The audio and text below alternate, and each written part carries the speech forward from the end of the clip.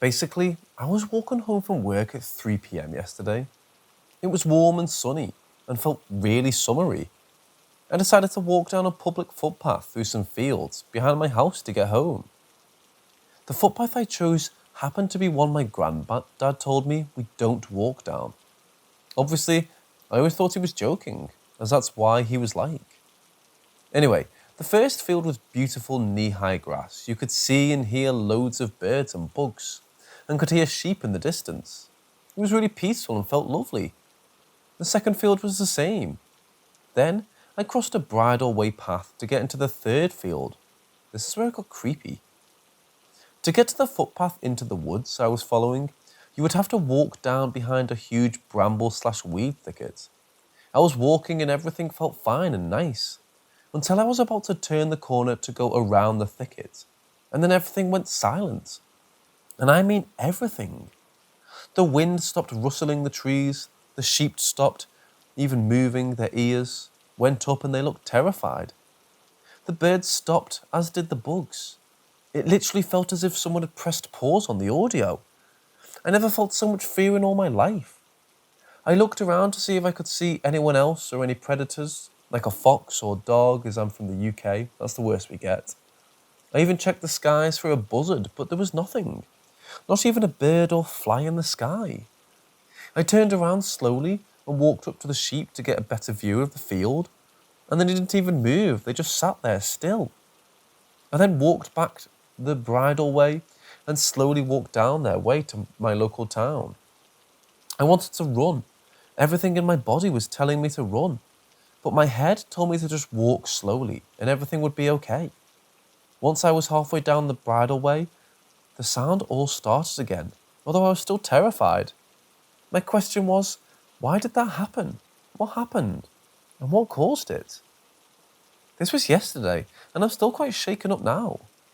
I can't look out of my window at that field. If you go through 3 or 4 other fields, it's joined up to a small alleyway down the back of my home. The council are planning on building on a few fields, including this one. I'll say I'm from southeast England, and I've never really had a problem with the fields around here. I've always felt very at home and peaceful.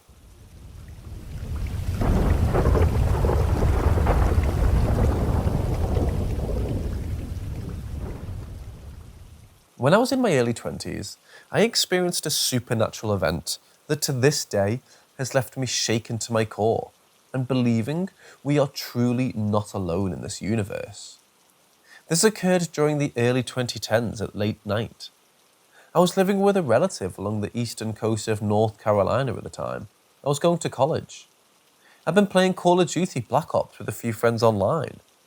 I was starting to get a little tired, but remembered I had been asked to go out and pick up some milk. I knew that the local Harris Teeter grocery stores were open 24/7, so leaving my house at 1 a.m. to grab milk was a non-issue. I grabbed my keys and wallet before throwing on my shoes and stepping out onto the front porch. To give some context, my relatives lived in a cul-de-sac. It was about 150 feet of pavement from the circle to the adjoining road. At the beginning of the circle, there was a street lamp that glowed a pale orange. Beneath this lamp lining one of the neighbours' property were large palm trees. Specifically, these were sago palms that were roughly 5 feet high, practically a massive bush. From the front porch, you can see the streetlight and palms without turning your head much to the right. With that being said, I stepped out onto the porch that fateful night and came to a halt. Something compelled me to stop. I was suddenly filled with a paralyzing fear I'd never experienced before and haven't since. I was quite literally frozen in place, not even 2 steps out the door. I only stood there for maybe 10 seconds, but it felt like ages. I looked over to the street lamp where the palm stood and didn't see anything at first. Suddenly, from behind the closest palm to the lamp, sprung a tall creature. I only saw a quick glimpse of it, but it fled off into the darkness and out of view. I heard it give a cry that sounded like a raccoon chittering and a pig squealing at the same time. Just as quickly as this creature had appeared, it had disappeared without a trace. I have a friend who is a huge supernatural believer, and you can bet he was the first person I had called after this event. One of his first questions was, "What did it look like?" And I told him this. The creature was just slightly taller than the palm it hid behind. It was a pale white humanoid, but it was missing a head. It was too thin and gangly to have been a human or ape of any kind, but it also seemed to be covered in light hair. There was, however, one single thing that I couldn't get my mind off of. Even to this day, it sends chills down my spine and causes my hands to tremble. When I was standing on that porch, when I felt that fear take hold of me, there was one other feeling I had when I finally looked over. I was about to die. Whatever that creature was, its intent was hostile. I'm truly convinced to this day that the thing wanted to harm me. Something saved me that night from walking blatantly into the dark. I don't know if it was instinct or some unknown force, but I'll never forget my first and only encounter with the creature of North Carolina.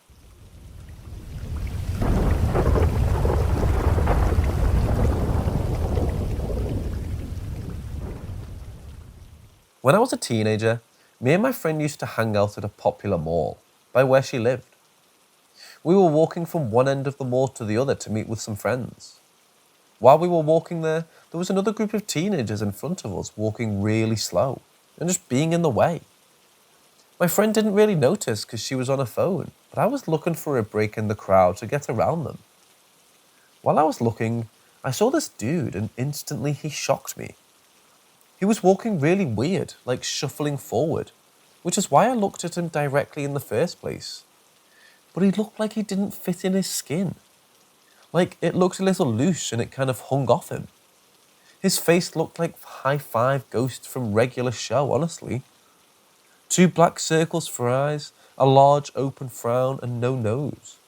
When I say black, I mean Vanta black. It looked like someone cut out paper shapes and put them on his saggy face skin. There was no depth or really anything behind it. He had shoulder-length, dirty, greasy black hair and was wearing a tan suit that also looked too big for him to be wearing. At first, I thought the dude may have a disability, so I tried not to stare. But his face honestly scared me and I had to look at him more.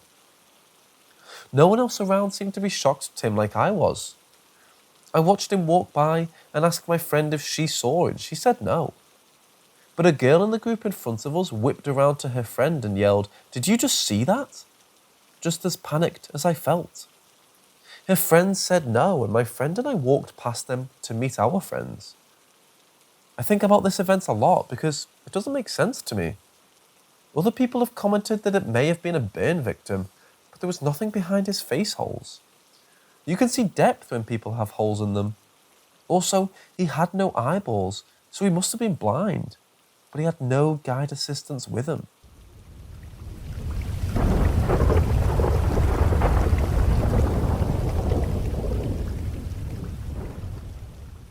Before I get into my story, I first would like to provide you with some background information that contributes.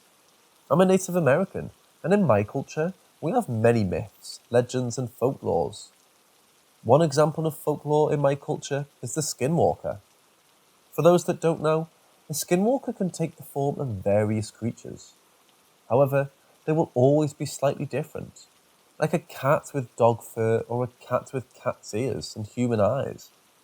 I've been told stories passed down for generations.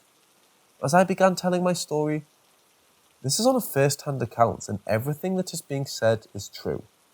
Now with that being said, let's get started. When I was younger, my little brother and I noticed an owl was following us around. We had noticed that this owl was not a regular-sized owl. The owl was roughly around 5 feet tall.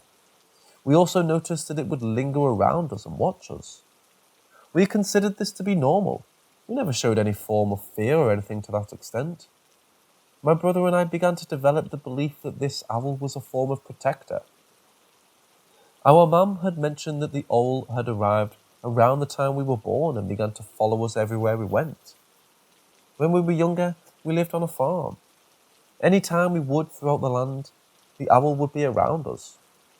Our mum had also told us about how the same owl would sit on the stop sign at the end of the road if we had gone somewhere. When we would get closer to our house, the owl would follow the car back to our property. When we turned 13 years old, I noticed that the owl had stopped coming around the house or following us. When I was 16, I ended up getting into a huge argument with my dad, and I ended up staying at my mom's house for a good while. One night I had returned to my dad's house. It was my first time being at either house in months. As nighttime began to rise, I noticed the same owl was at the house. Around 3 a.m, I heard the owl outside. I went to check and saw the owl. I waved to the owl and began walking to my grandpa's house. During this time, the bathroom in my parents' house was being worked on, so we had to go to my grandpa's house to use the restroom. As I started walking towards my grandpa's house, the owl began to follow me towards his house. In between the houses, there's a good amount of land, roughly the length of a football field. As I continued walking to my grandpa's house with my dog, I noticed that the owl was alarmed and began hooting frantically. I looked up at the owl to see where it was, and then I looked down to see if there was anything around the area. As I was doing so, I heard movement in a brush in another field, the same field where the cows were located. I soon began to see a big black mass. The mass was roughly about 2 feet bigger than a Shetland pony. My dog had noticed it and began to growl and run. As I was walking towards the gate, I saw a normal-sized black dog that wasn't supposed to be there. The dog then began to run towards the stables where my dog ran. After the dog ran away, I continued to walk towards my grandpa's house to use the bathroom. When I was finished, I'd gone back outside and noticed my dog was standing on my grandpa's porch, visibly scared and shaking. I patted her to make sure she was okay and calmed her down. When she was calm enough, we began walking back to my parents' house. As we were doing so, I heard a noise behind my grandpa's truck, which was roughly 20 feet away from the porch. I had pulled out my knife that I would use as a form of self-defense as I ever got attacked by an animal.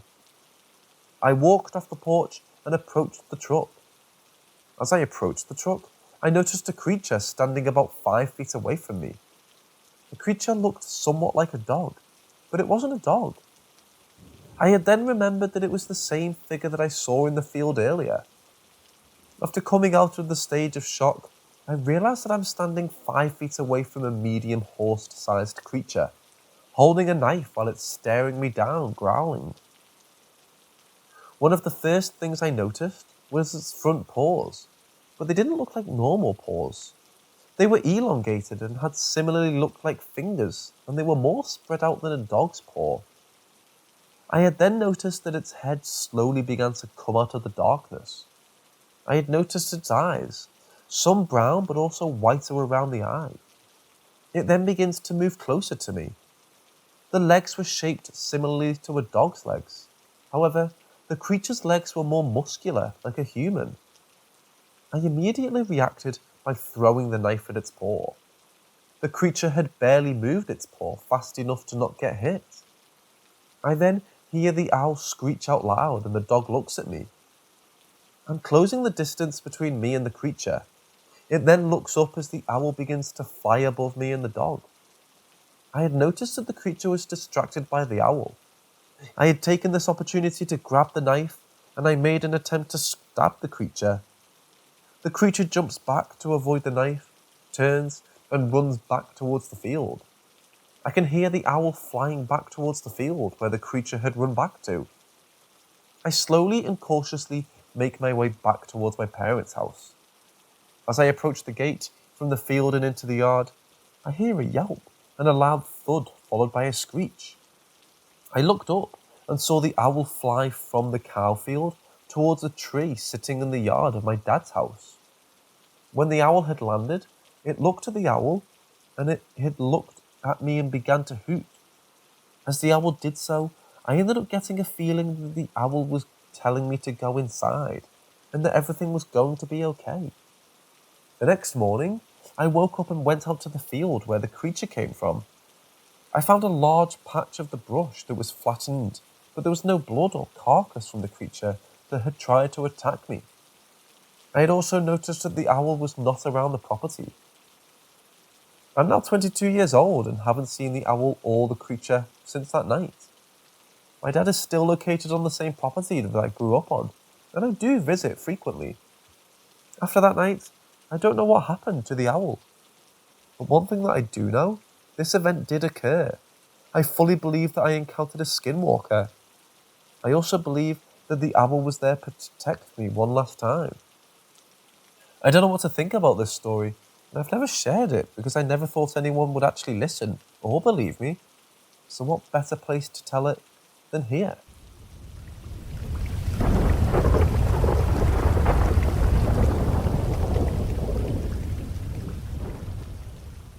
This encounter occurred last Halloween, during the blue moon.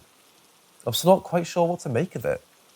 To give some background information, I consider myself a spiritual individual. I grew up Christian, but as I entered adulthood, began to expand my perspective, and now consider myself, for lack of better words, spiritual. I believe in a higher power. I believe in the universe, fate, etc. However, I don't necessarily assign to any religion. I was born on the 13th. 13 has been my lucky number my entire life, despite certain superstitions surrounding the number. Last October, when I was really started to open my heart to spirituality and began to explore that realm. However, as most people experience when navigating their spirituality, I still had doubts and wasn't fully convinced. That Halloween night, my sister and her friends had dressed up and asked me to take pictures of them in their costumes at the park by my house. I left my house at the very end of sunset, and very quickly the sun completely set and it was dark out. I took pictures of my sister and her friends all around the park. This is where the encounter happened. We were just kind of standing around in an area and we just so happened to stop in. Her friends were talking and I suddenly, in the dimly lit park, felt the urge to look down. When I did just that, I saw an orange ball hidden in the grass. I picked it up and inspected it and found that it was a miniature orange pool ball with the number 13 on it. About the size of a medium-sized marble. I was shocked to say the least. What are the chances that I so happened to feel the urge to look down, in the dark at night, and find a ball with my lucky number on it? And guess what? That's not even the craziest part. After I had fully wrapped my head around what I just found, I told my sister and her friends, who were also shocked and a little bit freaked out. Something about this ball felt familiar. After racking my brain a little bit, I remembered something. My dad, who's a firefighter, once brought home a pool ball with the number 13 on it for me when I was about 8 or 9 years old. He found the ball in a house fire. I'm not sure the circumstances of why he took it or where he found it, and after asking him, he doesn't recall ever giving it to me. I went home with the ball I found in the park, tore my room apart, and eventually found the ball my dad had given to me. The only difference between the two balls is that the one my dad gave me was a full-sized pool ball, while the other was a smaller version. I always took this as a sign of some sort. I'm not sure exactly what it meant or why it happened, or even if it has any significance at all, but it served as a comfort for me when I was in a rough patch. I keep both of the balls with me, and they're very special to me. I'd love to hear what you all think of this.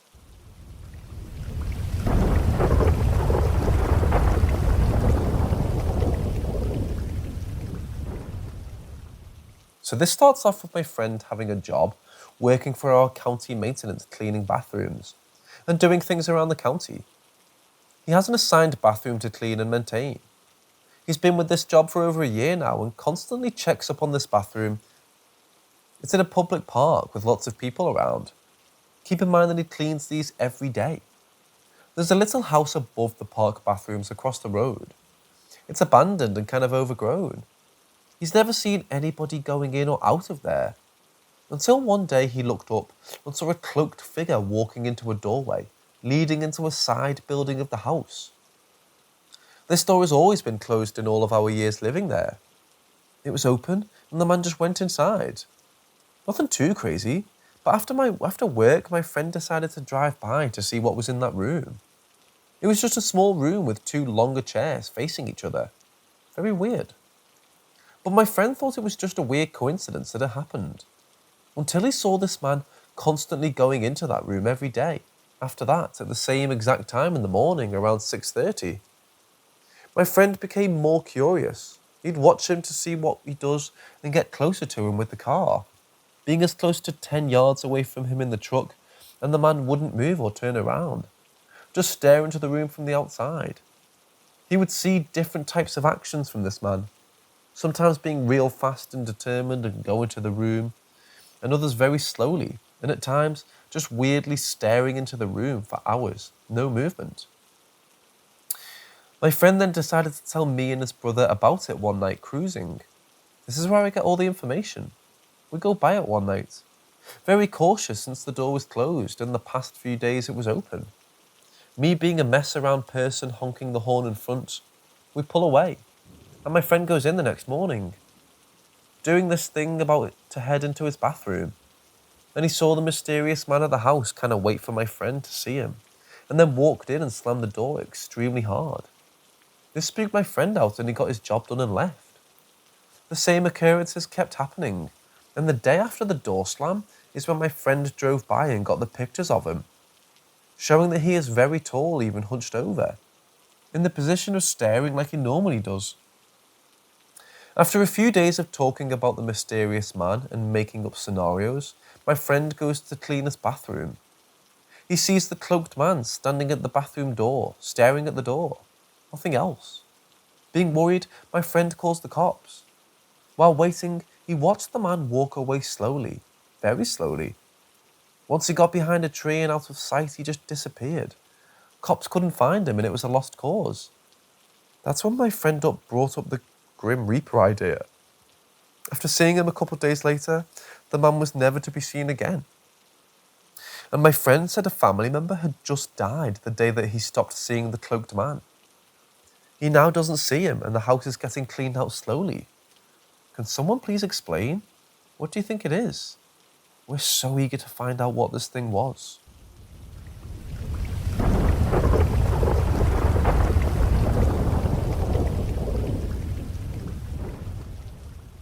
About 30 minutes ago, I was out with my friend and his older brother. We always seek out scary encounters, and there's this hike that always gives off bad vibes at night. We were set to head out there. We got out there and went through the trail and off the trail. Never felt nothing too worrisome. We headed out to the mine shaft where water trails out from runoff. We sat there and I never felt the bad vibes. Small steps next to me, but felt like it was in my mind. Until my friend felt something tug his pocket. We decided to get up and go until we heard a rock rolling behind us and started sprinting away in fear. 2 of us fell, but we got up and hurried away. We headed to the car and for some reason, we didn't get in or even speak about keeping on. But we just walked by and we knew this trailhead a little farther down the road. And mid-walk, I pointed out that we didn't even speak about going to this trailhead. It felt like something was calling us. We got to the trail and moved 30 yards in, and my friend pointed out a curved tree. I remembered the native stories about them bending trees for water and trail markers. I started telling them about it, and keep in mind this trail is called Native Lake and leads to a smaller lake. When I was telling them about the natives bending trees, the tree that is right next to it started to creak. No wind blowing. We noticed this and for some reason stayed right next to it. And once I was done talking about the natives, wood cracking started occurring in certain spots. There was a small grass patch and it sounded like something was taking small steps. And as these things were occurring, the tree had started creaking louder and louder. More footsteps and branches breaking. My friend turned the flashlight and saw a shadow man on the edge of his light range. We then started to feel worse vibes and decided to walk out. As we were walking, you could hear things moving in the bushes.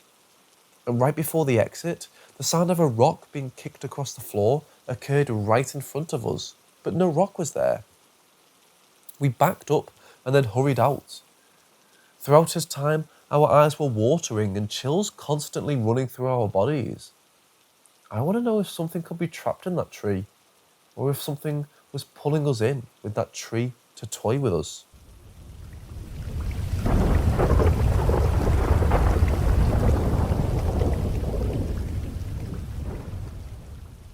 Growing up in a small mountain town, my friend group and I had our fair share of scary encounters, making ghost hunting our hangout hobby.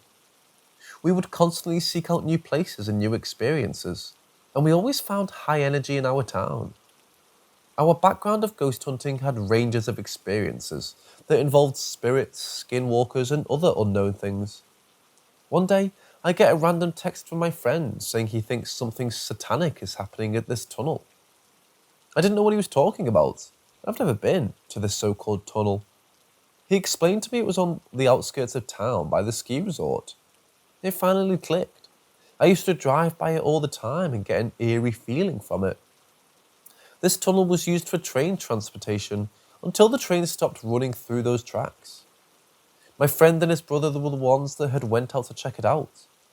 He had then sent photos of a deer head hanging from a wire with candles in its eye sockets and candles around it. Of course, we had to make a trip out there again the next time we hung out. We walked through the tunnel, which felt longer than what it looked like. Nothing crazy happened, and we felt fine, so we left. We came back a different night, and something felt off from the beginning. We felt spooked by every little thing. It felt like something was watching us. We got out of the car and walked to the small building that had the deer head to see if anything weird was happening. Nothing at all. I had the main flashlight and my friends had their phone flashlights. The flashlight I was holding was way brighter and could see a lot further. With this in mind, my friend's brother had told me to shine the light at the tunnel because we were still a good 50 yards away from it. I did it slowly and a tan blob was sitting in the middle of the tunnel. It looked like a mountain lion but squished into a ball. We stared at it in awe, hoping that it wouldn't move. As I watched it, I saw it slowly moving from the middle of the tunnel to the right side. I pointed this out and no one believed me. They had thought it wasn't something alive. I kept pointing this out and finally they started to see it move too. As this was happening, you could see two eyes appear in the middle of the blob. We started backing away while facing it, until my brother's friends started running away. We all then started running, and my friend that was in the back saw it start to move after us. We ran straight to the car and jumped in. We had theories of it being a skinwalker that was just watching us, but not meaning harm or a witch that had some tan clothing on. But we never knew what it was. We head out a month or so later and stay in the car. While we're trying to listen, there was a loud noise that I felt in my feet. It sounded like a gunshot or like something had hit the train tracks with metal. Since then, we haven't gone back, but soon we'll know what is going on there.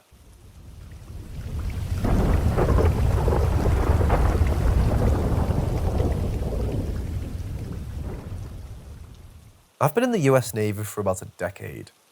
I only hold a secret clearance, nothing special, basically just an in-depth background check. My job, while important, isn't something, to me, that turns any heads when it comes to glamour or spotlight. I've always been fascinated with the unknown, extraterrestrials in particular. At night, my eyes are always pointed up in hopes that I might catch a glimpse of something that I know exists. A few years ago at my previous duty station in the PNW, I went to bed like any normal night. Occasionally, I'd daydream about extraterrestrials and contact before I'd fall asleep. Well, on this night, I had a very vivid dream that to this day seemed too real to be just a dream. I woke up in an unknown location next to another sailor. This was before NWU Type 3s were required, wearing our blueberries. We were already standing, we're outdoors, but the lights at our location were so bright, it seemed like it was almost daylight. I turned to the other sailor and asked where we were. He explained that I had been hand-selected for a top-secret program for interstellar travel. I didn't believe him, and he could tell. He brought me into what looked like a missile silo holding what seemed to be a ship. Many other sailors were walking around and working, paying no attention to me. We walked up on an extremely tall woman, I'd say 7 feet at least. Her extremities were excessively long, to include her neck, and she had absolutely no hair. She was wearing a blue robe, or something like it, and she began speaking to me telepathically. Her cheekbones were really high and she had massive eyes that were a deep blue. She explained to me that if I accepted their offer, I would be unknown to the world. I'd have to leave my wife and kids. I would essentially cease to exist. The prize? Knowing everything I'd ever wanted to know about human history and our existence in the universe. I refused. I love my family. She gave a disappointed nod, and I woke up. It felt so real. I've never had a dream like that. Product of an overactive imagination? Maybe. Anyone else ever have this experience in the military?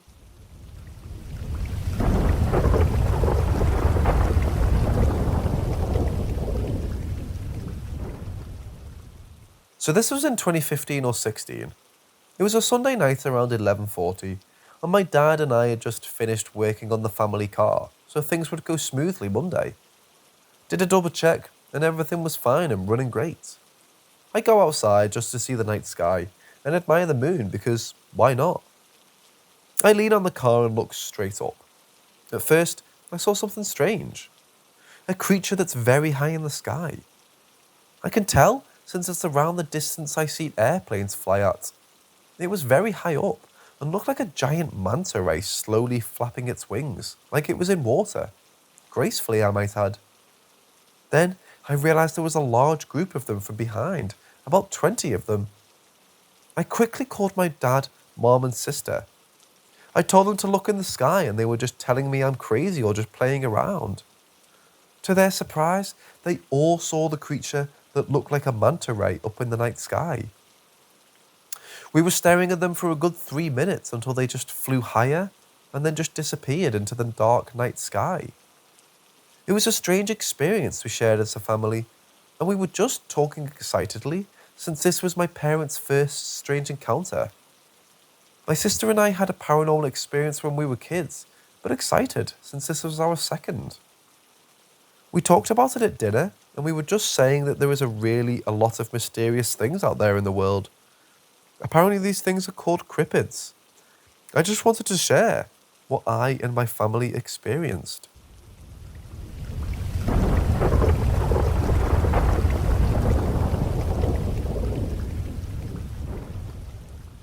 So last night, I was taking my 5-year-old son to a trick-or-treat at church. There really isn't much to do in this town. We've been arguing about music. "Mommy, are murderers real?" he asked out of nowhere. "Yes, baby. Sometimes people kill other people." "Will I get murdered?" he asked sadly. "No, baby. It's my job to keep you safe." I thought this would be the end of it. It wasn't. "But what if you get shot in the belly?" he asked specifically. "Mommy's belly is pretty big. I'd have to go to the hospital, but I'd probably be fine." "But what if you were shot by the gun that's really a cannon and turns your belly to fire? You probably wouldn't be fine." We don't have those here." I thought that would be the end of it. "Mommy, do they have murderers in the desert?" he then asked. "Yes, they have murderers in the desert." "Oh," he got quiet.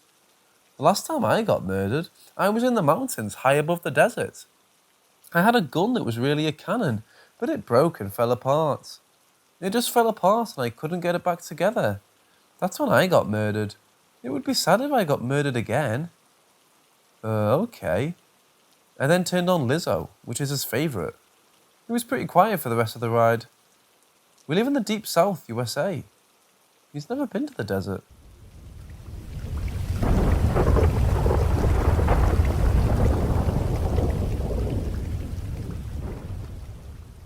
I have a very clear scene in my mind that I believe was a past life memory, most recent one. What I'm asking for is if any Chicago resident knows of a place like what I see in this scene. Could you hit me up with links to pictures? I've never actually been to Chicago or anywhere near in my life. The image I have is so vivid. I'd love to know if there's a real picture that matched it. Anyway, in my memory, I was a teenage boy walking with some friends. There's this food area, and it's like sloping cement sides and a flat bottom for floodwaters.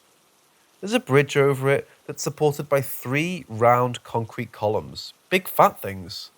On one side, at least the other side isn't clear because I wasn't paying attention, there's a path for walking up above. I clearly remember that there was a flood and some dude was stuck in the rising water. People formed a human chain, hand to hand, trying to pull the guy out. I was 3 people up from the person who had the rescue guy's hand. Person 4 and 5 lost their grip, so everyone from person 4 down got disconnected from the chain and swept into the water. I don't know what became of them. I remember being swept away into the water and feeling the power of it. I remember the way the water split and curled under itself where the concrete columns were. I felt the water pulling me in many directions at once, but most especially down as I got near the column.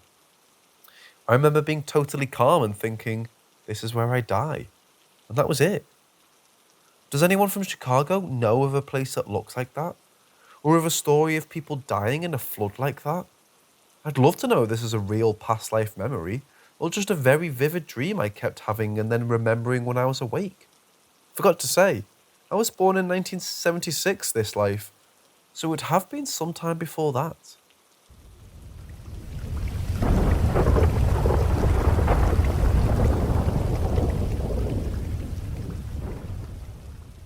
A few months back, I was sleeping cozily in my room when I woke up at around 2 or 3 in the morning to use the restroom. Naturally, I go to do that. However, once I get to the doorframe, I get an overwhelming, unbearable sense to look up.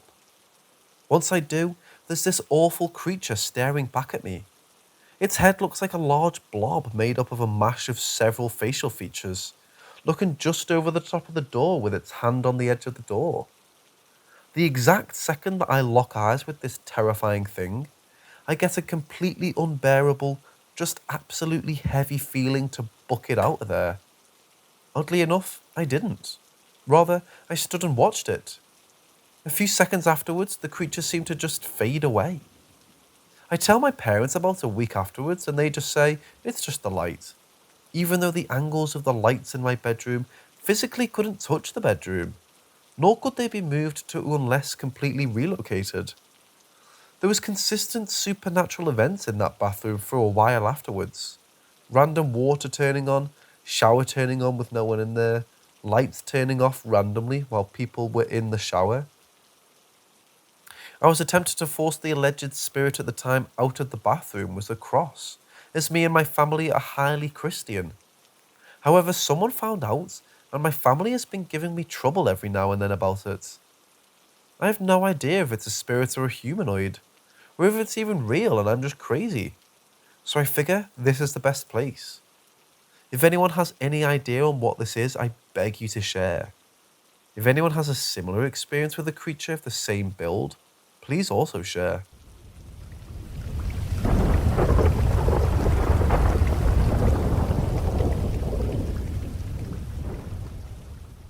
So just a couple hours ago, me and my friend, we'll call him Matt, came back from a trip to Walmart.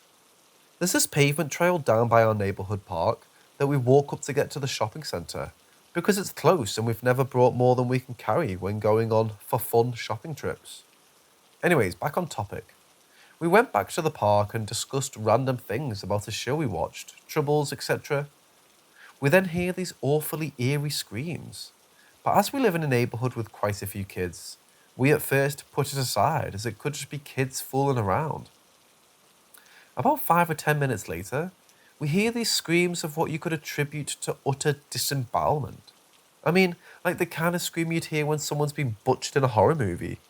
Even worse when I noticed they came from 2 different locations. Naturally, that horror movie instinct drove me to check it out. Foolish of me, I guess. Matt gets behind me as I check it out. I'm gripping a pocket knife close to me as I steadily walk towards the first scream location, near the front of our neighbourhood by some bushes and trees. I arrive about a foot away from a bush in front of me, and I'm hit with this complete and utter uneasiness that makes me feel sick. I mean, I'm going to vomit every organ out of my body sick. Comparable to that of the uneasiness mentioned in the post I tried to link above. All noise is quiet for about 2 seconds, until something charges at me from the bushes a few feet in front of me, way at the back of the scenery though. It was large enough to rustle the leaves on the trees and the entirety of the bushes, but it wouldn't have been human. It was quick as all hell, and it wasn't going to find out just how fast it could truly go, so me and Matt booked it the hell out of there. We make it far enough as the end of the park, and turn around where we see nothing. Matt tells me that the other scream was down by the basketball court in my neighbourhood, so me, being the idiot I am, went to check it out again. We arrive at the court and nothing's there. It's all quiet again. The problem with this particular location is that the general area of bushes that we were just chased out of was about 100 feet in front of us, making it clearly visible.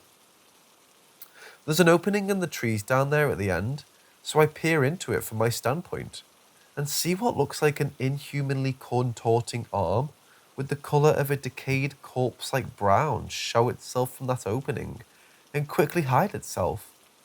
Matt said that he saw the exact same thing when I asked him about it. Again, me being a dumb human being, I wanted to check it out, this time pulling out the pocket knife and putting the blade out in front of me.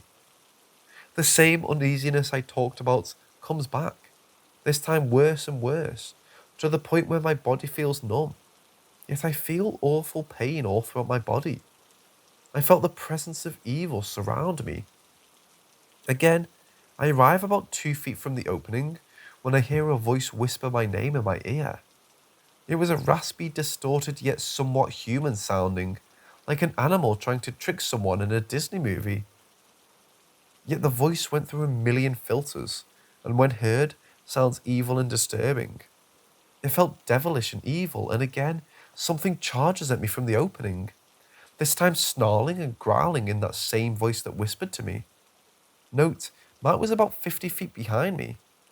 Now wanting to live, I ran, and surpassed even Matt. The phrase in my head repeating, "In the name of God, leave me alone." Whatever was behind me kept charging, but eventually stopped seemingly right after the phrase repetition in my head stopped. I'm genuinely terrified. People tell me it could have been a coyote with mange or a fox. The problem is, I've heard a fox yell or scream, and the screams I heard sounded nothing like a fox, and also, it was too big to have been a coyote either. I'm concerned for me and my friend's safety. Also, if it helps, I live in Northern Virginia.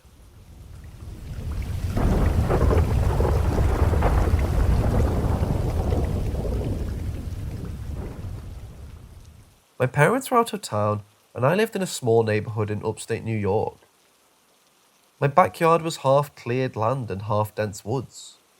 There was a small creek that ran behind my house too, so I could see all sorts of animals at night, including turkey, foxes, possums, raccoons, and deer. One night around 1 a.m, I was on the couch in the extended living room part of my home, where 3 of the walls had windows and we had a skylight. This is important, because I had a complete view of almost all of my backyard up to the tree's edge, including the moon overhead, which was a waning crescent. I heard the sound of a very angry squirrel for about 5 minutes, and I kind of brushed it off because I've heard angry squirrels before. Then I heard the most terrifying screech. It sounded like a goose I had just been murdered and screaming. It scared the crap out of me, and I immediately rushed over to the windows to see if I could see anything. I was worried it might have been a wolf, since my neighbour's cat likes to go wandering outside, and usually kills a bunny or two and leaves them in our front yard. It was pitch black, and my porch light barely illuminated anything but the porch. I brushed off the noise and went to bed shortly after. The next morning, I headed over to my neighbour's house who have hunted before, and occasionally would bow hunt too. I asked if they heard that noise last night, and they said yes. They thought it was a deer crying for help. They told me they were going to investigate the woods in a few hours to see what happened. I was reluctant to ask to go with, but I was determined to know what the noise had been. A few hours later, my neighbours and me went into the woods. We didn't have to go far when we saw a dead squirrel pretty much ripped to pieces. We continued on, figuring that squirrels don't have that much meat on them, so the animal probably tried to get as much as it could out of it. We wandered for about 5 more minutes when we came across 5 dead bunnies, a deer and her fawn, and a dead goose. Now this frightened me the most. 3 of the dead bunnies had just their heads missing and the body was intact. The other 2 were ripped to pieces, similar to the dead squirrel. I almost gagged at the smell of it all. I didn't dare walk towards the goose or the deer. My neighbour had had a bow on him walk towards the mother deer to see that she had long claw marks in her torso and her head had been mangled. The fawn, however, had its head missing as well. Now the weirdest part of all the dead animals was the goose. The goose was fully intact except that its lungs had been ripped open and all of its inner organs were gone. My neighbour's wife immediately called the police and said that there was a bear roaming the property and was attacking innocent animals. I had my suspicions, but I don't believe this was a bear. My neighbour, who had the bow, was keeping a clear eye on the surrounding woods, like he was watching for something. His wife paid no attention to this and continued to talk to the police. Then it hit me, a feeling of dread and chills. New York gets cold in the morning, but this was summer, and the humidity was usually around 90%. The entire woods seemed to be silent as well. We were near the creek and couldn't hear the water flowing either. I could see my neighbour had the same feeling wash over him as he raised his bow and loaded an arrow into it. He told his wife to be quiet and me to stand back. I couldn't see anything, but that feeling was still with me. My neighbours I know saw something but refused to tell me what it was since I was 15, and he probably didn't want to scare me. After a few minutes, the feeling of dread was gone, and the sound of something moving through the forest could be heard in the distance. My neighbour lowered his bow and told us we had to leave. We immediately listened, and by the time we got back to the small neighbourhood, the town police had arrived. My neighbour explained the story, and the police advised us to stay inside. They later sent a few animal control people to survey the area to try and get the bear away from the neighbourhood. They came back empty-handed. I never knew what that was out there, and I'd done some research and I believed it might have been a Wendigo by the dead animal killings. My neighbours refused to talk to me about it ever again, and my neighbour who had the bow seemed very cautious after that. If anybody has any insight on this, please say something. This happened a few years ago, and I now live in a different state.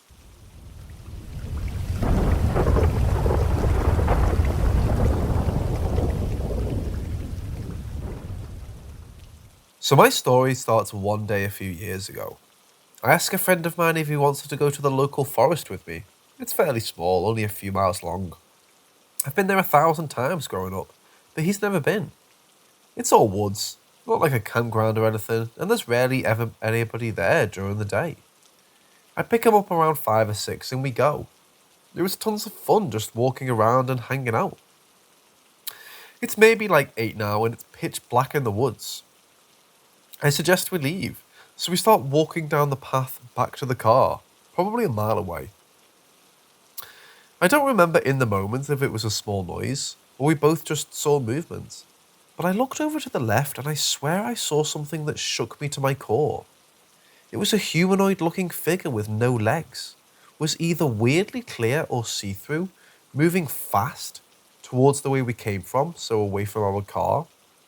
It looked to literally be gliding over things, making zero noise as we watch it go by. We then look back and see a giant bright light down the path towards where the figure was moving, which is weird because there's no roads or anything for miles. I can't imagine why there would be light like that. I've been there late at night when a cop or ranger would be in the parking area, and it looks nothing like it. It was 10 times brighter. I was frozen and terrified. I look over to him praying he saw the same thing, so I whisper, "Did you just see that?" And he looks at me literally uncontrollably shaking, maybe even on the verge of tears, and was like, "Oh my God, what was that? What's that light?" So at that point we just ran. I ran as fast as I could the entire way back to the car and we left. I wanted to make sure we're on the same page on what we saw, and he drew a little sketch, and it looked basically identical to what I saw. It was terrifying, and I 100% believe in ghosts now. I just can't imagine what else it could have been. I saw no legs, and no noise was made. Someone sprinting through the leaves and whatnot would definitely make a noise. It was so quiet in there, you could hear a pin drop. I still to this day have no idea what that was and still get a little shook thinking about it. I tried to get my friend to go back, even during the day, but he absolutely refuses. I had another friend go with me during the day and late at night 2 or 3 times now, but we've never seen anything weird.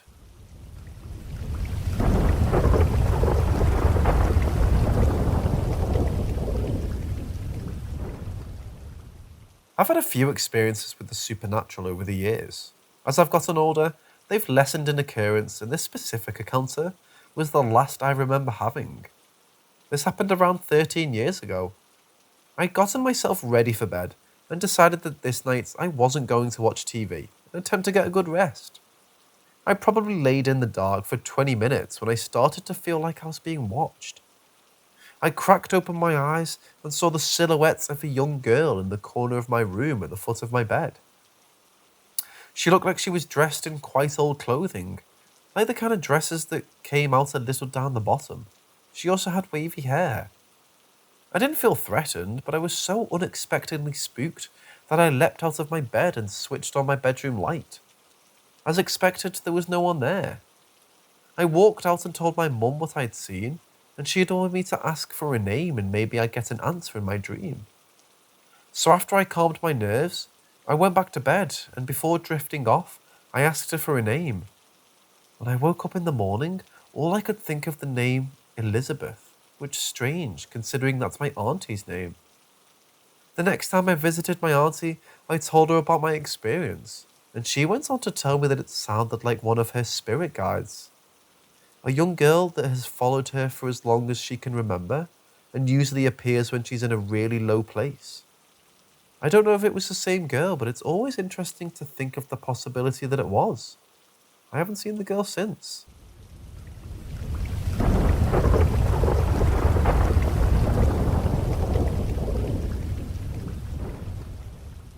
I was on a bus from Makassar en route to Taraqa, which is a village in Indonesia. I was there to visit family, so some of my cousins were there with me. It was near midnight and like some hours into the trip, where everyone fell asleep.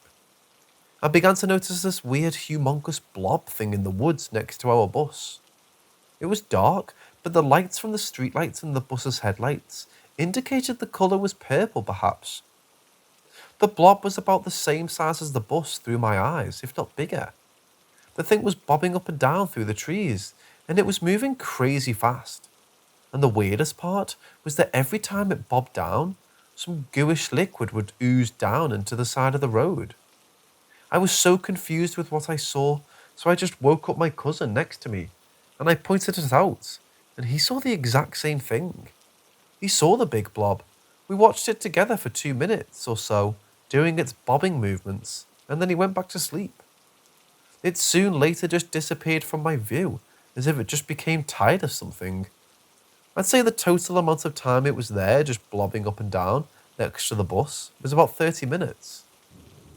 It's just kind of funny and weird that out of all the crazy unexplained experiences one could have, mine would be a big purple blob. My only rational explanation is that my mind was making shit up, and me being awake late at night could be a factor, but at the same time, that wouldn't explain my cousin seeing the same thing. Another theory is that some fog could have made some type of visual illusion, because there was fog in some places during the trip, but then again, even at the times the fog cleared, I could still see the blob, plus that gooish thing on the ground.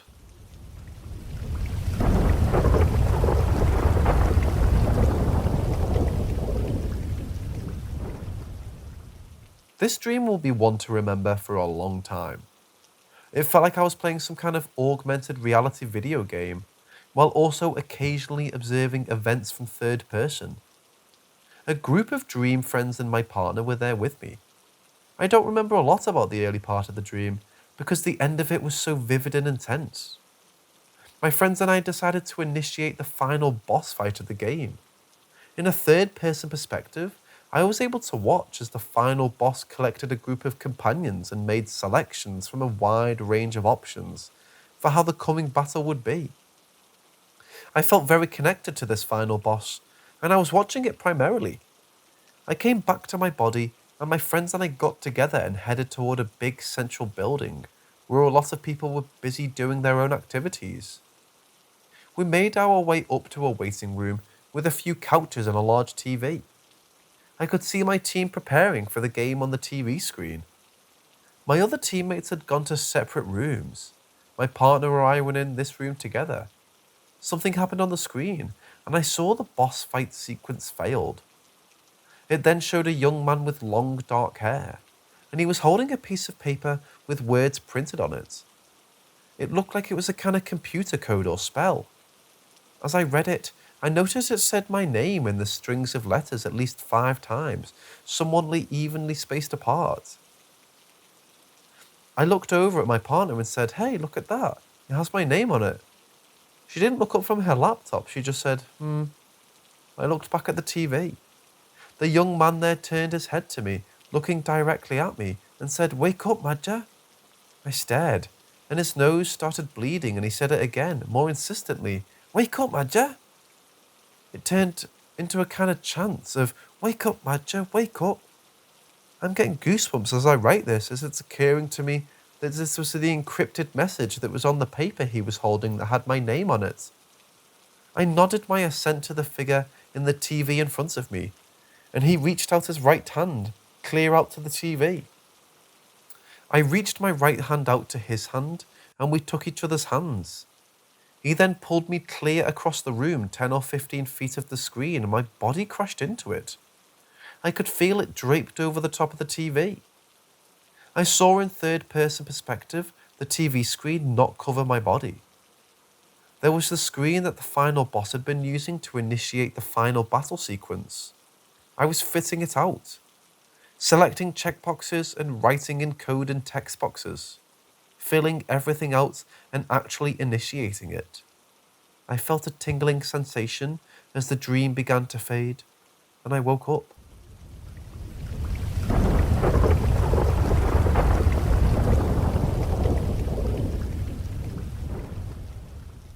This happened to me about 2 months ago, but I still remember it very clearly.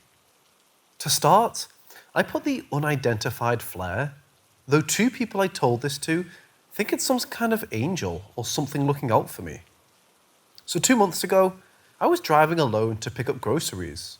The drive there is usually busy, winding roads and a few blind turns. It's about a 15-minute drive to the store we like to go to.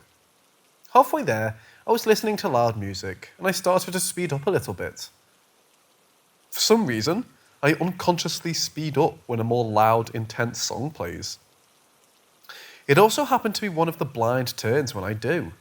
Idiot me, I know. The road was clear as much as I could see, but something audibly told me to slow down. Before you ask, no, it wasn't the song. The song was in one of those instrumental-only parts, and I know the song by heart, and no one speaks there. The whisper didn't sound like the voice in my head. It didn't sound male nor female, and it sounded like it came from behind me, to the right. I wasn't scared when I heard it, but I listened and slowed down. If I didn't, I completely believe I would have been in a car crash, since there was a stopped dark car hiding around the turn that I wouldn't have seen very well, or at least soon enough. After that, you better believe I said "what the fuck" out loud, but I was more shocked and in disbelief rather than scared. Like, did that just happen?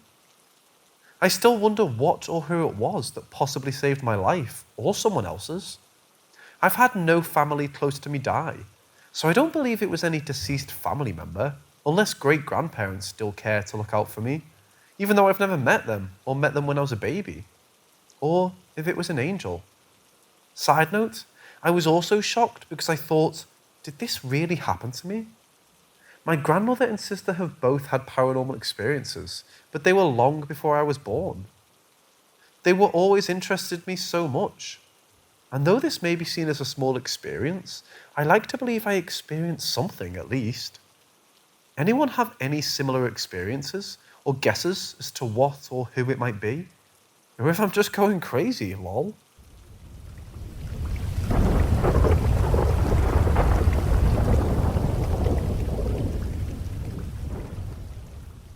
There's no other way that I know to say it, because that's just what it is.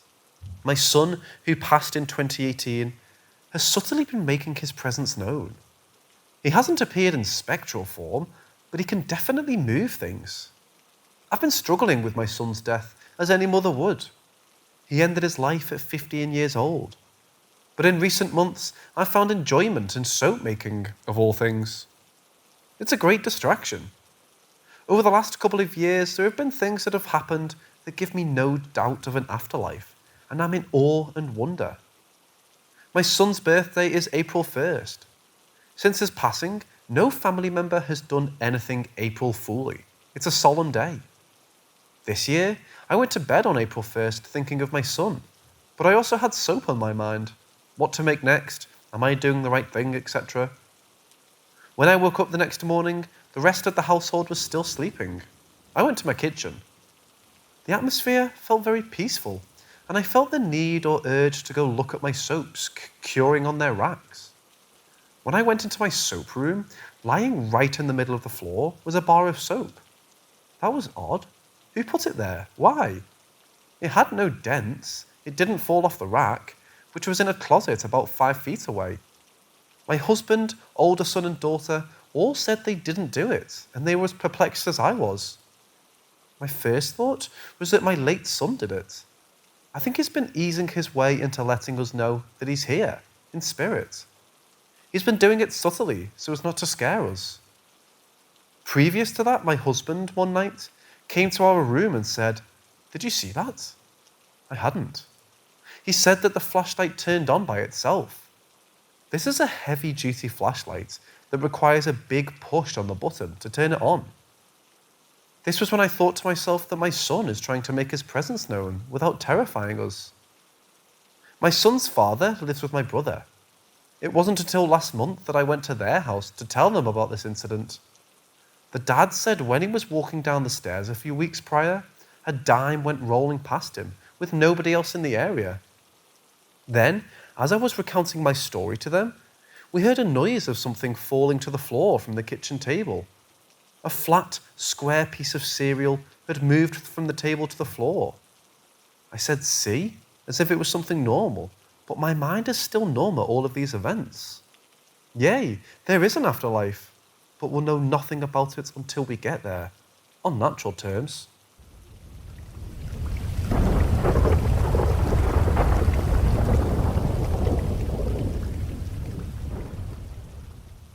For the past year or so, I've been noticing that things around me don't seem normal anymore.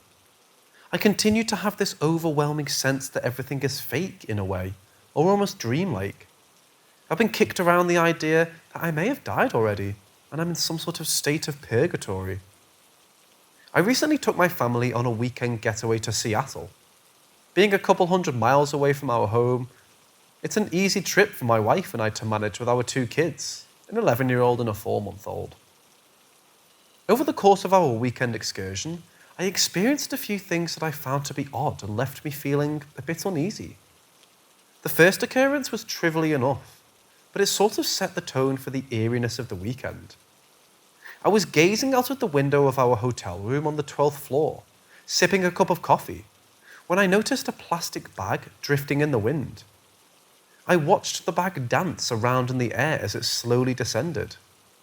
A green dumpster 12 stories below caught my eye, and I immediately thought, what if that bag floated all the way down there and landed in that dumpster? I stood at the window for 5 minutes or so watching this bag slowly float towards the ground, gliding left, right, back and forth. The more I watched the bag, the more confident I became that it would find its way into the dumpster. And it did. This bag that I noticed off in the distance drifted 12 fucking stories and perfectly navigated its way into the dumpster below my building. Later that day, I was in the hotel lobby approaching the elevator to head up to my room. In front of me, there was a man with 2 children waiting for the elevator as well. The man had a guitar case strapped to his back, along with an amplifier and various other bags. His back was to me and he had a hoodie on. For some reason I thought to myself, what if that's Ed? Ed was a friend of mine that I hadn't seen in years. We used to work at an Olive Garden together in our younger days. We also played guitar and did a fair amount of partying. Now this is the weird part, and my wife thinks I'm fucking crazy, but bear with me. The weird part was how confident I was that this guy was going to turn around and it would be Ed. The same confidence, almost certainty I would say, that I had in that trash bag flying into the dumpster. The elevator doors opened and the man and his 2 children walked inside.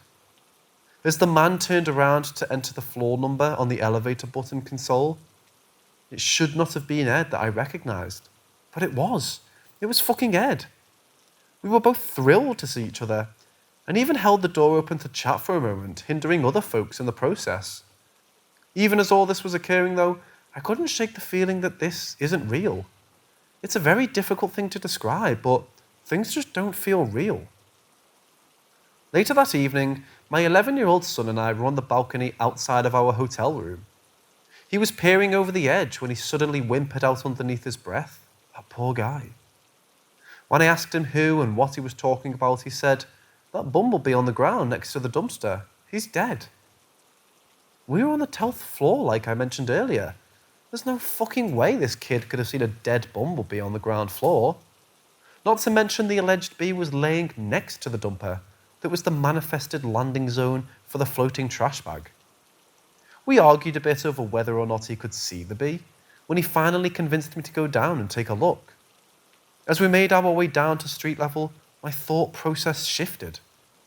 The same confidence that I had previously regarding the trash bag and Ed was back. Although I didn't mention it to my son, I was becoming increasingly certain that the bee would be there. And well, it was.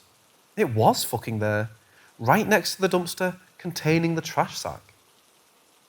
The next evening, I took the family to a place called Gameworks, which is similar to Dave & Buster's or an adult version of Chuck E. Cheese. I placed our car keys, wallets, and other important shit all into our diaper bag, and we carried on into the establishment. We spent a couple of hours playing games before finally counting our tickets and claiming prizes at the booth. We pocketed the prizes and went down the block to the Cheesecake Factory for dinner. After being seated for a few moments, my wife realises that I don't have the backpack on. The backpack containing all of our money, credit cards, car keys, and not to mention food and supplies for our 4-month-old baby. The bizarre thing is that I have no recollection of ever taking the bag off. Apparently I did because it was gone, but I could have sworn up and down that I never took it off. I immediately go into panic mode, leap up from the table, and take off towards the Gameworks establishment. I run inside and dart around frantically for about a minute or two, with the bag nowhere in sight. Finally, I calm down and focus. After breathing and focusing for a moment, I'm greeted with that same confidence that I mentioned before. I was confident that I would not leave that place without my bag. At that moment, a man approached me waving his arms in the air, calling me by my first name. He said, "Here, Cody, I've got your bag, man. Now get back to the Cheesecake Factory and enjoy your dinner." I was awestruck and definitely beside myself at that moment, as I had no fucking clue who this man was, or how he knew my name, or where I was eating dinner. I didn't even think to question him. I reached out, grabbed the bag, and left.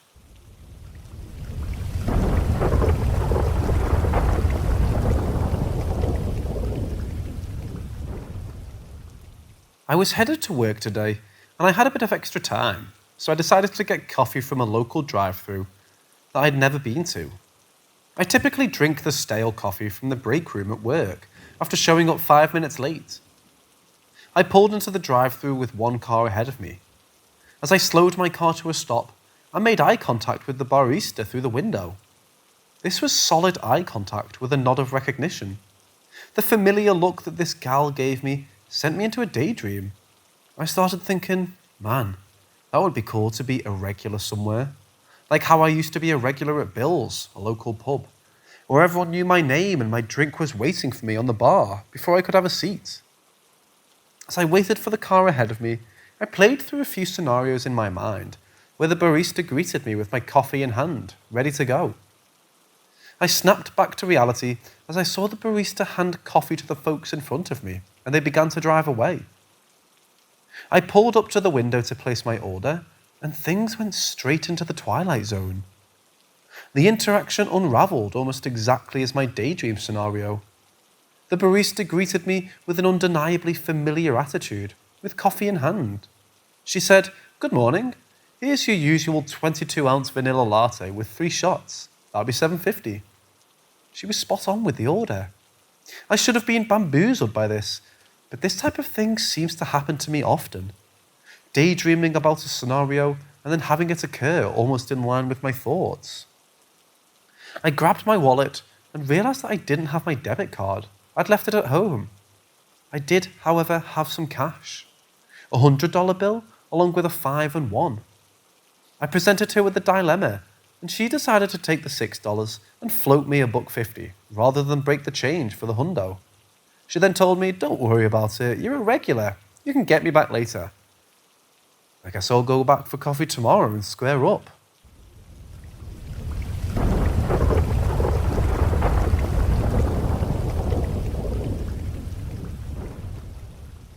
So, I haven't been taken in quite a while, but there was a period of about 5 years when it happened frequently. It all started with an eerie feeling of being watched. Then I began to notice a white owl living in a tree directly outside of my bedroom window that made me feel very uneasy. I had a wall in my room that was painted with chalkboard paint. One evening, I met a woman at a bar that came back home with me. She had an inoperable brain tumour and had limited time left. We discussed a lot of things that were happening to me. She gave me a unique sense of comfort, as she claimed to have experienced a lot of the same things. That evening, she drew what she claimed was her depiction of a stargate on the chalkboard wall. From that point on, things became very strange. I would experience terrifying episodes of sleep paralysis, while there were lanky figures hovering around me. I can recall on several occasions being taken away during these episodes, yet I can't distinguish whether or not it was my physical vessel or astral body leaving. They would take me to the same place each time, a sort of corridor with a white luminescence. Each time this happened, I felt as if I was sedated, similar to the feeling you have after waking up from surgery. On one such occasion, my ex-girlfriend claimed to witness a bright flash in the bedroom while sleeping. She also saw the lanky figures in the corner of the room, and the next thing she remembered was that it was morning time. She never stayed over again after that evening. If anyone has a similar experience or questions, I'm open to chat about it.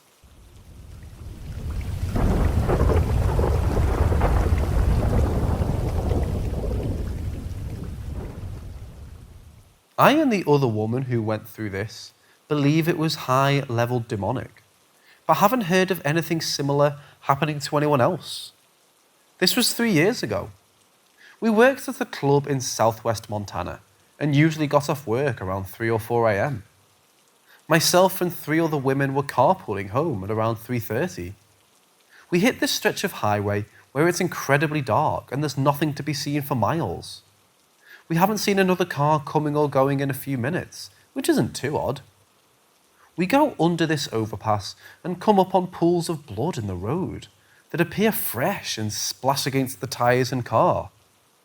As we get further, they get so much larger that they take over our entire side of the road and continue as one long continuous pool. Now, as soon as we hit the blood, all of us experienced immediate, extreme, heavy dread and an intense desire to get out of the car and go into the tall brush along the road. It was like being enveloped in a dark cloud that weighed so heavy on each of our minds we couldn't focus. It felt malevolent and violent. It was so intense that we were crying and clawing at the door handles to get out. Two girls were screaming at the driver to pull over and stop the car. We just needed to go into the brush and look for something. I believe if we had stopped and gotten out of the car, at least one of us, if not all, would have met a very violent end. The driver refused and made us all focus on and feel the rosary beads she had hanging from her rear-view mirror, so we had something to center on.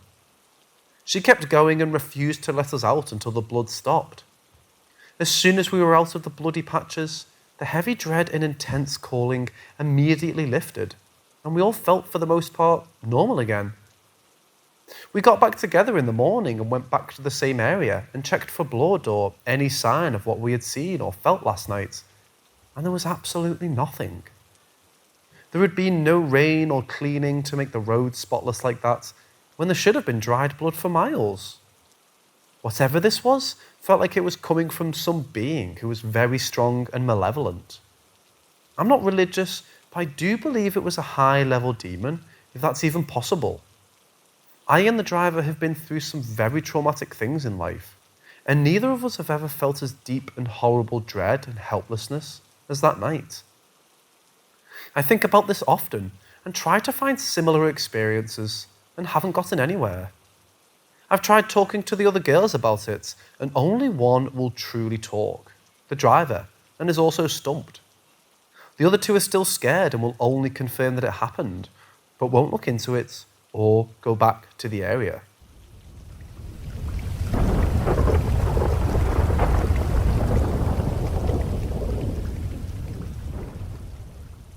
Hey everyone, I feel like I've come to the right place looking for an answer on some things in my life. For as long as I can remember, I've had paranormal things happening around me. My parents would report in our childhood home loud noises and a coldness in my room. The clothes dryer would also turn on by itself and cabinets would be opened along either light switches, turning on and off. Never anything malicious. Moved out of that home around the age of 5 into the place where I'd lived till about 22. Several things happened here along with my other family, feeling like there was something else with us. My mom had the house saged. My mum and sister stopped having activity while I didn't. My dad would tell me he could see and hear the door opening multiple times at night, and I would never come out. We would hear footsteps walking towards my hallway constantly, but nothing there. One time, I actually saw a figure in the doorway around 4 a.m. before I started a new job. Thought it was my parents checking in on me. Turns out they never got up. Moved into my apartment with my wife, and things slowed down, but still more of the same, with lights and bumps in the night. We were finally able to buy our forever home, which had 2 previous owners and no reported deaths. Here is where most of my activity resides. It only happens to me and not my wife. If I'm gone, nothing happens. When I get home, things pick up. We've had pictures fall off the wall, lights go on and off, doors shut in front of me, objects fall off the tables. We can hear footsteps in the rooms above us, and it started recently jiggling doorknobs in rooms we were currently in. 2 times I felt threatened were here. Once we had a balloon for our anniversary, and it was floating around the house. I had come downstairs for lunch around 12, and the balloon was floating in an awkward pattern, in a place it shouldn't have been able to go. I was getting fed up with the activity, so I popped the balloon. About 15 minutes later, I went back upstairs to watch TV and felt a sharp burn on my leg. I had 3 scratch marks approximately 1 inch or so apart. Since then, I've never been hostile towards whatever is following me. The other time was when my wife had left the house to go to the store. The dogs were barking and playing with themselves. I heard my wife's voice clear as day say, "Boys, stop barking, it's just Mama." She wasn't home and was long gone at the store. The thing mimicked her exact tone and voice. Hasn't happened but once though. On to recently. When activity picks up, I tend to notice it's because I've had a decline in my mental health and I'm very stressed with work or life. I don't know if this is feeding off of me and causing issues. I tend to have multiple nightmares a night when this happens. I'm a firefighter, so I chalk most of it up to PTSD stuff. But last night was different. I had a dream where I was in my own home and heavy, menacing footsteps were coming for me. I was screaming for my wife and banging on walls, but couldn't make noise. I felt as if my mouth was being held shut, and in the dream, I was prying my mouth open. I actually awoke to yelling my wife's name in real life and scared the shit out of her. I'm not sure if this was just a one-off dream or some progressive stunts from the entity following me. I don't often feel threatened by whatever it is, and have coexisted for 28 years now. If any of you have insights on what this may be, or the most recent dream, I'd really appreciate it.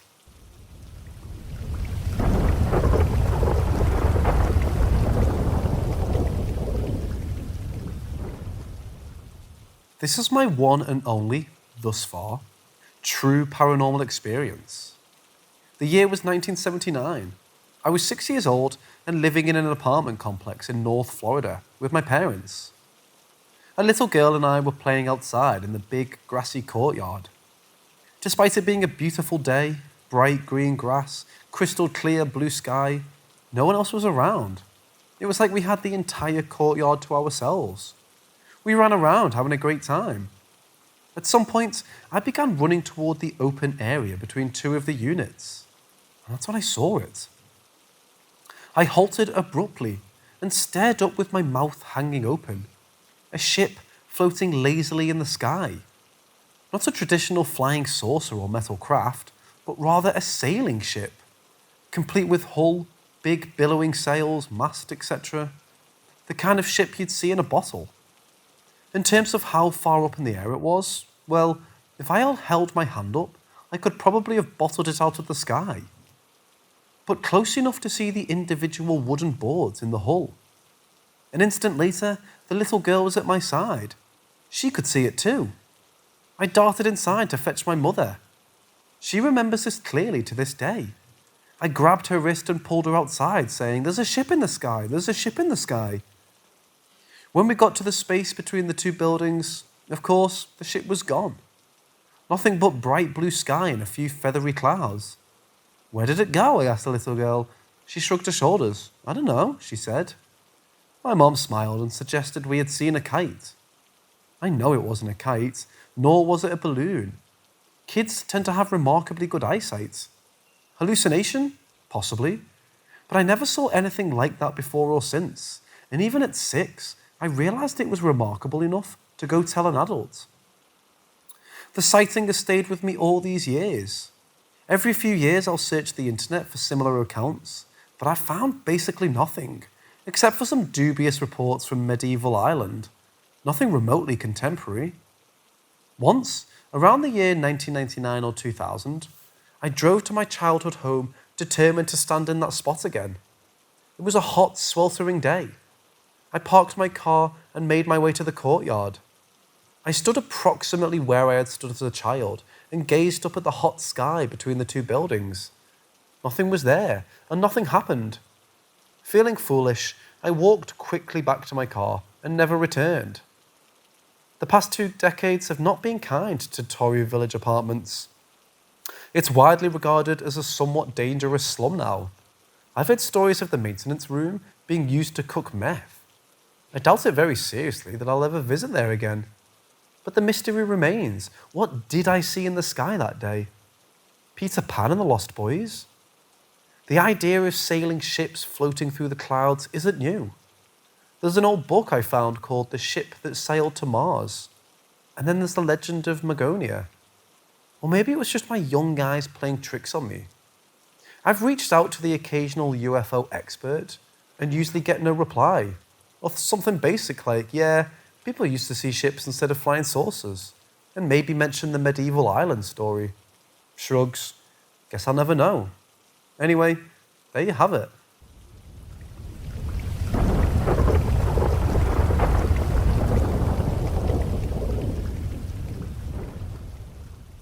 My mother's aunt was a person who would deal with future readings from coffee leftovers, tarot cards, beans, rocks, and all sorts of stuff. People would come to her and she would remove jinxes and hexes from people or put them on somebody. My mom was often at her aunt's house so she was used to it all. And when she got into her teen years, she started showing more interest in it, and she started learning from her aunt. When my mom was around 16 years old, her aunt told her that she can see death behind corners in the house and just out of her sight. But it's slowly getting closer and closer, and she knows she doesn't have much time left. She asked my mom if she wants to be the one to replace her. She said she'll teach my mom everything, but she needed to be absolutely positive that she wants it.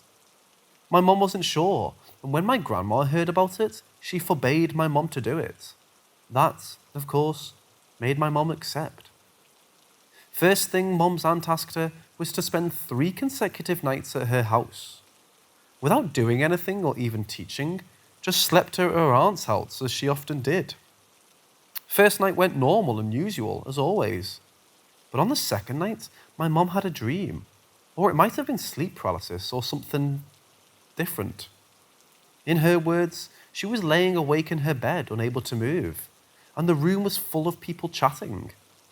Nobody was looking at her, nobody was angry. Just a lot of people chatting and talking about normal stuff for hours. Still, for some reason, she was terrified. To this day, she claims that was the most scared she's ever been. My aunt told her it was just a dream, but my mom got so scared that she didn't return for the 3rd night. Her aunt was right about herself, and she passed away a few months later with nobody to replace her. After that, my mom never did anything similar. Around 12 years ago, she put tarot cards with an instruction book but couldn't figure any of it, so she gave the cards to me.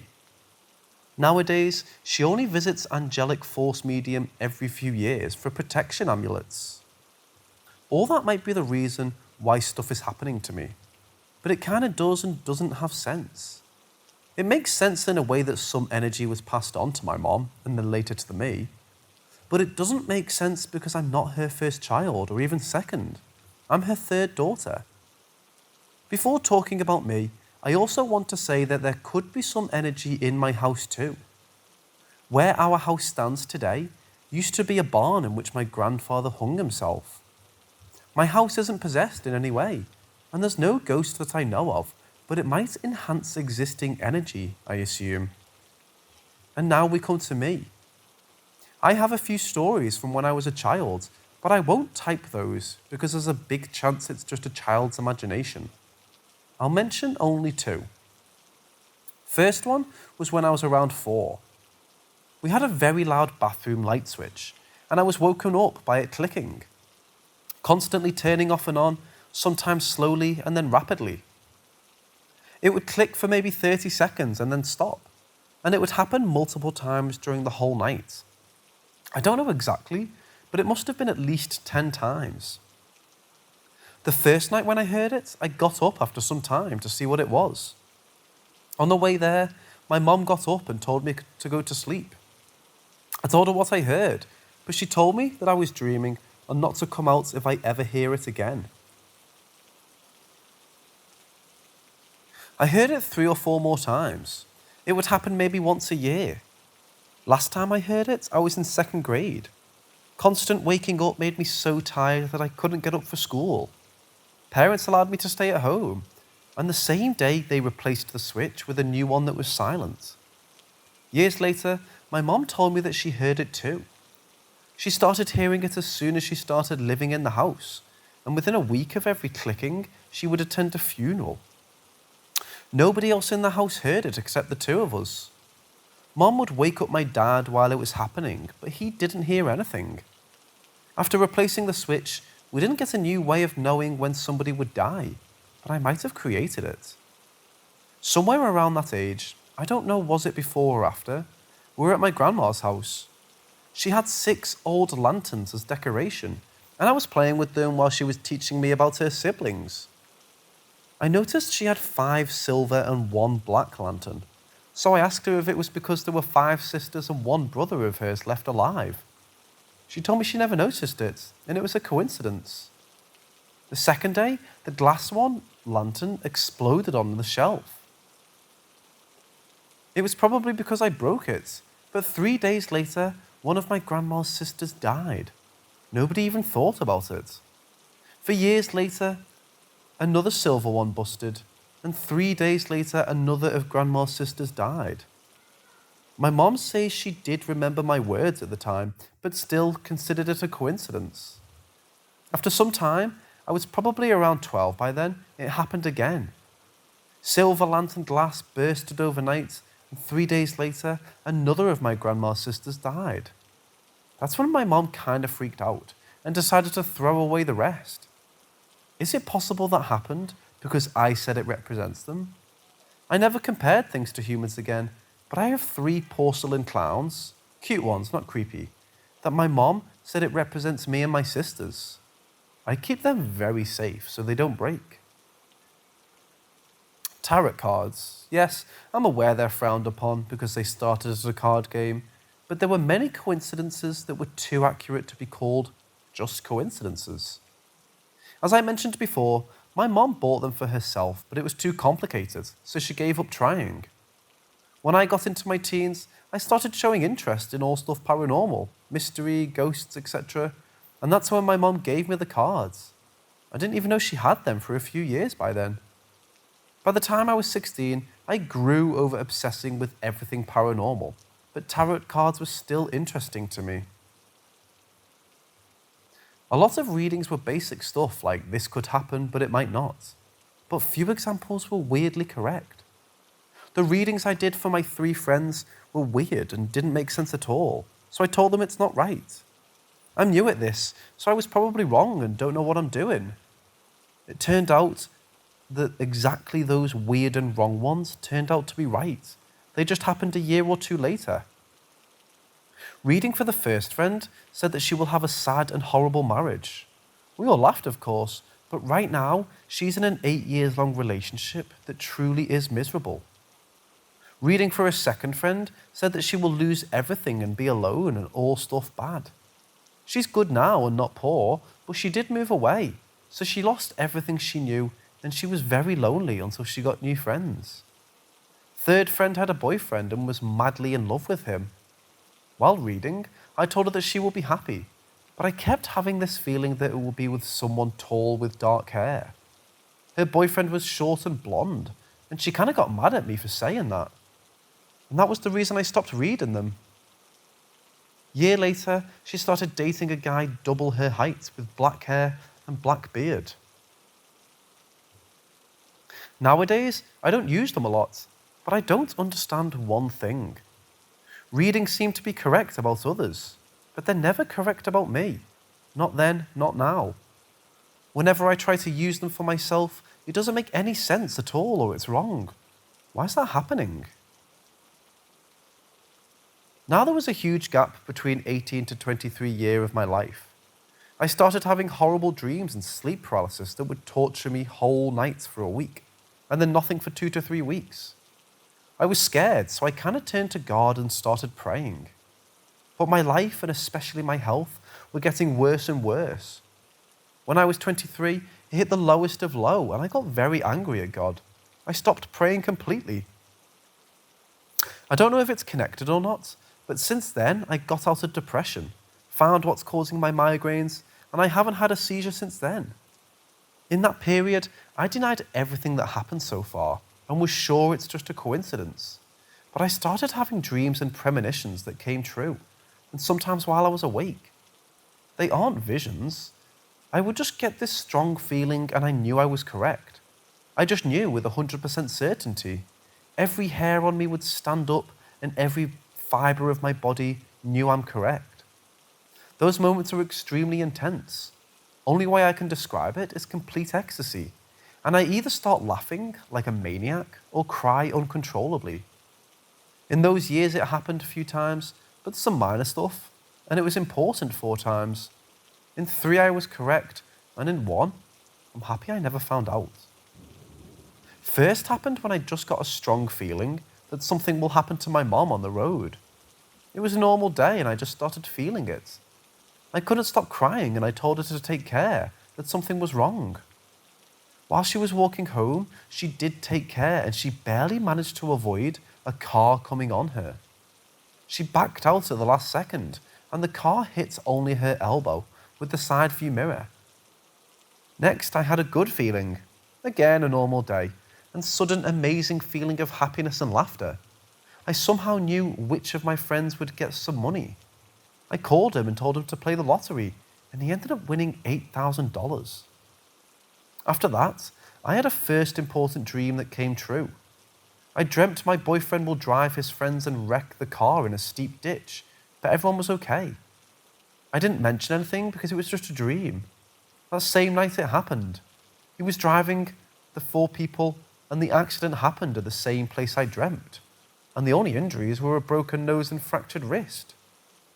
Sometime later, I had a bad premonition. I knew one of my sisters would die that day. I got hysterical and begged them not to leave their houses. They knew of my feelings being correct and they listened, and nobody was heard. I can't control those feelings or how to even calm them. Is there a way I could make myself feel them on purpose?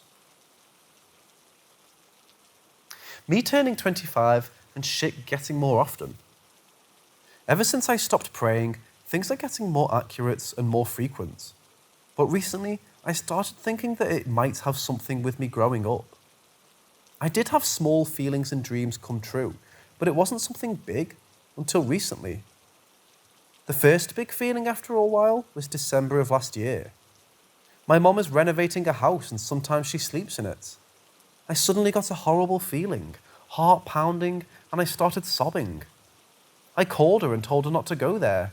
I made her promise me she will sleep in her apartment, even though I didn't know why. I just knew she mustn't go. Next morning, there was a strong earthquake and a big chunk of ceiling in the bedroom fell off. But I must say, it wasn't above the bed, so maybe nothing would happen to her. Then everything was quiet until my birthday in February. In fact, it started exactly on my birthday. My sister was telling us that she had a job interview, but probably won't get the job because she doesn't have any experience. As she was talking, I started feeling it, and it was getting stronger and I started laughing like a maniac. I couldn't catch my breath. I started telling her that she will get the job, that I know she will for sure. And I swear to you all, on whatever you want, less than a minute later, she got a call and they told us she got the job. I was still laughing, and when she told us that, I just got yelled that I know. Since then, I had only one more big premonition this summer, and it was about my mom and her job. At least once a week my dreams come true, although they aren't that important, they're becoming more often. I used tarot cards a few times since my birthday, and 2 readings were very interesting. First was in March for my sister's marriage. It was going great. Every card was better than the last one. And then the last card was Tower, which predicts that everything will be destroyed, ruined, gone in smoke. I told her that I'm still not great at it, so it's probably my mistake. They had a great marriage, but in August, she suddenly found out that she'd cheated, and they divorced. Second reading was in April for my friend. It was just reading for a basic future, and the cards were nuts. First, she'd get an amazing card, next one was horrible, then again amazing, and then horrible. At that point, we laughed, and I said I fucked up something, but I pulled a few more cards just for fun, and the sequence continued as good and then bad. Since then, she got a great job, but then the company went down and she lost the job. Then she got another great job, but soon after that, her boyfriend almost had to move to another city. But then he could stay where he is, and then a cat died. At least we know something good is coming next. In June, I had my first 2 visions. They weren't premonitions or feelings, just a strong picture in my head that would last for a second and then disappear. First, I was listening to my cousin while she talked about her sick grandpa. In my head, I got a picture of her crying at a grave wearing a red hat. I thought, what the fuck's wrong with me? Why am I imagining that? A week later, her grandpa died, and at the funeral, she was wearing the red hat that I made for her. The second, and this time I knew it was a vision, it just felt that way. The family of my sister's boyfriend was supposed to have dinner about selling some land, and my sister was supposed to go too. I got a vision of a bunch of people sitting at the table, all staring at my sister with very angry faces. I told her what happened and she decided not to go. The dinner turned into a massive fight, and if she was there, she would probably get caught in crossfire. which could have ended badly since she isn't related to them.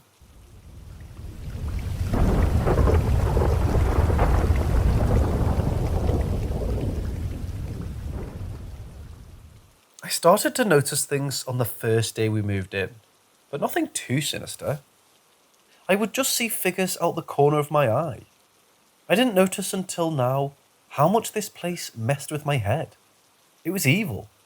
I would hear things at night. I was in an attic room which joined to my sister's room. The stairs led up into my room. I would see things standing on the stairs out the corner of my eye, watching me all the time. The stairs would creak. Over time, things escalated. I would be asleep and wake up to what would feel like something sitting on my bed. I used to just pretend to still be asleep. I once woke up to a woman stood right next to my bed, staring at me. As I came around, she was gone. Even scarier, another time, whilst I had a friend sleeping over, I woke up to someone stood next to my bed, leaning forward, looking straight past me at my friend. I was terrified. It's the way it was looking at her. It didn't even acknowledge me. Maybe it didn't like her being there, I don't know. More and more over time, I got the sense of something not very nice at all. Even when things weren't happening, I could still feel it. I used to stay up late because I was scared to go to bed. One time, I was sitting downstairs watching TV in the early hours of the morning. When I decided to go to bed, I could sense something behind me. I got upstairs and sat on my bed. The door handle at the bottom of the stairs started to rattle. I knew what was happening, but was hoping to hear my mum or one of my siblings. I just sat there paralysed. The rattling got louder and more aggressive. It did this for about 2 minutes. I wanted to go over and look to see if I was just being crazy, but I was too scared to move. It eventually stopped, and I just sat there. Whatever it was still there. I can't explain it, but you can sense those things when they're around you. Just a terrifying heaviness. I would have horrible nightmares with a horrible presence. I would wake up still feeling the presence. The thing that shook me the most was when one night I was laying in bed. I felt the heaviness arrive like I always did, and then I heard it. A deep, guttural growl from under my bed. I knew it wasn't, but thought maybe it was one of the cats. Cats don't growl like this. I was frozen. I eventually plucked up the courage to lean down and look under my bed. There was nothing there. I was terrified. I didn't know what to do. I just laid there. Somehow, I eventually fell asleep. I never heard the growl again, but the whole time I lived in that house, my experiences continued. Even after we moved, for a while, I experienced things. I think it followed us. It did eventually stop. In a way, finding out what that house used to be used to give me some clarification that I wasn't crazy and that what I was feeling was real. It makes me sad, though, to know all that suffering took place where I used to sleep.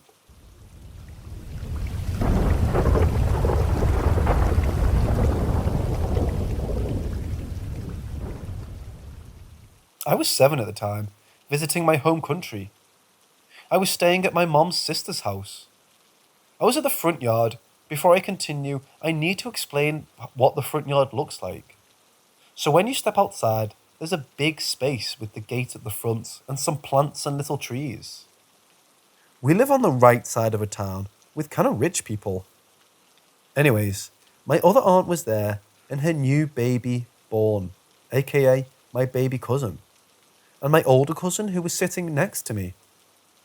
Me and my cousin were playing with some coins, and my baby cousin was just about to laugh because I started to play with her. I was going to carry my baby cousin, and then I was about to drop. My aunt catches her and looked at me, moved a little farther from me, and she said, You were too little to hold her yet." My cousin just looked at me and was about to laugh at me. A few seconds go by, and I decided to break the silence, so I asked my cousin if she had $1, because I wanted some candy that I was going to share with her. She gave me money, and I went outside the gate and turned to the left. I started skipping to the store. As I was going, I saw a girl on the road. The girl was wearing a blue coat, which was weird, because it was July and literally 100 degrees outside. She was on the floor and her ankle was bleeding. I picked her off of the floor and asked what her name was, and also asked if she was okay. She said her name was Mariam, and she needed to go home. I said I was going to go to the store. I asked if she wanted to go with me. I don't even know why I was so open with her. Usually I'd ignore strangers. But I felt like I could be safe with her. I went into the store and she said she will be fine and that I won't have to help her walk anymore. I said okay, and I went to the candy shelf and grabbed a mango candy. Marianne pointed at the strawberry candy and I looked at her and smiled, and I took a strawberry candy. I paid, and as I was leaving the store, I gave her the strawberry candy. She said thank you. I asked her where her house was, and she said it was at the right side of the town. I laughed and said so was I, and I said we should play together sometime. She didn't answer back. I was heading towards the houses and asked which one she lived in, and she pointed at the first house. I was confused. I thought I was seeing things. I stepped a few steps ahead of her, and sure enough, it was my aunt's house. I asked if she was sure. I was still facing forwards, and I didn't look back at her. Mariam didn't say anything for a few seconds. I turned around, and no one was there.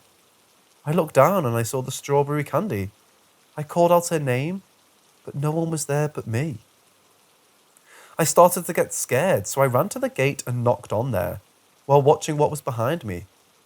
My cousin opened it and I told her what happened and about how she vanished. She froze for a few minutes and her face turned cold. I asked if she knew who Mariam was. She said it was her sister that died because she committed suicide. Turns out she was being bullied by some kids for a few years, and on her last days it was December. They were throwing rocks at her and her ankle started to bleed. She got sick of this and killed herself by getting run over by a truck. I didn't say anything about the situation to my mom or my aunt, but a year ago, I went back to my home country. I forgot all about the situation. Until I saw my baby cousin, who was now 8, eating a strawberry candy. I asked my older cousin who was next to me if she remembered the situation, and she said she didn't know what I was talking about. I asked if Marianne was even her sister. She said yes, and that she died the exact way I told her. But she said that she never told me about her, and if she did, she would remember, because she's never been open about her sister's death. So now I'm confused on whether I was a dream or not. I still remember Mariam's bright blue coat, and I think about the situation a lot, and it gives me the chills about the way she just disappeared behind me.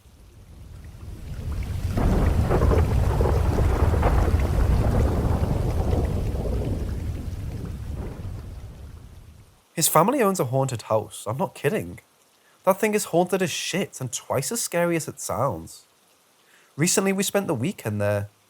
My friend and his girlfriend, also my best friend, and I, and it was one of the worst weekends of my life. The first thing that happened when we got there was that my friend opened the door and hundreds of bugs crawled out. They were in the doorway, and only the doorway, and they were literally falling from the top of the door. Not just one, not just a few, but hundreds of them. And not just any bugs, but earwigs. I hate bugs, okay? I hate them. So how does my friend react? Oh, this is a good sign, he says, and then just sweeps the bugs aside. So we go inside, and the first thing we discover is that there's no fudging water, because the pump to this old house is broken. So we gotta walk to the neighbours and ask for some water so we can eat, drink, go to the toilet. Okay, fine, whatever. Let's get it over with. It's late. I want to go to bed. Sure, my friend says. Where do you want to sleep? I pick a room on the second floor. You know this house is haunted, right? He cheerfully tells me. Then proceeds to inform me that the house used to belong to this inventor who drank too much, claimed he saw the devil, ran away, and refused to go back until the house was blessed, only to keep on seeing the devil inside the house. I saw a hand once in the attic window, he informs me. It pressed against the glass, which is odd, because the attic is sealed and you can't get up there. Why, thank you, best friend. I really needed to know that. It makes everything so much less scary. My other best friend, his girlfriend, really helps out by showing me that the room next to mine. There's a creepy doll sitting, facing the door with a smile. So anyway, we go to sleep. It's an old house. It creaks and groans randomly, and I sleep super poorly during the night. Somewhere in the early hours of the morning, between several uneasy bouts of sleep, I wake up, unable to move, but absolutely certain there's someone standing in my room watching me. When I tell my friend this later on, he informs me it's called sleep paralysis. He's utterly gleeful about this. During the day, we go out into the forest for a walk. By pure chance, I happen to look down when we pass a trail going into the forest, and I notice a plum lying there on the ground. This is odd, because it's a pine forest and there are no plum trees within sight, and there's a trail of plums leading into the forest. I have flashbacks to childhood stories about houses made of candles and breadcrumb trails. Oh look, a trail of plums. Let's follow it, my friend says, and then leads us down the trail. So, where does it lead? Well, only a burnt down farmhouse where like 10 people died. The foundation, which was allegedly made from the stones of a Bronze Age burial mound, located right next to it. It's haunted, my friend casually mentions. Disturbances happen here. Nice, wonderful. I'm so glad you knew that when you led me here in the first place. We go back and get in his car. Today's places to visit include a casual walk over a collection of ancient burial mounds that have been repeatedly grave robbed by the locals, and 2, a church with a painting of the devil on the wall, which I accidentally sat right under and he laughed about. We go back to the haunted house and I slumber on the couch, only to have a repeat performance of sleep paralysis. I'm half dreaming a man is standing over me, hissing something at me. I'm crying and I can't move. I tell him, I'm not a hero. I'm not a hero, please. Then I wake up and realise it was only a dream or a hallucination, or something that isn't real, because I don't believe in ghosts. My friend's absolutely delighted. He tells me he used to have sleep paralysis every now and then, which all occurred almost exclusively in that house. We decide, by we, I mean him and his girlfriend, that having a seance is an excellent idea. We light the candles, put our fingers on the glass. After some routine warm-up questions, one of us asks, "Do you know any of us?" And the board says that it knows my best friend and I. "How long have you been with me?" my best friend asks curiously. "Goodbye," the board immediately says. We go to sleep. The next day, my friend tells us that the last night, for the first time in 5 or so years, he experienced sleep paralysis again. On the way home, I fell asleep in the car. I wake up when they drop me off at my apartment, stay awake for a few hours, then fall asleep immediately again. I sleep through Monday, waking up only to eat and lazy about a few hours, then fall asleep again. Collectively, I'm awake for about 13 hours on both Sunday and Monday. The rest of the time I just sleep like the dead. So I'm not saying I believe in ghosts, I'm just saying that the house is haunted. He's from Småland. For people who are not Swedish, here's the deal. Småland is the province with the most stories about the devil, period. You throw a rock, you find someone with a story about a relative or neighbour a couple of 100 years ago who made a deal with the devil. They're superstitious little pricks. Why does this matter? Well, I'm just saying. If someone was a demon, they would probably be from Småland. He regularly speaks in tongues, no joke. We can sit there and hang out and all of a sudden, he says something absolutely terrifying in a nonsense language, in a dark, deep voice. When you point out that he just spoke demon language in front of you, he blinks all innocently and denies it. What do you mean I was speaking? I was just sitting here. No, you weren't. You were communicating with the devil right in front of me, you dick. Stop doing that, please. His girlfriend absolutely agrees with me. Just saying. When he's trying to sleep, closes his eyes and lies completely still, he regularly hallucinates nice little pictures like a sitting humanoid figure with antlers, whom's upside down and made of a black liquid. My personal theory is that this is just a repressed memory of his time in hell, back when Satan gave him the orders to get up there and make some trouble.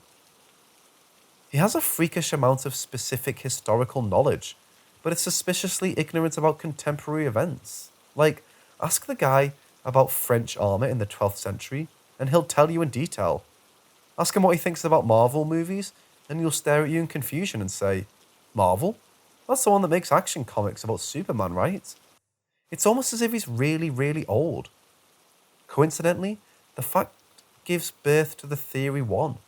My best friend is a time traveller, and Theory 3. My best friend is a Bronze Age vampire. Sometimes he slips up and says things like, oh, back in the 18th century, we used to. I'm never quite sure if it's a genuine slip-up though, or if he's just fucking with me because he knows I'm onto him.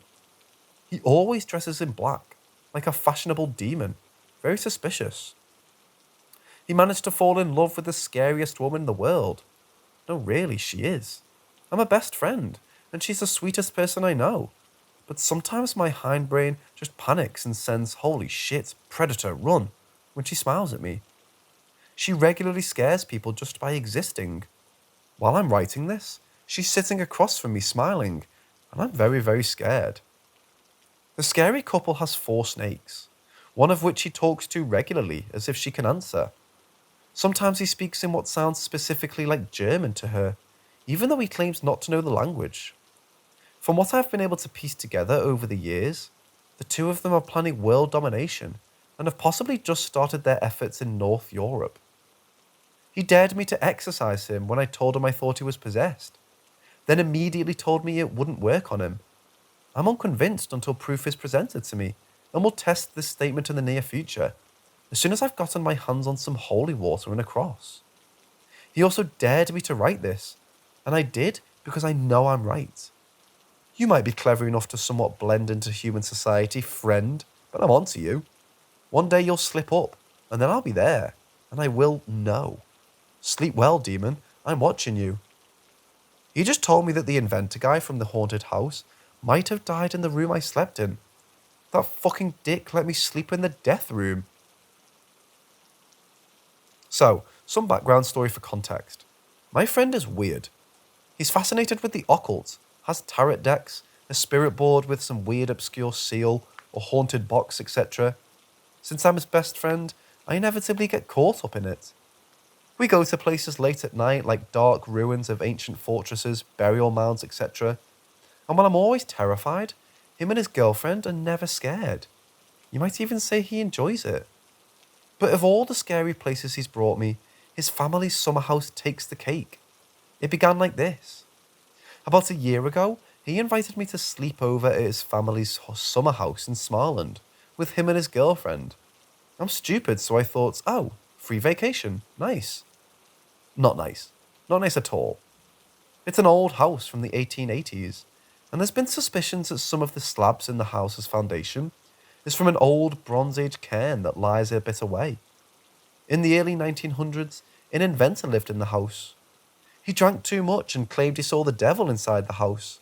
He went absolutely mad, and he even got a priest to bless the house. Not that it helped much. So yeah, that's the house my friend chose to bring me to, without any warning.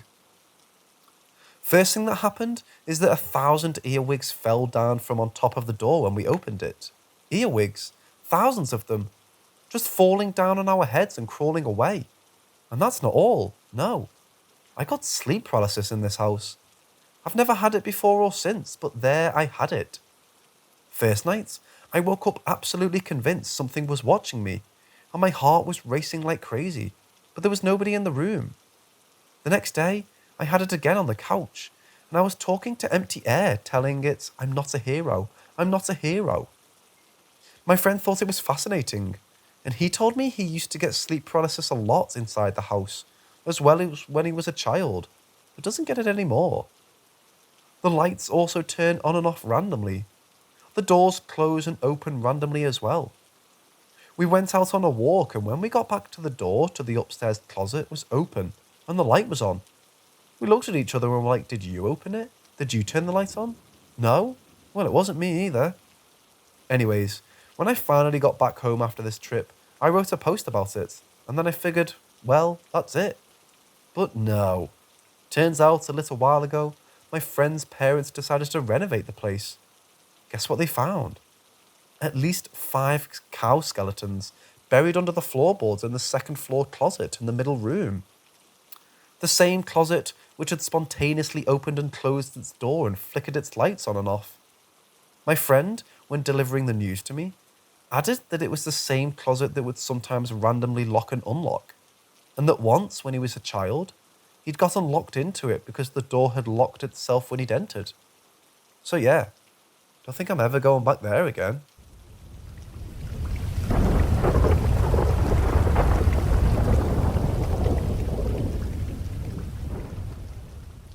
It all started like a few months ago.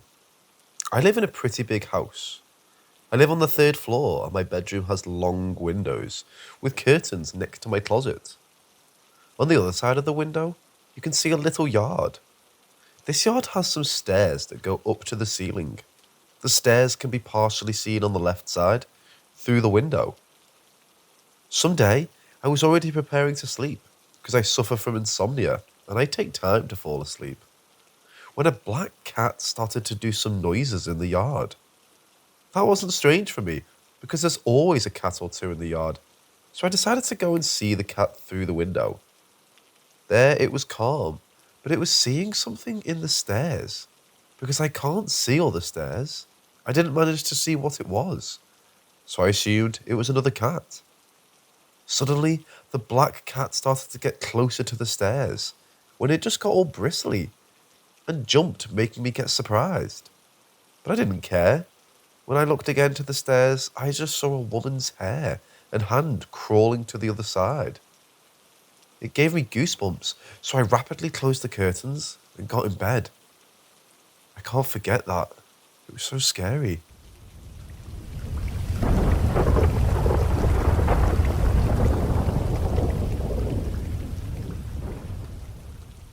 Last year, I moved into an old farmhouse that my husband has spent over 20 years of his life at. It was built in the 1760s, and there's been an ongoing joke with the family that the house has seen a lot and has a lot of travellers.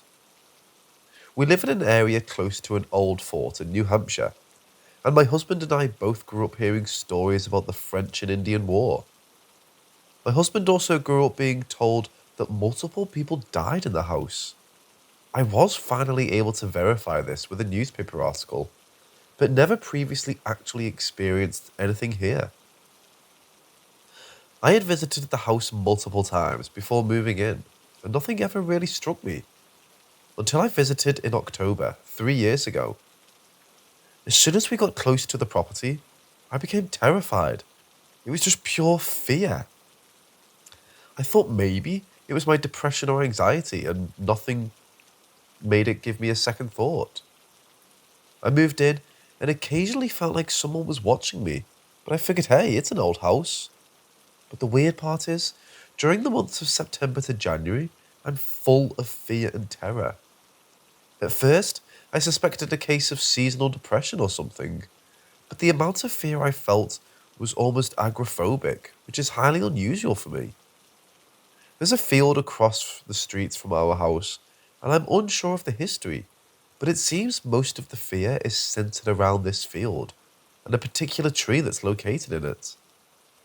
Last September, my husband was also out shoveling and felt like something was watching him, and quickly realized a black figure was watching him from the tree line. He said he felt a deep sense of fear and then it randomly just disappeared. The newspaper article I found did state a man fell to his death in October of 1893, but I feel like it's something so much darker.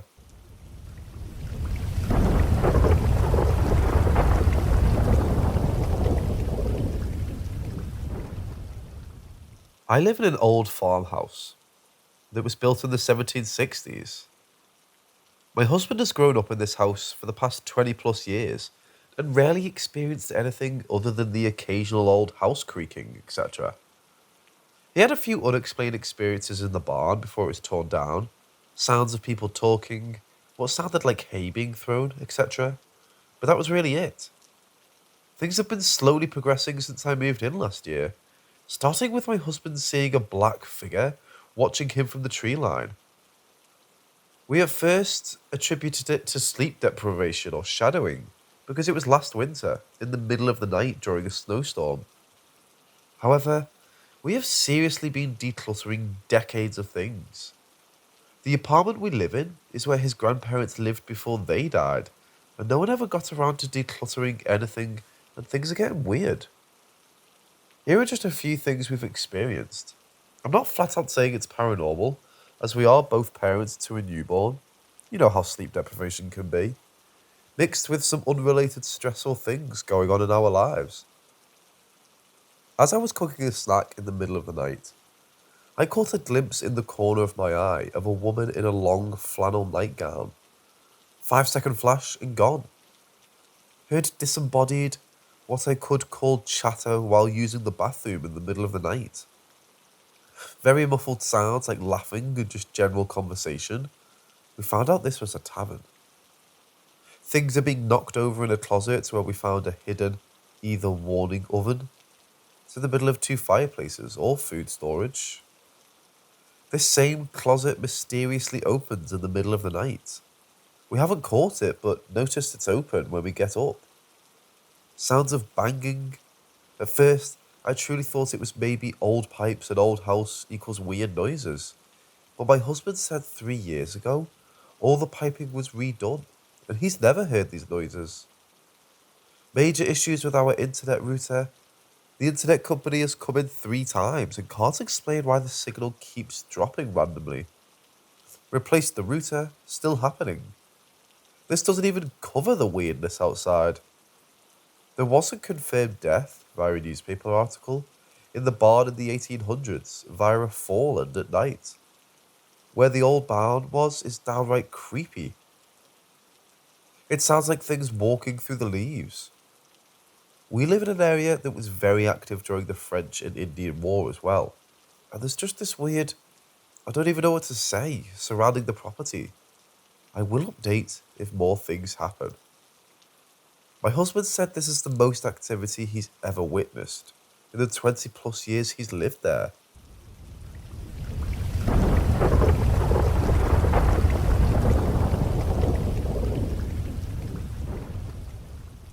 I recently unlocked this memory after hearing a similar story, so I'll share it with you in case someone else also has a similar memory or experience.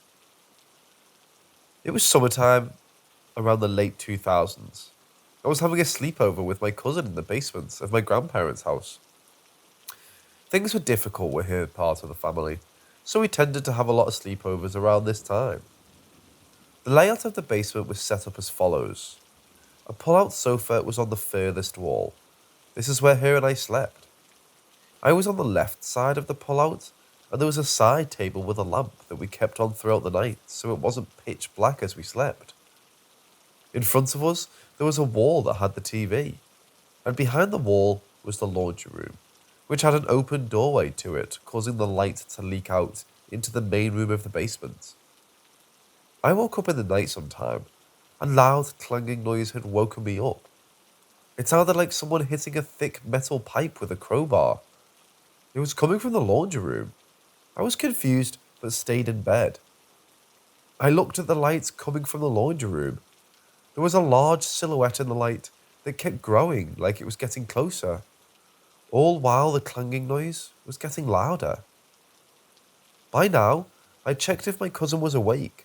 She wasn't. I thought it was strange since the noise was so loud. I decided not to wake her.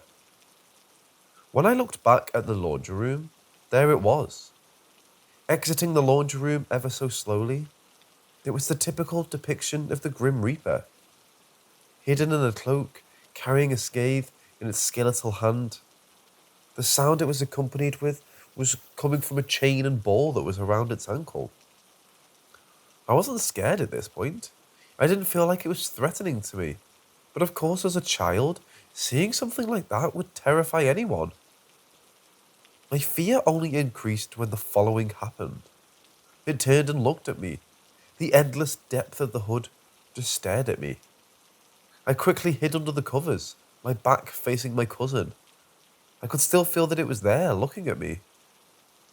After I don't know how long, the clanging continued, getting quieter as it got further away from me. I assumed it had gone upstairs and then just left. I couldn't go back to sleep after that. I remember grabbing my DS from the side table with the lamp. turning it on and playing some music from a game I liked. Only then could I go back to sleep. In the morning, I didn't say anything about it and eventually just moved on. It's possible that the Reaper wasn't there to visit me, but instead my cousin.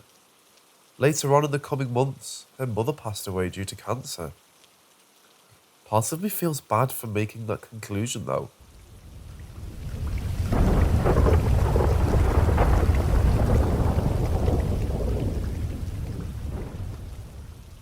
I'm 36 male and live with my partner, who's 32 male, in London.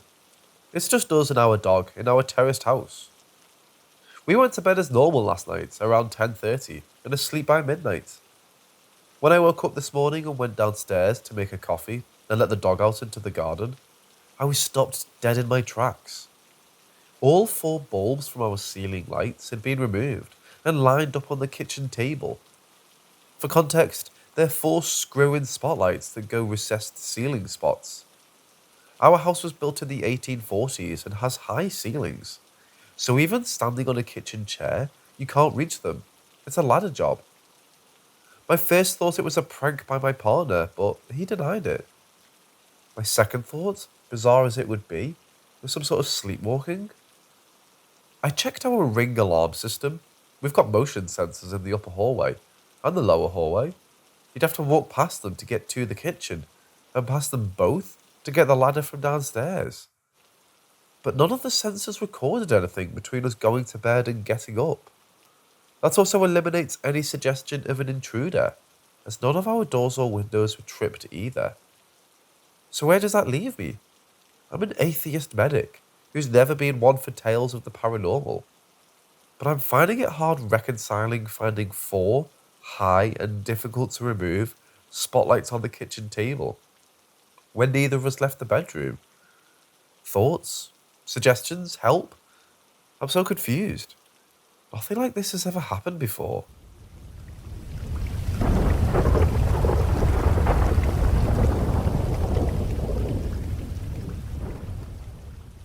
So I've been having some really horrible stuff going in my house. It started with hearing heavy boots on the flooring downstairs while home alone, and hearing plastic hit the floor and finding a plastic poker chip on the floor, which I'm certain wasn't there before. And then another time, hearing someone sprint up my stairs and into the second room while also home alone. I called my parents to see if they had come home early from the pub, but they said they hadn't. And then everyone who comes into my bedroom has this horrible feeling when they see my wardrobe. And I mean, people just don't like it at all. To the point my friends and I will sit in the living room because they feel like someone is standing in there. And this has been from separate people who don't even know one another. So I decided to use a spirit box to try to contact what it is. And I got some weird answers. So I first said, I'm reaching out to whoever is residing in my wardrobe. And my friend made a joke about Harry Potter, and it immediately said disrespectful, which freaked us out a bit. So then we asked, where did you come from? As no one has died in the house, and it's a new build, and it said left side. Unsure if that has any correlation with anyone. Then after a few back and forths, we heard a series of knocks lead around my room. And then my poster fell off the wall, so me and my friend felt this horrible headache and felt lethargic. So we said goodbye, and it kept saying hello and wouldn't let us say goodbye. What does this mean?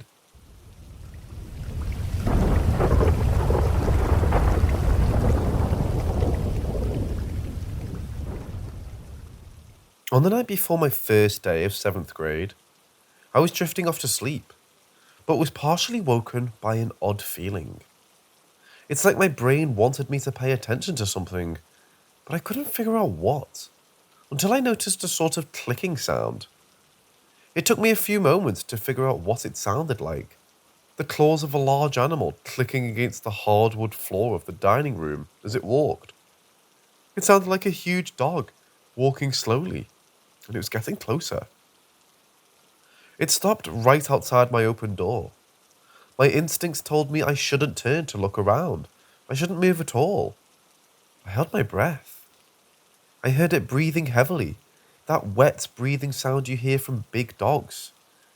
I heard it lick its lips and shift positions occasionally. I don't know how long I lay there, waiting for it to move away, but eventually I drifted off to sleep, still hearing its breathing. Weird dream, right? I thought so, until today. In a conversation about hauntings and strange occurrences, my stepbrother mentioned that the time there was a dog man in the house on the night before the first day back at the school one year. The year I entered 7th grade and he entered 8th grade. Apparently that night, he heard something too, and unlike me, he saw something. He remembers hearing the clicking sound too, and thinking a stray dog had somehow gotten inside, despite the house being locked. He heard it walk through the dining room and down the hallway, then stop outside my door. Then, eventually, he heard it move on towards his room. When it got to his door, he was watching. Though it was dark, he faintly saw the silhouette of a person appear in his doorway. Sure that the dark was simply playing tricks on him, he stared for a while. Thinking his eyes would eventually adjust and see more clearly, he was sure whatever was there was staring back at him. Eventually, he quietly said, "Hey," to the figure in the doorway, and it silently disappeared. He ran to the door and looked down the hallway, finding nothing there. He used his phone as a torch and searched the entire house, aside from our parents' room, as the door was closed. He peeked into my room and saw me sleeping, so he assumed I'd slept through the entire thing. He checked that the front and back door were both locked and that no windows were open. Finding nothing out of place and no strange person or dog anywhere in the house, he went back to bed. Neither of us had ever spoken about it until today. I thought I'd been dreaming. He'd convinced himself he just heard odd noises from outside and thought they were inside, and the figure in his doorway was just his eyes playing tricks on him in the dark. It wasn't until we compared our experiences and found we'd heard the exact same thing on the same night that we realised it may not have been a dream or a noise from outside, or a trick of the light.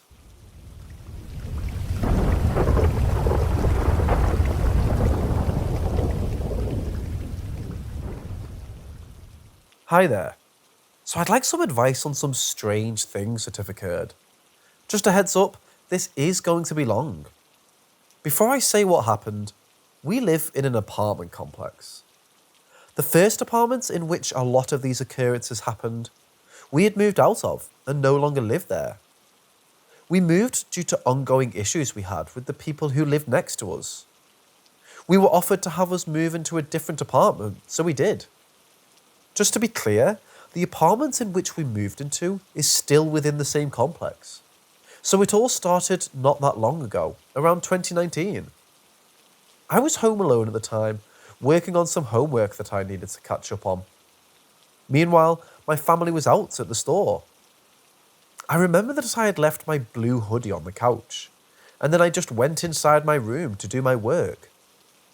Some time passes, and I walk back out, and my hoodie's gone. I look everywhere, but I can't find it. After searching for what seemed like forever, I decided to check inside this mini closet that we had near our kitchen. Once opening it, I look to see that my hoodie is just tossed on the floor within the closet. I know for sure that I wasn't the one who put it there.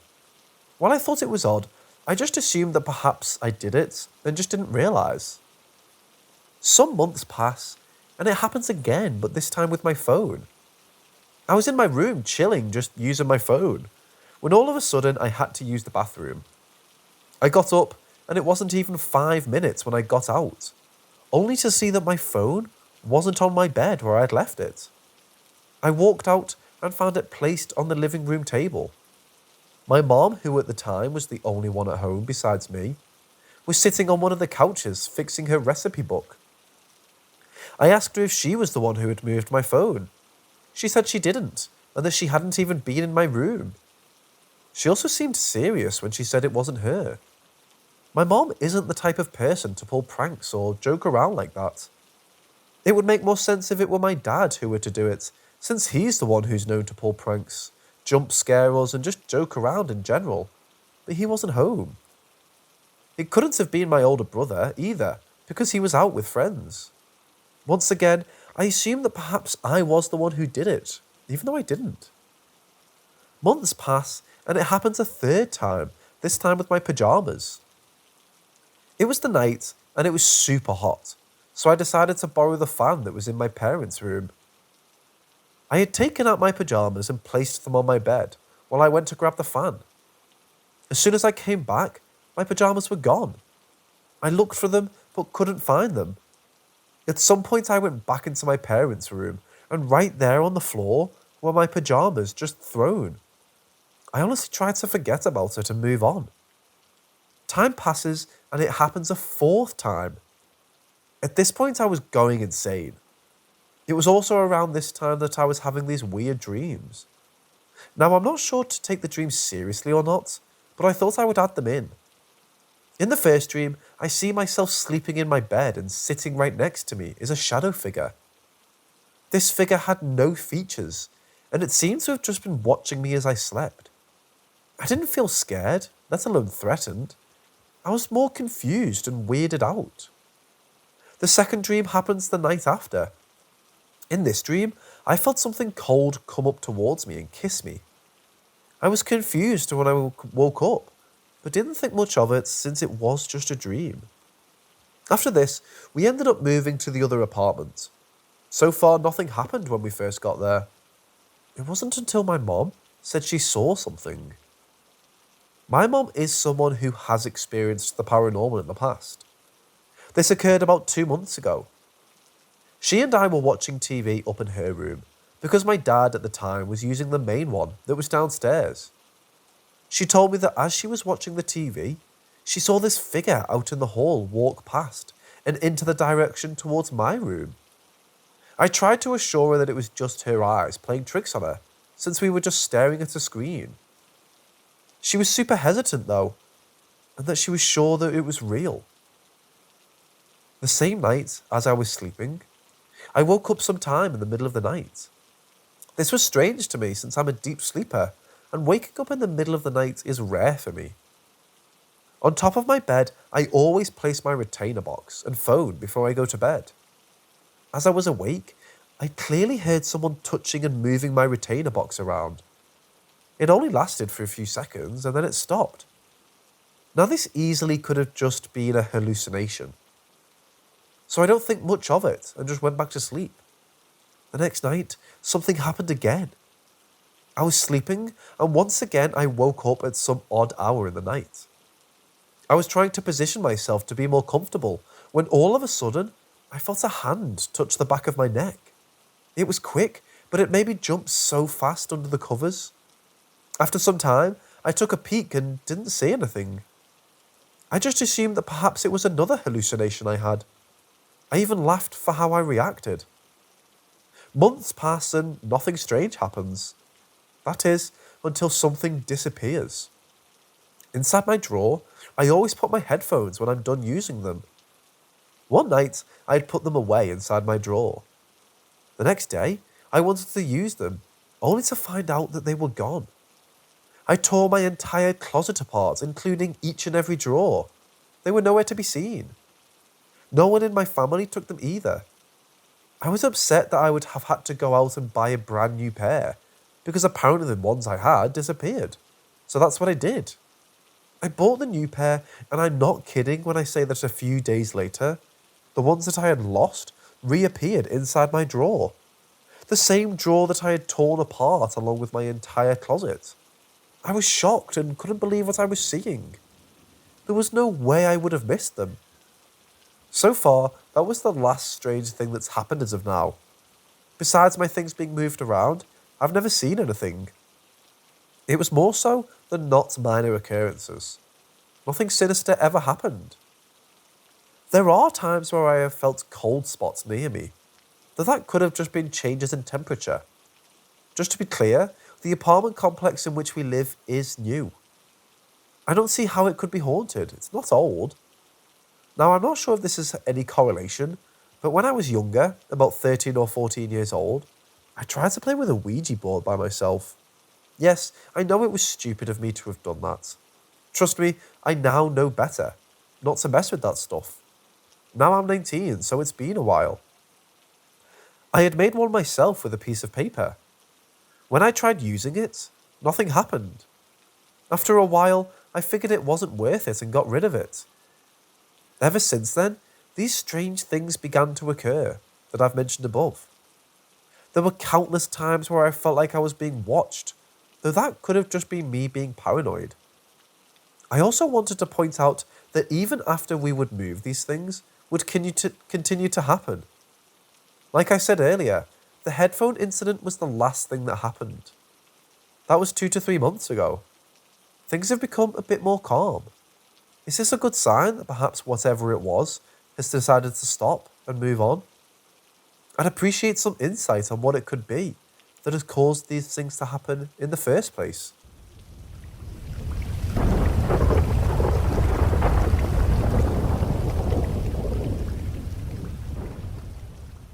For context, my parents are divorced, and my dad lives in Mexico, while my sister and I live in the USA with my mom. Every spring break, we go and spend it with my dad. He still lives in the house we used to live in when they were together, and I must add that I had never been a fan of the house. One of the reasons is that a relative was killed in the living room by an intruder. This is a 2-floor house, and the stairs are directly in front of my room. That night, my dad had to leave for the gym. I wasn't scared or anything, considering that I had to spend the night alone a couple times before. It was around 8:30 at night, and my sister was already falling asleep. Suddenly, my dog started to growl. I wanted to believe that it was because people could be heard walking on the streets, but then my dog started to be scared, and so was I. Again, the stairs were in front of my room, so I kept trying to see if anyone could be seen, but there was no one. At this point, my sister was wide awake and shaking. My dog then got smaller. It was like something was holding her by the neck. I couldn't do anything. I was as scared as her and my sister. She was like that for some seconds until I got closer to her. She then ran to me, shaking. As soon as my dog calmed down, I called my dad.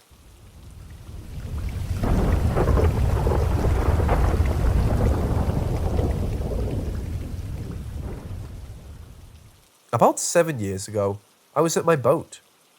It was an old wooden cabin cruiser that I kept at an old broken down marina on the Chesapeake Bay.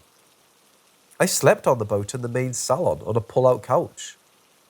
I was lying on my back, and in the middle of the night, I awoke to find myself with a giant male black Labrador retriever straddling me with his legs either side of me on the bed. He was just standing there looking around like I wasn't there at all. I immediately thought I was dreaming. I said I was going to shut my eyes and open them again, and it would be gone. I shut them and reopened them, and it was still there. It wasn't mean or aggressive, just huge. I shut them again and reopened them, and it was gone. Later that morning, a worker at the marina fell to his death off the top of a travel lift, a big crane that hauls boats in and out of the water. I had never heard anything about black dog apparitions in my life and thought it was just a dream. But when I googled it, apparently they're often seen near water and can be an indicator of death. I was pretty blown away after that.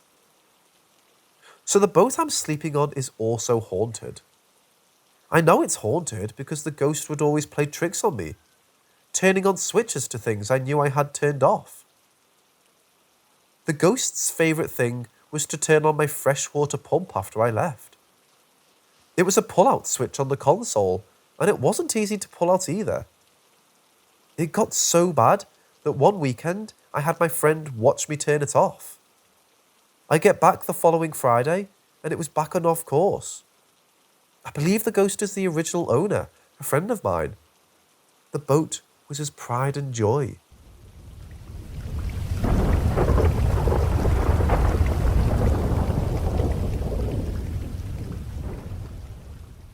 I finally decided to tell you about my first and only encounter with the paranormal, which still brings tears to my eyes when I think about it.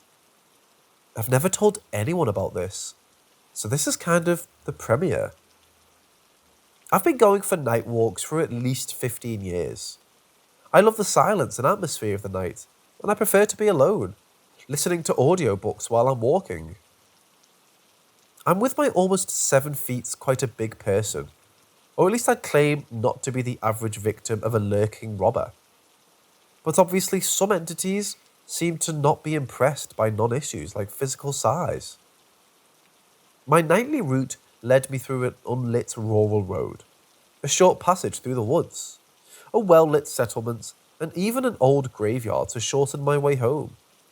The funny thing is, and this is the only funny thing about the story, my encounter was in the settlement. I never experienced anything like that in the rather creepy locations. It was a clear night around 11 PM, as I walked my way down the street with my headphones on, listening to some horror novels, as I suddenly heard someone behind me whispering my name very aggressively. Then immediately I turned around to look for the source of that whispering, just to see a human-like shadow figure, so dark as if something was just cut out of this world and running towards me, no more than 3 feet away from me, with something in these light-eating hands, as if it was going to hit with that thing in the next moment.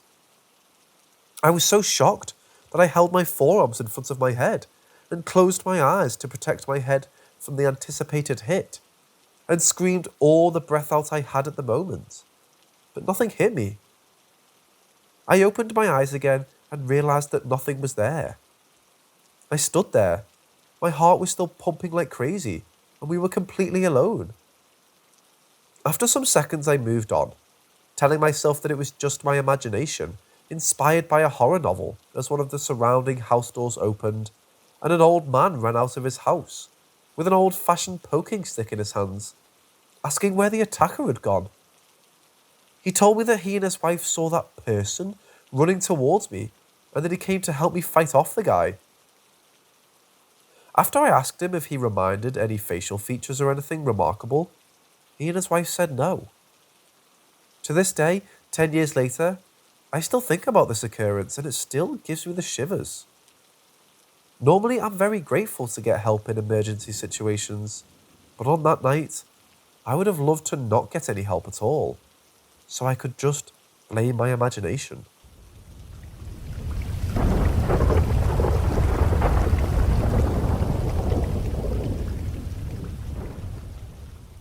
Before I tell my story, I'd like you to know that English is not my first language, so I'm sorry for any grammatical mistakes.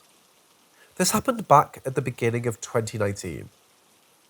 Me and my family had been living in a very old wooden house for about 3 years before this happened.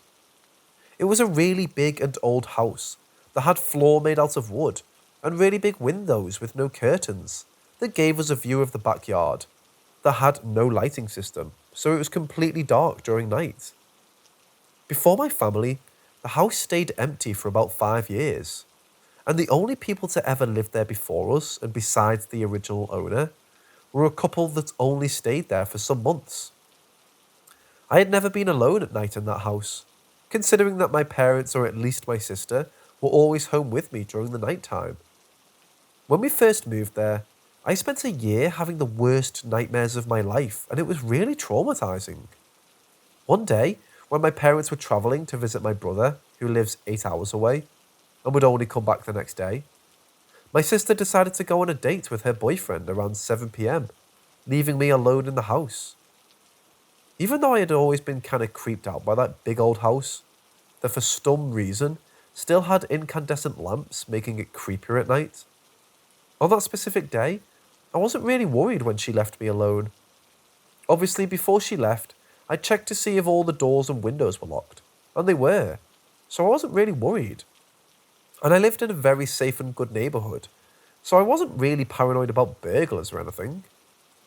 When it was around 8 PM and I was watching some TV show in my sister's room, located at the end of the hallway on the first floor, I heard footsteps coming from the living room, and at first, I just thought it was my dad because this person seemed to be wearing boots.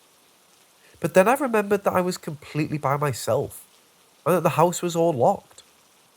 I hadn't heard any doors or windows open, and after pausing the TV and knocking the TV on the living room was off, I kept hearing something walk around the living room with really loud and heavy footsteps.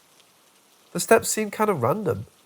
The person seemed to just be walking in circles or something, but the steps became louder and closer, and I realised they had entered the hallway and were about walking to my sister's bedroom.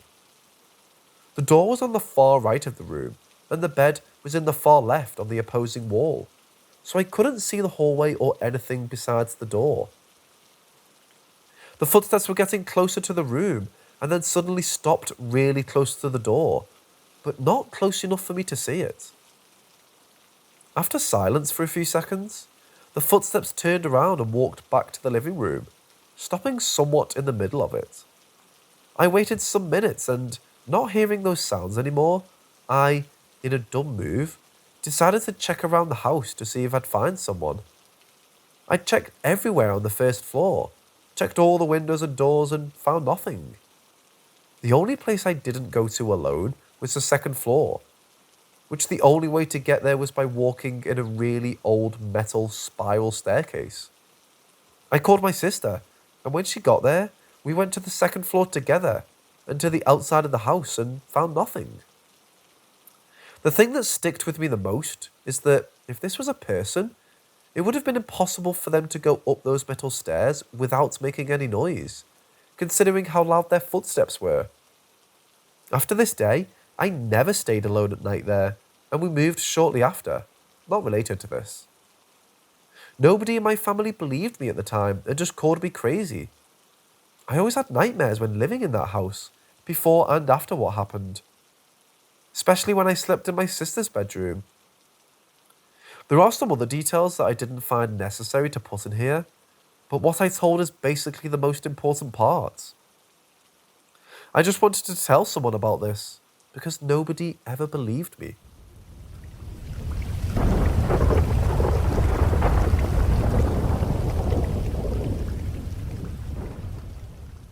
So lots of paranormal experiences happen at my house. My family used to get it blessed and have the energy cleansed, but it never worked. But now I'm starting to think maybe that's because it's not the house itself that haunted, but the whole neighbourhood. My neighbourhood is a little weird. It goes around a lake, and there's quite a distance between some houses. And my sisters and I used to love to take drives around the lake because it was beautiful. But we don't anymore, because of what happened last time. It was pretty late and dark outside, and we were only halfway around the lake when my sister, who was driving, Danny, suddenly stopped the car, and the energy around us changed. I thought I was the only one who felt it, so I ignored it and asked Danny why she'd stopped the car. She kept her eye on the road ahead of us and said, "Do you guys see that lady too?" We all looked around, but I personally didn't see anything at the time. But one of my other, Em, asked, "Is she blonde and wearing..." and described what the lady looked like. Danny nodded and Em said, "Yeah, I've seen her around the neighbourhood before. We shouldn't have stopped, because now she's going to follow us." Danny immediately started driving again, but a few minutes later, she started speeding up and said, "I just saw her again." She kept seeing her over and over, and eventually she just turned off the road and headed towards a different lake. She never saw the lady while we went to this new lake. It's like, as soon as we left the neighbourhood, she left us alone. The next day, I went to the post office with my at-the-time boyfriend, and while we were waiting in line, I noticed a missing poster hanging on the wall. I took a closer look and saw a lady. The same lady that was described perfectly by Em. She went missing in my neighbourhood and apparently has been missing for 11 years.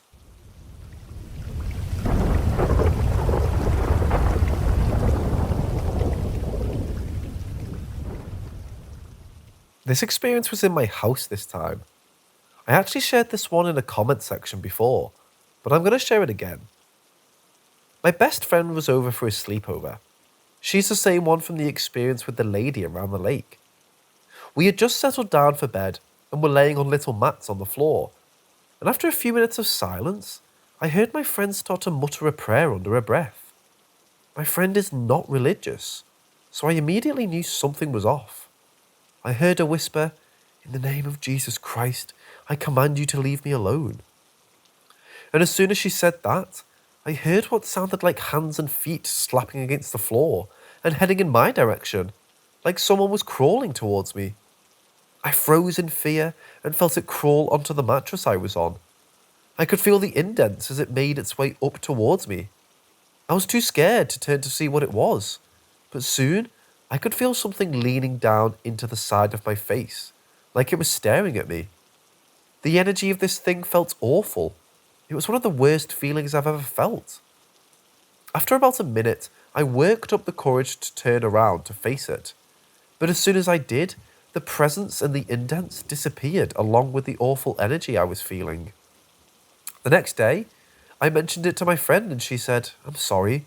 I was trying to get it to leave me alone, not send it to you." Whatever it was came back a second time when my friend wasn't there and did the same thing.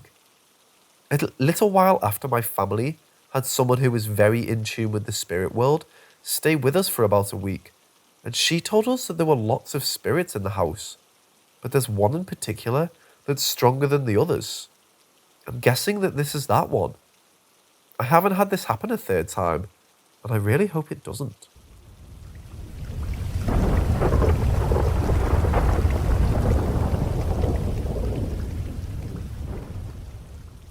So my family owns some property down at the lake for camping that's completely gated.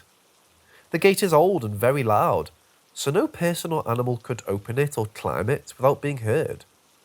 There's also little rocks all around the tents, so no one can walk around the property without being heard, as there's always a loud crunch to their steps. My friend, same one from the other stories. I'm surprised she still came over a lot after everything. She doesn't anymore, now we always hang at her house. And my little sister decided that they wanted to go camping down at the lake. I don't know why the hell we decided to do that after everything, but we did. The lake also has no Wi-Fi or phone service, so we downloaded a couple movies on my friend's phone to watch.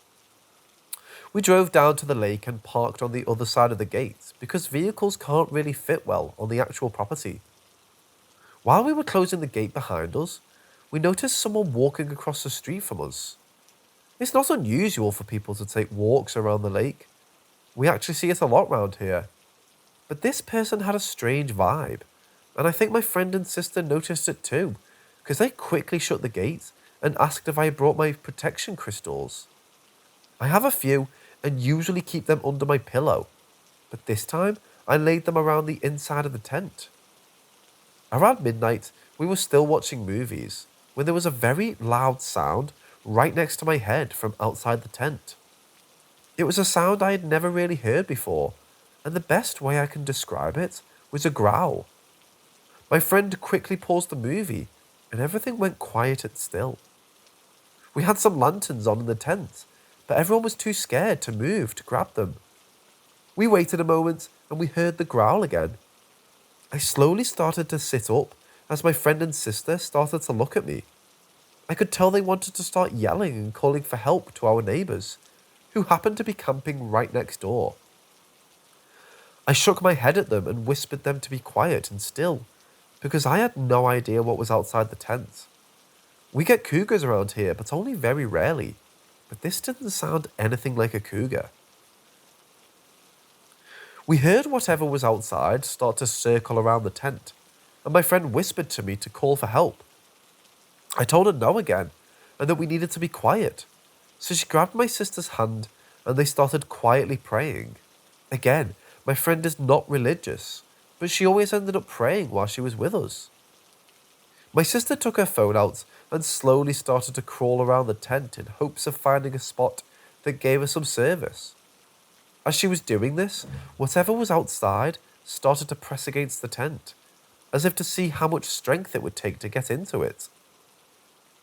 My sister managed to get the tiniest bit of service on her phone and started texting our parents, friends and sister to get someone to come visit us, but no one replied. Eventually, one of her friends ended up responding and called our parents, but they didn't pick up, so they called our older sister and she thankfully did pick up. My sister's friend texted us shortly after and told us that our sister was on her way to come get us. We heard whatever was outside find the entrance to the tent. Our tent actually had 2 zippers to get inside. One was into a netted screen, and the other was to get into the actual tent. It started fumbling around with the zipper as my older sister's car pulled up. The headlights shone through the tent, but there was no shadow on the other side. It was like whatever was there had disappeared. We heard my older sister open the gate, and we immediately exited the tent and ran to her in the car, and she drove away as quickly as she could. When we got home, we all started discussing what happened, and apparently no one had heard anything open or climb the gate, nor had anyone heard anything walking towards the tent before the growling noise, and no one saw or heard it leave when my sister pulled up. We also talked about the person we had seen before we closed the gate, and it turns out we all saw something different. My friend had seen a short man with short hair. I had seen a tall woman with long hair. My sister said she couldn't make out what she had seen. This could have just been our minds remembering it wrong because of what had happened after that, but I personally don't think it was. The next day we went back to the lake to collect everything we had left behind in our hurry to get away. Our phones, crystals, etc. We decided to check around the tent for any footprints that might have been left. There were bare human footprints going all the way around the tent, but there were none heading towards or leading away from the tent. It was as if whatever it was had just appeared and disappeared. We also had left a ton of snacks out on the table that was a good distance away from the tent. Any animal that managed to get inside the property would have gone for the food and tried to avoid the humans. But this thing went straight for the tent with people in it. The food was perfectly untouched the next day. My sister and I don't camp anymore, and anytime my parents have friends with kids over to camp, my sister and I take the kids to the house to sleep, because we're always worried whatever was outside our tent will come back.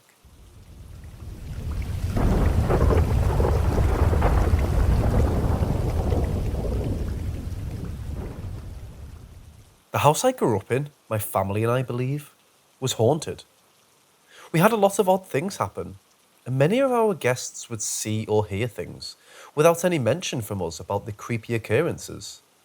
It wasn't uncommon, and for the most part didn't feel malicious. One night though, I felt terrified from my experience. I was about 16 or 17, and I was laying in bed trying to sleep. I was having trouble sleeping, and I usually sleep in the pitch black. The house itself wasn't old, but was very creaky, and it could be loud when it settled at night. So I heard creaking and at first didn't think anything of it. It sounded like there was someone standing outside my room, so I got up and checked, but no one was there. I brushed it off as the house settling and went back to bed. Then I heard a creak in the corner of my room. The way my room was set up was the head of my bed was against the wall and my bed stuck out, so there was free space all around my bed. I again didn't think anything about the creak. A couple minutes later though, I hear another, and then a couple of minutes after that, another. The thing was though, the creak sounded like they were slowly travelling around my bed. I got up, turned my lights on, and sat on my bed for like 10 minutes. Not one sound. I get up, switch my lights off, the creak start again. It sounded like there was someone slowly walking from one side of my bed, and then back around to the other. I heard no footsteps, but the floor of my room creaked a bit, where you were standing on the floor, and that's what I was hearing. I got up and switched on the light twice more. Both times the creaks would stop. It also sounded like the creaks were getting faster. After probably an hour of this, I almost fell asleep with my light on and decided, fuck it, I'm turning off the light. This is just in my head, and it's not I'm too tired to deal with this shit. It was like 2 a.m. I turn off my light, the creaks continue, but I ignore them. I'm almost asleep when I swear it sounded like a child's voice say hello in my ear, very softly. I was like half asleep when this happened, but my heart started to beat fast. I told myself it was a dream, and it just felt really realistic because I wasn't fully asleep yet. It sounded so real. A couple minutes passed, and I didn't hear the creaks or anything, and was just starting to convince myself that it was a dream, when in the other ear, louder than the first, I hear a really deep voice whisper, "Are you scared yet?" I jumped up from my bed in one leap towards my light switch and turned it on. I was freaked the fuck out. I slept with my bright lights on all night. Maybe I hallucinated because I was scared. I don't know, but I never had anything happen like that before or since, and that was 10 years ago. Still creeps me out when I think about it.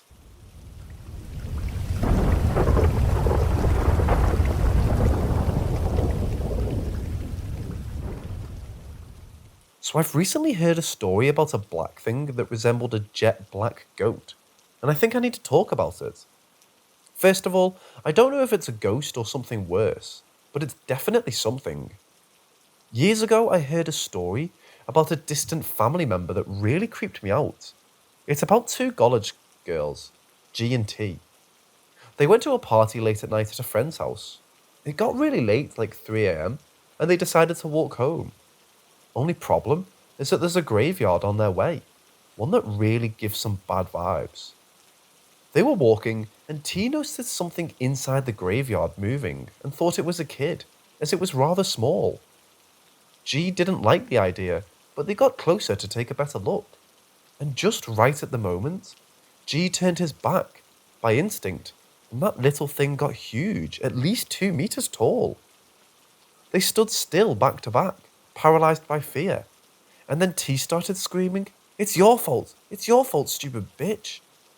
So G got really worried but still spooked, and turning her back to the graveyard, she grabbed T's hand and walked back to their friend's house.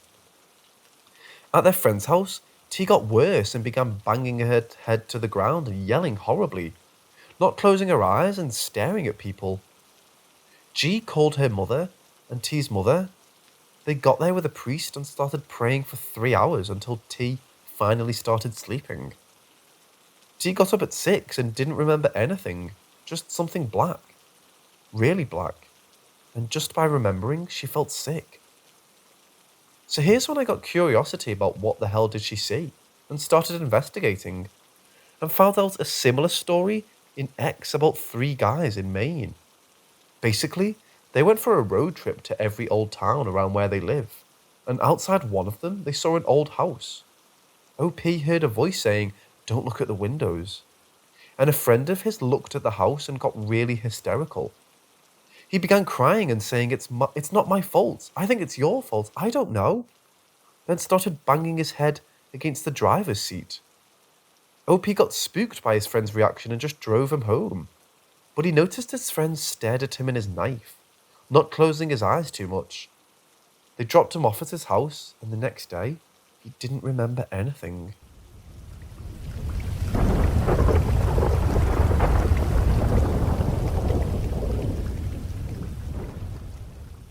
I always loved hearing about ghost stories, but I didn't fully believe in them. One of my friends decided to take me to their grand's house that was supposedly haunted. I was at first skeptical about this, thinking they were going to try and scare me or something. We decided to spend time in each part of the house alone, trying to see if we could hear or see anything. I remember being in the bathroom with the door closed and the lights off, only having one candle. I sat there for around 30 minutes until I heard a knock on the door. First, I thought it was one of my friends trying to scare me, so I opened the door and saw no one there. My first thought was them playing a prank on me, so I closed the door and sat down on the floor. After a few minutes, I heard the knock again and I opened the door. But as soon as I opened the door, the tap behind me in the bath opened. I remember being scared, trying to call my friends. They didn't believe me at first, knowing I was always the one joking around with things like this. But then we heard running in the hallway towards the bathroom. We shut the door, turned off the tap, and stayed in that bathroom for about an hour. Yes, we were the typical white people who hid in a place where it started, but we didn't have anywhere else to go since the running came from the only exit. Now, I'm not saying this is 100% a ghost, but I've spent months trying to think of an explanation for what I've witnessed, and I still can't think of a logical one. I might still be a bit skeptical about it, but for me, that was one hell of an experience that I couldn't explain.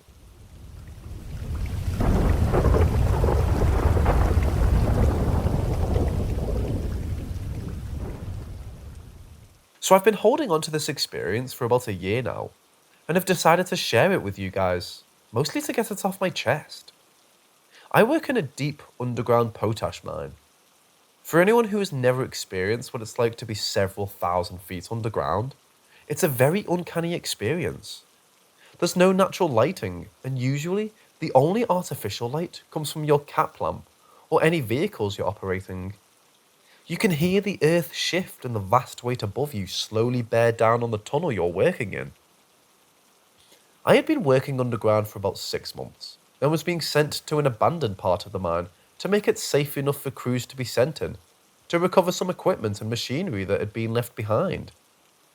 The area I was being sent in was infamous for being the location a mine operator, that I will refer to as Chris, had been killed by being pinched in between two pieces of equipment and having his torso split in half.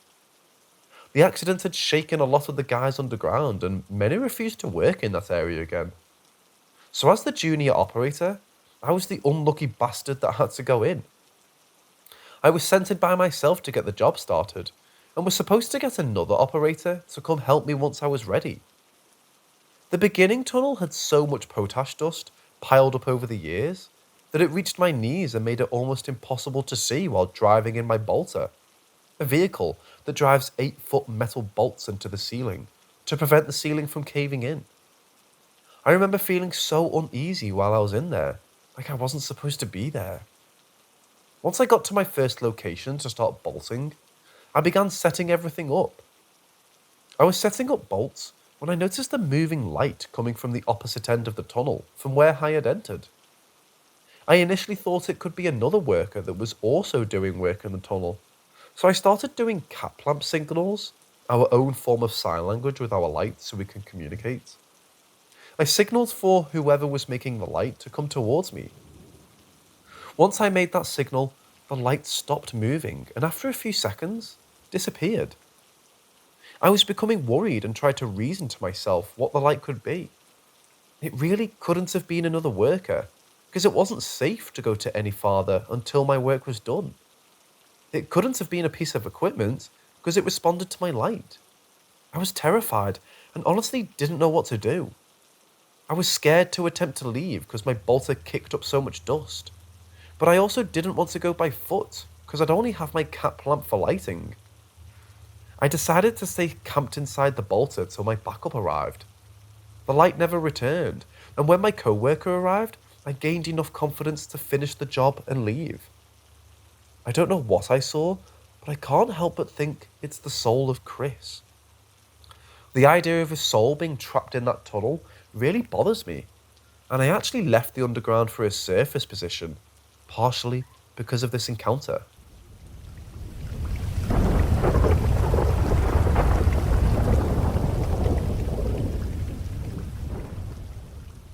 When I was little, my parents rented this house. Spoiler alert, it used to be a security house used by narcos, where they kept kidnapped persons. We found out years after moving out, as it came out in the newspaper at the time. It had 2 facades, 2 entries completely different, ended on different streets as well. One entry was blue, and the other one was beige. It also had 2 different numbers.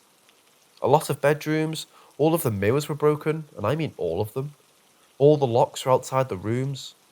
They told my parents that it was because the owner of the house had small children.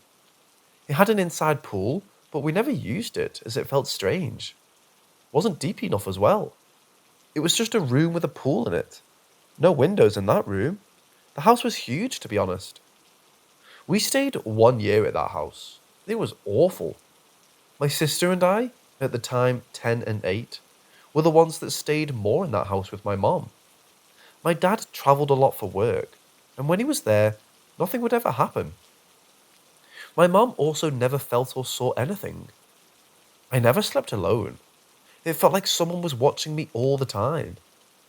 My sister began to speak to someone there. I caught her talking to it several times, but she denied it. One day she screamed in the shower, and when my mom went to see what was going on, she had scratches all over her back. This happened to me too, but I didn't feel them. I just saw that I had them in the mirror when I used the same bathroom. But I didn't say anything. I don't know why. I just kept quiet about it. We never used that bathroom again. One night, we were watching the TV in the living room, and my mom called us to sleep. We got up, and I turned down the TV. When we were at the stairs, the TV turned up again. I went back to the living room to turn it off. When I turned, I saw a black shadow in the kitchen looking at me. It had a humanoid form, like a very big man. And I just stared at it, as you could see through him. It had a human form, I mean. He just kept staring at me with a defensive posture. I don't know how to describe it. Suddenly, my sister took my arm and told me in a dead serious tone, "Do not look at him." That's when I understood I was seeing a ghost. We ran as fast as we could to my room. My mom checked it out, but there was no one there in the house, just the three of us. To this day, my sister doesn't want to talk about it. It was horrible. You could just be doing your homework in the dining room and suddenly you could hear a man screaming like they were killing him in a horrible way. It echoed through all the walls. We cried a lot to move out of that house, but we were in the new city. My mom really didn't have any money to move out with my dad. Those are a few stories I have of that house. I have a few more I don't want to remember, to be honest. I just kept them closed in my memories.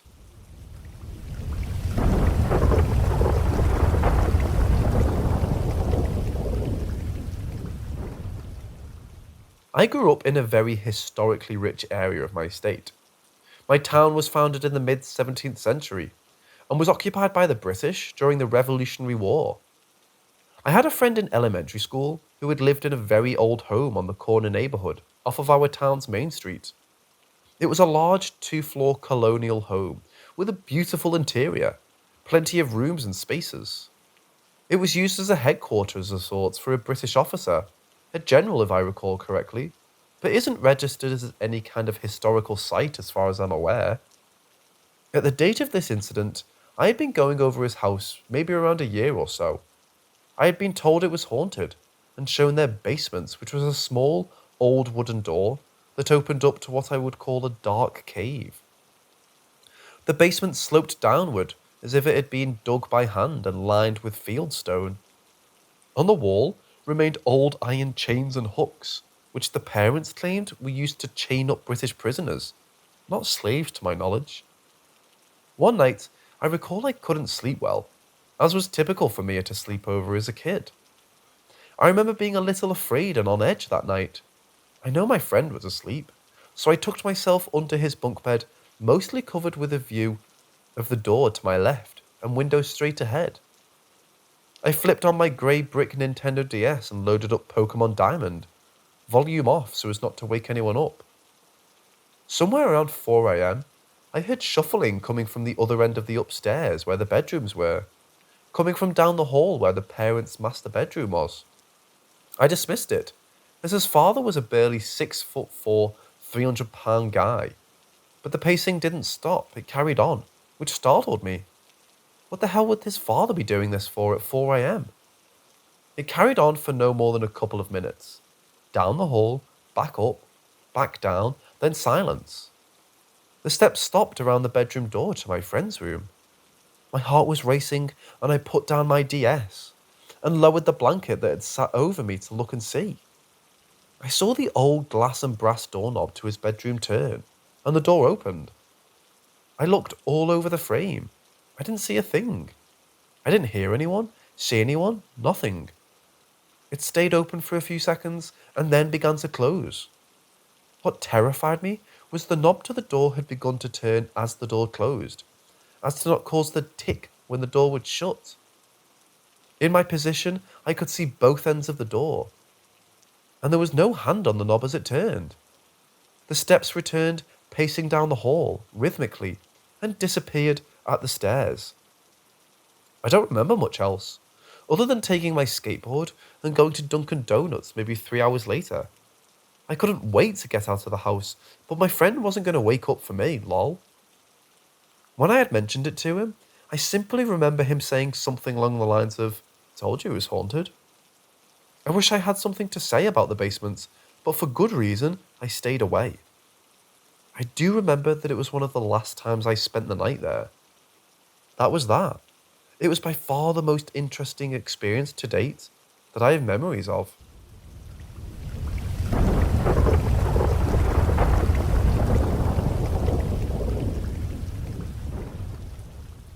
I'd like to share a number of little anecdotes from my dozens of times being at the notoriously haunted and long abandoned cemetery, Bachelor's Grove. I think they rival a lot of the stories to come out in the last 20 years about experiences in that cemetery.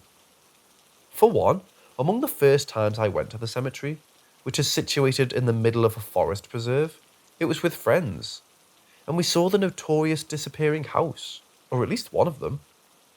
We didn't even know it was supposed to be there. Once we had spent our time in the cemetery, we continued walking west, past a stream that ran through the area. We walked for some time, and I even took a photo inside of a nearby well where this house apparently was, attached. This was in approximately 2001. The house that most people have reported is said to be white, but what we saw was brown. It did look like it had candles in the windows, and it had a sheltered porch area. The more we walked towards it, the more it stayed the same distance from us. We were so preoccupied with looking for ghosts that we didn't even realise that the house wasn't supposed to be there. And we didn't put it together for some years after, including several other visits without consequence, and one with an especially large amount of consequence, at least to me. After I heard about the disappearing house in 2004 or so, I brought multiple friends back to try and find it, and we never did. One time in 2014, a friend and I walked for 5 hours in the thick of the woods, off the paths, past the cemetery, past the nearby stream, and the more we walked, the more the view of the Midlothian Turnpike IE at the end of the forest preserve stayed the same distance from us. Finally, we gave up and turned around, and we got back to the cemetery entrance within 20 minutes. That forest preserve is about a 3-block radius if you look at a map. There's no logical way we walked for that long without coming out the other side. On Friday, June 13th of 2003, I was still something of a skeptic.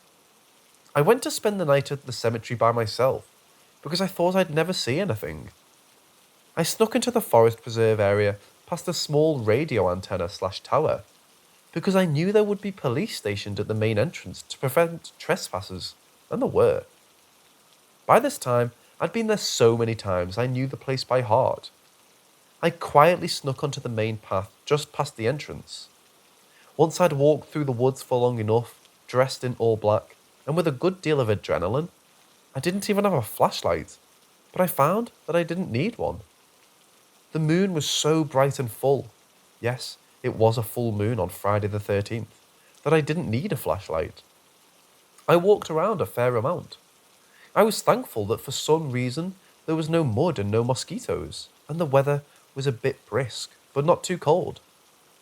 I'm pretty sure that I arrived at the cemetery around 11 p.m, and not a thing happened until about 2 a.m, but at that time, everything happened, and it was beautiful. I sat at a grave that had been dug up in the 60s, so it was a bit of a pothole. I believe it was the Newman grave. I tried to settle in, but I was on high alert the entire time, until I did actually start seeing things.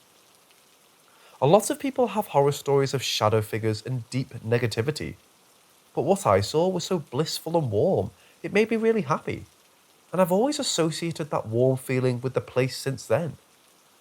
It began with me seeing 2 people slow dance in a circle, patiently, gracefully, and almost menacingly. It was a bride and groom in old-fashioned regalia. The groom with a top hat and coattails, and the bride with a white wreath on her head. They were too far away to see too many details, but the intensity with which they gazed into each other's eyes was not only implicit, but undeniable.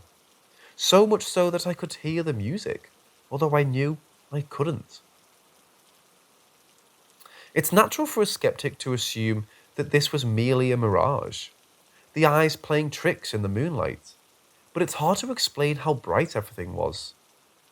The moon was not only luminescent, but everything had a slight glowing hue to it, which allowed me to make for certain that this couple in the distance, dancing their mesmerizing dance near the entrance to the cemetery, were not my eyes making something out of nothing. The more clarity I felt, the more happiness I felt. I felt as if I was connected to all of the families who had come to have picnics and visit their loved ones, since this was, after all, referred to as the cemetery in the park at one point. White orbs began to float around in the area, and they didn't seem to be representative of bodies, but they were smaller. They looked like what Disney movies portrayed lightning bugs to be, basically clusters of white superballs floating in the air. There was not only a glow, but a sort of fog in the trees. And most of the orbs that I saw up in the trees are what looked like light mists of glowing white smoke. To my left, a large glowing red light crept up over the lagoon, and the nearby Midlothian Turnpike. It looked like red spotlights were coming up out of the lagoon, lots of them. The side of the road next to the lagoon was immersed in red light going straight up to the sky. I kept waiting to hear an ambulance, but I heard nothing. I didn't even hear crickets for a while. Combined with the moonlight, these new red lights gave me even more light to see, and on the ground, I saw a broken carriage and a dead horse. I want to be clear that it was bright enough to make these things out clearly. The carriage was pretty smashed up, but it was still recognisable as a carriage. I didn't know of any sort of history where a horse and carriage ran into the lagoon and both died for no apparent reason. I heard that years later. Another thing I will say, there are stories of a yellow man, which is to say, apparently some Dick Tracy type of character walks around in a yellow overcoat. I didn't see that exactly, and I never heard of it until recently. But what I did see was a glowing yellow humanoid figure that would walk for a few steps and then explode into pieces, then reform as a bunch of orbs that rapidly coagulated, walk a bit more, then explode. All of this happened in a manner as if it were indifferent to me. This stuff continued to go on, uninterrupted, for at least 2 hours. I sat in the moonlight and sketched what I was seeing at one point, and that was just as things were beginning to develop. What I did sketch also were potential mirages, to be clear, but that was before the red light really kicked in. It wasn't all peachy keen through the whole night, though. I had heard of the shadow figures and hooded figures, and naturally I was worried about ritual abuse and devil worshippers that are rumoured to be about the area. What I did see was hovering hooded figures moving back and forth about the fence area, paying particular attention to the entrance. They zoomed back and forth over and over, and that made me pretty nervous, but they seemed more like guardians than antagonists. What made me more nervous was that I began hearing animals screaming. I specifically heard a dog screaming in pain, and it felt like it was very close to me, but I couldn't see it. The dog didn't seem to want to hurt me, but I didn't move from my spot at that gravestone until the sun began to come up. Just before that happened, it was as if a dimmer switch had turned and everything down, and it all faded from view as the crack of dawn only slightly began to creep through the moonlight. At which point, I walked to a nearby diner, had breakfast, and came back to the cemetery to take pictures with a disposable camera. Naturally, not one photo came out. They were all completely black.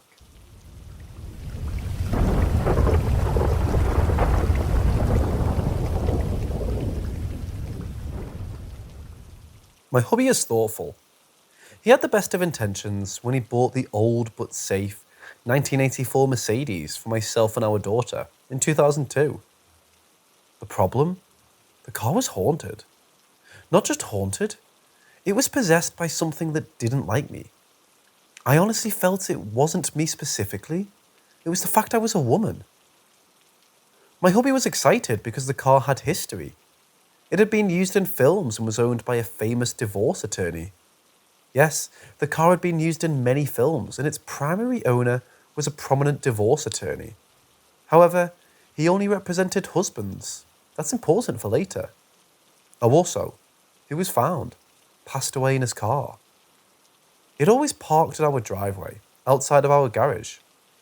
Once parked there, our garage and also the room adjacent to the garage, our living room, remained incredibly dark. Even though our living room had an entire wall of windows, we could never seem to get enough light to see. There was a heaviness to the air too. Our daughter was petrified of the garage. Even now though, the car had been gone for years, and she's now 25. She still turns on all the lights before entering the garage. My hubby was so excited with the car's history. Well, whatever the history, it was clear as crystal. The car didn't like me. Anytime I drove, it would stall and refuse to start. It would happen in bad places. The middle of the freeway was one, but its favourite was the middle of intersections. I would just be trying to get from point A to point B. Nope. I would call my hubby. I'm dead in the intersection again. Strangers are pushing the car as we speak. He sent the mechanic and the car was towed to his shop. The mechanic kept the car for 2 weeks, trying to duplicate the problem. No luck, it drove fine. All systems checked out. My hubby called me to say the car was ready. He picked me up and dropped me at the mechanic's shop. He stayed there to see that the car started. On the way home, it again stalled. I informed my hubby then. I no longer cared if he believed me. I refused to drive the car again. My husband was now the only driver. He never had an issue with stalling again. Once it wouldn't pass smog, it began to sit on our driveway and wreak havoc in our home. The darkness and negative energy was so thick, it was suffocating. We were arguing all the time over nothing. I'd come home in a good mood, only to feel frustration and anger once inside my home. This went on for years. Finally, we decided to get rid of the car. A tow company was scheduled to come take it away. I took pictures during the process. I was nervous, but excited to be rid of this evil. I still have the pictures. I swear to this day, there's a visible face in the driver's side rear window that changes expression as the car is being loaded on the trailer. Once the car was gone, my home felt lighter. It was brighter. We no longer needed lights in our living room that had a wall of windows. The heaviness was gone. The anger and frustration that we felt about each other was gone too. We just celebrated 32 years together. If we had kept that car, we'd be divorced, or one of us dead by now. That I'm sure of.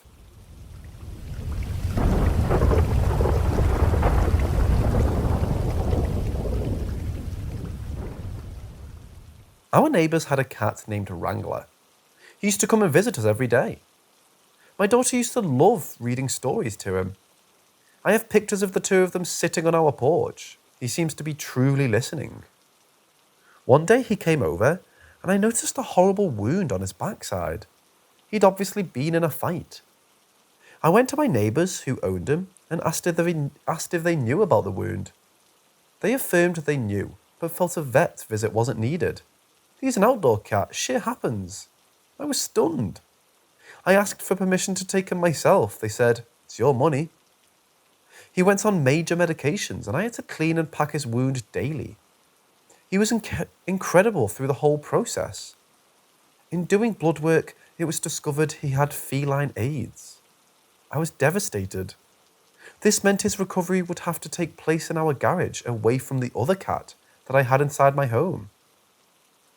Our neighbours stopped caring for him completely. So after he fully recovered, he became our kitty. It kills me that I had to keep him outdoors. I knew the dangers that awaited him. My daughter insisted that we get him a collar and tag. It also had a bell. He seemed happy to be ours.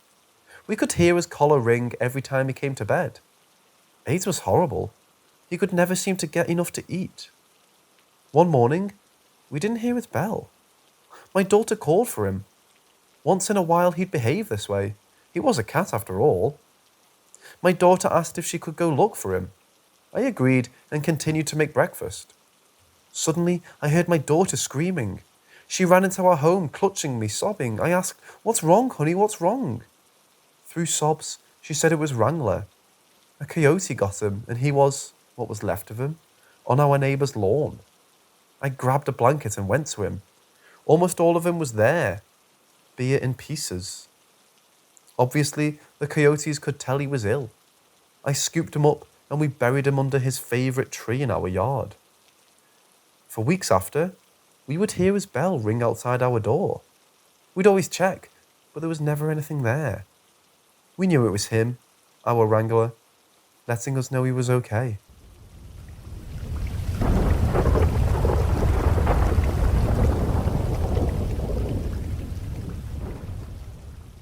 My parents bought their home in the early 50s for $18,000 in California. My dad was extremely proud that it came furnished. What a deal! My dad was all about bargains. His favourite piece was a wall unit made of dark wood that had a grandfather-type clock built in the centre. My dad babied that unit as if it were a family member, cleaning and polishing it regularly, even talking to it. Don't misunderstand, he was brilliant. A microelectronic engineer, a genius really. Fast forward to 1992, 2 days before Christmas, he dies suddenly of a massive heart attack, his second, in the living room. My mom grieves horribly for a very long time. We began talking to her about redecorating, using her inheritance from my dad to make the home her own.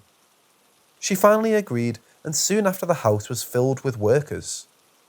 I happened to be visiting when I believe my dad voiced his opinion about the changes. A worker was looking to remove the family member unit from the wall. He thought my mom was nearby, so he loudly asked, "Hey, you want this clock unit removed?"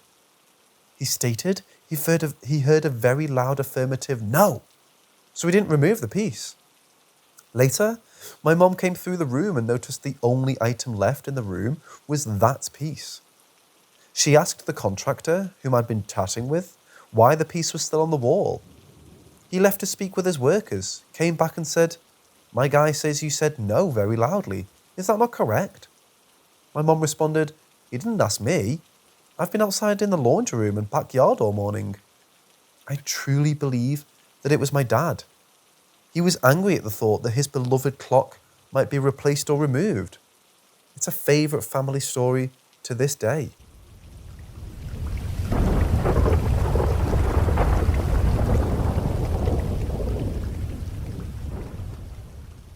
It's about 1 a.m. right now as I'm writing this.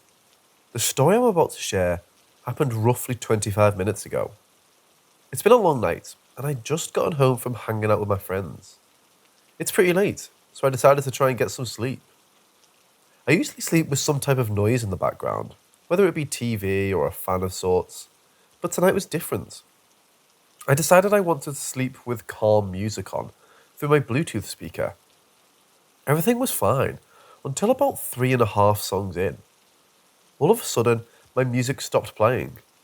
I didn't touch anything on my phone, and nobody else was able to connect to it, nor did it make the disconnect or reconnect noise. It was fully charged too, so there was no way it could be dead. After a few seconds of silence, a sudden sound of white noise is quietly playing on the speaker. Following that, what sounded like an old, raspy woman started whispering through it. It was hard to make out exactly what she said, not to mention I was shitting my pants at this point. It sounded like she said, "He's the one," but it might be a stretch. After a few seconds of her whispering, it stops. There's a final blip of white noise, and then it cuts off completely. My speaker is still on, but it's not connected to anything. I ran out of my room, and I'm writing this in another bedroom. I know ghosts like to tamper with electronics, especially knowing that I'm alone in a dark room. My house is also rumoured to be haunted by my family. Even the first time we had shown my grandmother it, the first thing she said was, "There's something here." My dad has mentioned seeing ghosts and even hearing them sometimes. So was this really a ghost trying to talk to me? Or possibly a malfunction with the Bluetooth and its radio? Please help me figure this out.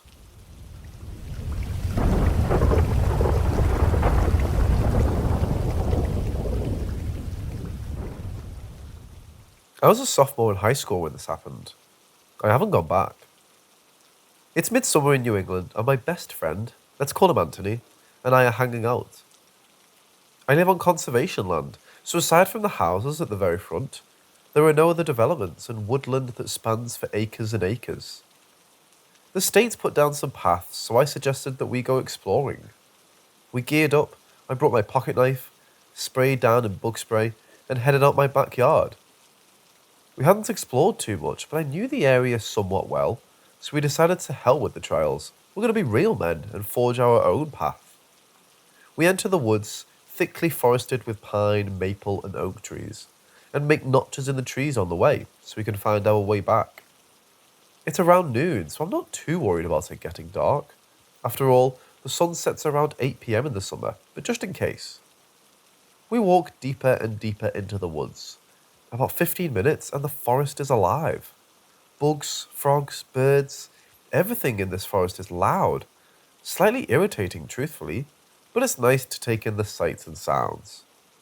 Soon, we stumble upon a peculiar scene. A perfect circle, probably 20 feet in diameter, that spans from the ground all the way to the sky. I'm perplexed, but Anthony is curious, so we decide to go in. The first thing I noticed is that the overgrown weeds and grass that surround us stop at the perimeters. All vegetation past the line is dead. Not bare, but dead, crunching under our feet. I don't just mean the grass either, but the tree limbs that extend in are also bare. Leaves down the branch until it crosses the line. Being the middle of summer, nothing should be dead, and I've never seen a branch behave like that. I'm feeling extremely uneasy.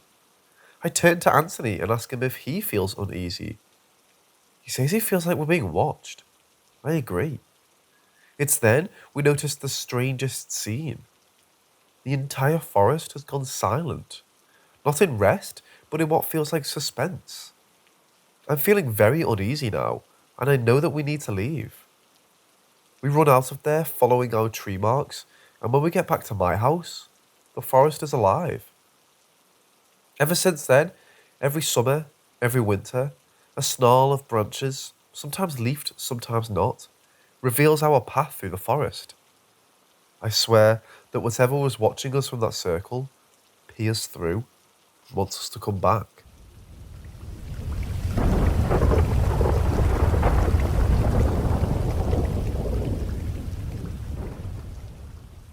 I'm a Catholic, and I go through phases of devotion, but my faith is strong and I try to do good.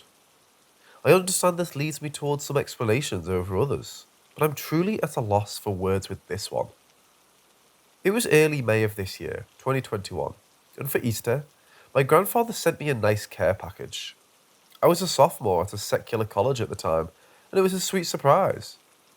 In the box was a bunch of assorted candies, a stand-up crucifix, and a small metal case adorned with an image of the Pope, and marked on the pack with the papal symbol and the Greek letters Alpha and Omega. I opened the clasp, and sitting on a thin lining of felt was a beautiful metal rosary. On each bead was a rosette, every marker for each decade, a set of 10 beads, a different saint and a location associated with the Vatican. I took it out of its case and rested it on my desk. Underneath was a small pendant, probably half an inch in size, and on it, Pope Francis with St. John's Palace on the back. Overall, it was just stunning. I noticed a note from my grandfather, and he wrote that the rosary was from his trip to Italy 2 years prior. It was made of silver, blessed by Pope Francis, and he noted he wants me to have it because I'm his special one. For those who don't know, May is the month of the rosary. In honor of Jesus and Mary, I resolved to do at least a decade of my rosary every day. I would go to my desk, take the case off the top shelf, and walk about 7 feet to my bed. I'd open the case, take the rosary out carefully, close the case, do my prayers, and then put it back in the case and on the shelf. I did this consistently for a week, and it became a time for reflection and general peace in the presence of God. One day, I went to do my routine and grabbed the case and brought it to my bed. I opened it, and the small pendant fell out when I took the rosary out. I heard it clink off my bedpost and hit the ground. I got on my hands and knees to look for it, moving boxes and my bedside table trying to find it. I couldn't. I did what any Catholic does when something gets lost, and I did a prayer of St. Anthony.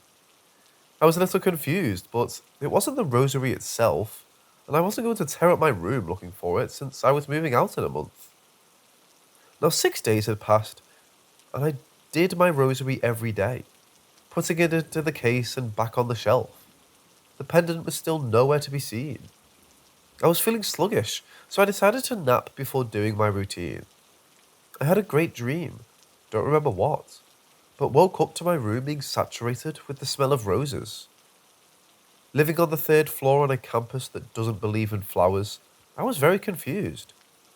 It was, however, time to do my rosary. I walked over to the top shelf, grabbed the case and walked to my bed.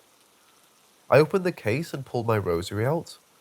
I felt my heart drop as underneath it was the pendant I lost a week ago. I felt it and it was warm, a contrast with the cold rosary in my hand.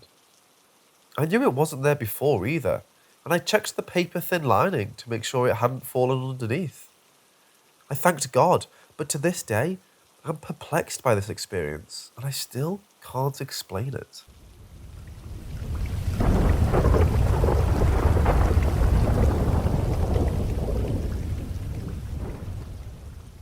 I went to a veterinarian camp when I was about 15 years old, hosted by a zoological park in my state.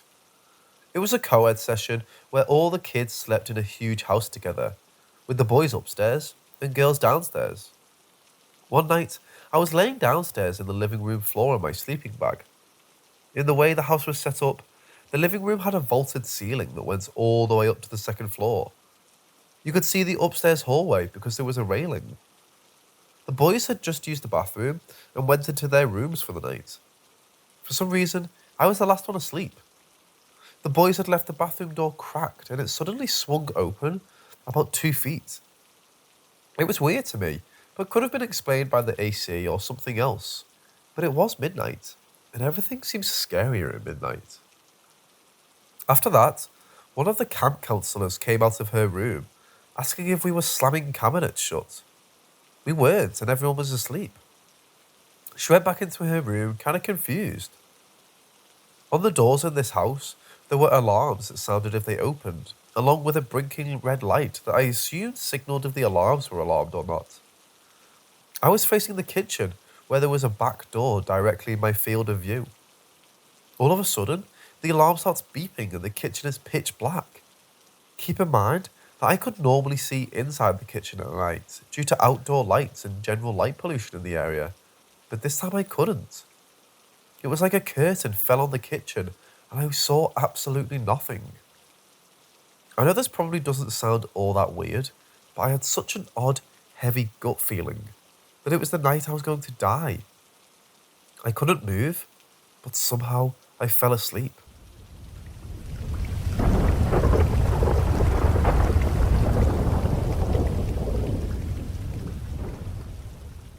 So this happened sometime in the middle of 2017. I'm not sure as for other countries, but here in Brazil, all houses are gated for safety. And the only places where you can find houses with their front doors leading directly to the street are enclosed condos. My friend James threw a small group hangout in his place. He lived in one of those condos with dozens of identical small houses. So it was maybe 5 or 6 of us clutched into a tight living room, having pizza and watching some shit on the TV. We were all going to sleep over that night, and as it is for every group hangout we have, everyone would possibly spend the night awake. It was maybe around 1 AM when we all decided to go for a late night walk around the condo. It's pretty safe, with tall walls and a good doorman, as all condos should be, so it's always nice to walk around there. We all went slowly down the street, passing through many houses identical to his, talking quietly so we don't wake up the neighbours. Eventually we stop by the empty children's playground and decide to climb the little wooden house. Kind of forgot the specific name for it now, but you guys know what I mean. Those small wooden house thingies with a ladder on one side and a slide on the other. There was enough space in it for all 5 or 6 of us to sit, talk, smoke, and hang out. No one around, no annoying kids, just silence and peace for us to chill. Behind this playground, there was one of the condo's walls, and behind that wall, some woods with big trees looming over us. On the other side, the street, then the sidewalk, and the many identical houses. Every 2 houses, there was a light pole, lighting everything up. We were all talking about random stuff, listening to music at a very low volume on someone's phone, when eventually we ended up getting into the paranormal subject. As our topics came and went on spirits, ghosts, spooky stuff, horror movies, etc., and so forth, we noticed James, our host, get quite tense. He wasn't necessarily into the conversation and was visibly getting serious and gloomy. All of a sudden, he said something along the lines of, "Yeah, we shouldn't be talking about those stuff so nonchalantly and deliberately. It kind of bothers them." All of us knew James was a medium. He'd mentioned a lot of times how he'd always see spirits and interact with entities in his childhood, but ended up blocking that away. However, still seeing some stuff every now and then. Even those of us who weren't spiritual or anything respected him and never dared to doubt a thing. Mostly because his grandma, who he still lived with and cared for, was highly spiritual and had many times confirmed to us that he was saying the truth. We all loved and knew her enough to know she wasn't bluffing or anything.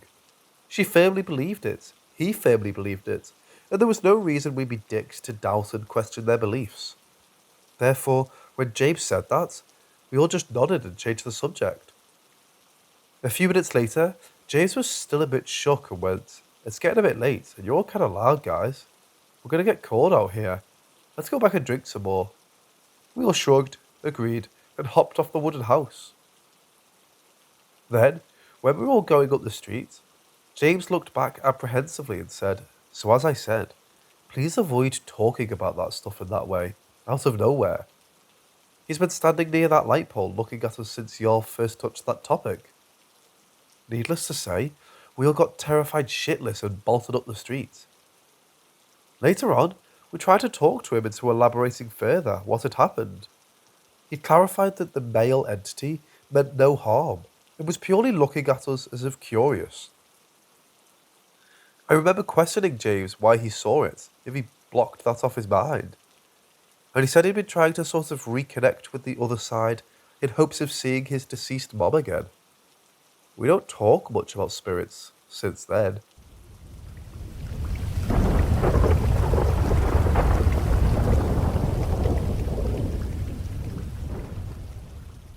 So, quick background. I had 2 jinn, I believe all supernatural entities are jinns, experiences to date. The first occasion I'll narrate at a later date, since that happened when I was quite young, and I put less of an emphasis on it, even though it was scarier. So the second experience occurred while I was in grade 10. This was in my native country, Bangladesh. I was about 13 or 14 at the time, and was preparing for my O-levels examinations coming up in a month. I was studying late that night, while my brother passed out in my room. The door to my room was closed but unlocked. The act even happened at midnight, which is not really that late by Bangladesh standards, as the city doesn't really quiet down till like 1 or 2 a.m. That night, while working through some study material, my door suddenly crept open. I was facing the door, so I stared at it for a bit, but didn't really make much about it. Once I stare back down at my book, the shit happens again, and the door opens up a bit more. Once again I stare, and then go back to studying. Then it happens again. Now the door's open to a point where the light from my room should go right outside and let me see why the door keeps opening. This time I stare at the opening, but to my surprise, it's pitch black outside. It almost felt like someone was blocking the light, and I felt this presence stare directly at me. Now after a long-term stare battle, I reassure myself it's probably just the wind and go back to work. This time, a thin, curved, rusty metal rod comes through the door and bangs sideways between the door and the wall. I look at the thing and shout at it in a harsh tone. Right then, the metal rod goes back into the darkness, and I hear faint footsteps going into the living room. This was a weird experience since there weren't any signs of a break-in. My parents were asleep, and their room door was locked, and no one else was inside the house.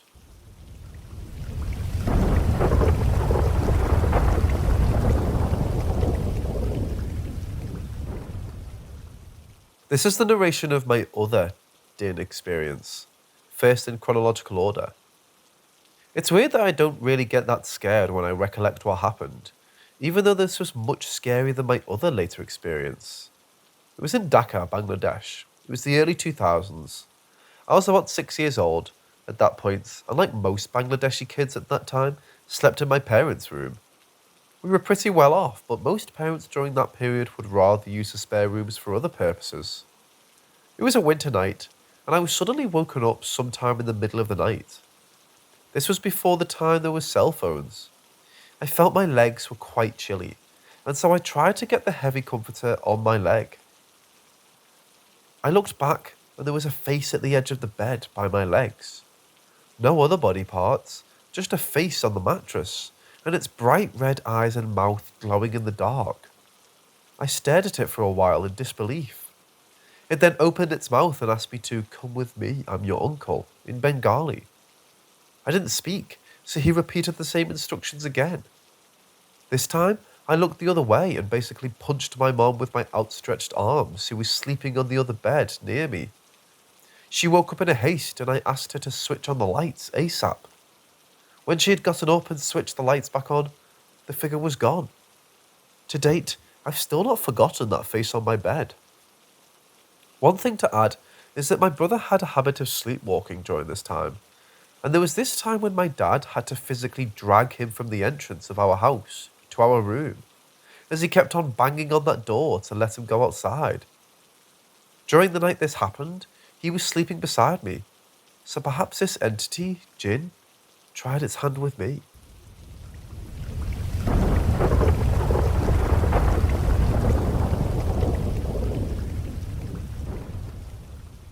In honour of Halloween, I thought I'd finally type up this story from Halloween 2015 and share it here. It's long. I promise it all connects. Halloween that year was on a Saturday night. Last minute, I decided to attend a friend's board-gamed theme party. I drew a Ouija board and an old white t-shirt with a Sharpie. It turned out great, and had a nice time at the party. The next day, Sunday, November 1st, I had a typical hungo Sunday. I left the costume on the floor in a pile of laundry that I was too lazy to pick up. I'm in bed that night with my dog and her eye starts swelling up out of nowhere. Like it was huge and she couldn't see. Her whole face was swelling. I panic and rush out to take her to the emergency vet. I go to get her out of the car at the vet, except when I do, all of the swelling is gone and she's completely fine. Being young and poor at the time, I decided to skip the emergency vet and went back home since my dog seemed completely normal. We get back in bed, and a couple of minutes later, my dog's face starts doing the same thing, just swelling up out of nowhere. I rush back to the emergency vet, and this time, even though the swelling disappeared again, I decided to admit her to the vet to get her checked out. They run tests and give fluids and check for insect bites, but nothing showed up. She was completely fine. We go back home. It's late. I pass out and so does my dog. No more face swelling. Cut to 3:30 in the morning. I wake up and my dog is sitting on the edge of the bed, staring at the wall where my closet is and doing a low growl. I look in the direction of the closet and the door is open.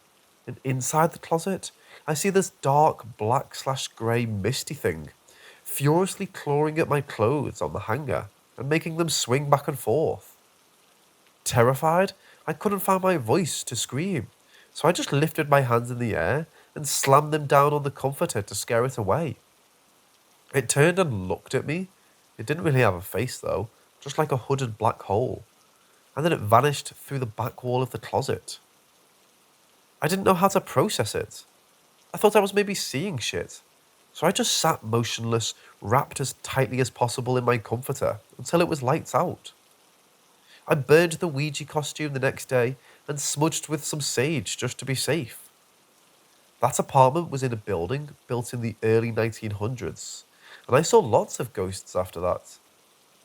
Every 6 months or so, I would wake up, always between 3 to 4 in the morning, and see a figure in my room.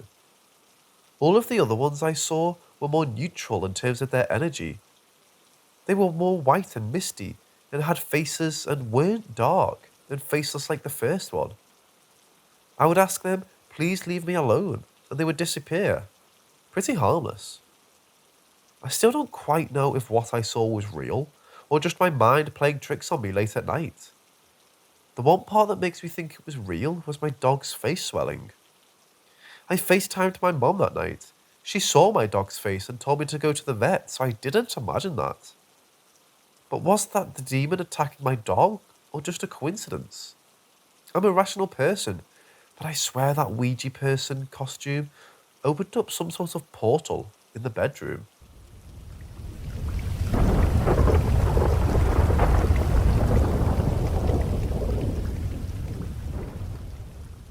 So this is a story that happened in my hometown.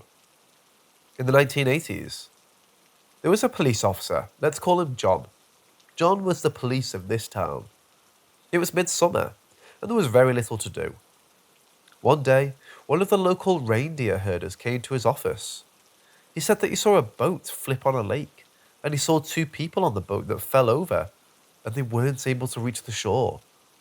The weather was windy, so the waves were quite big, and he himself didn't have a boat to try and rescue them.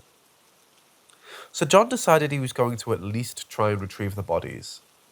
He asked one of the local herders if they had a boat in the neighbouring lakes that he could borrow. There was one person that had a boat, so the police borrowed it. So a couple of days later, John went up to the tundra. This lake was at the border between the tundra and the forest.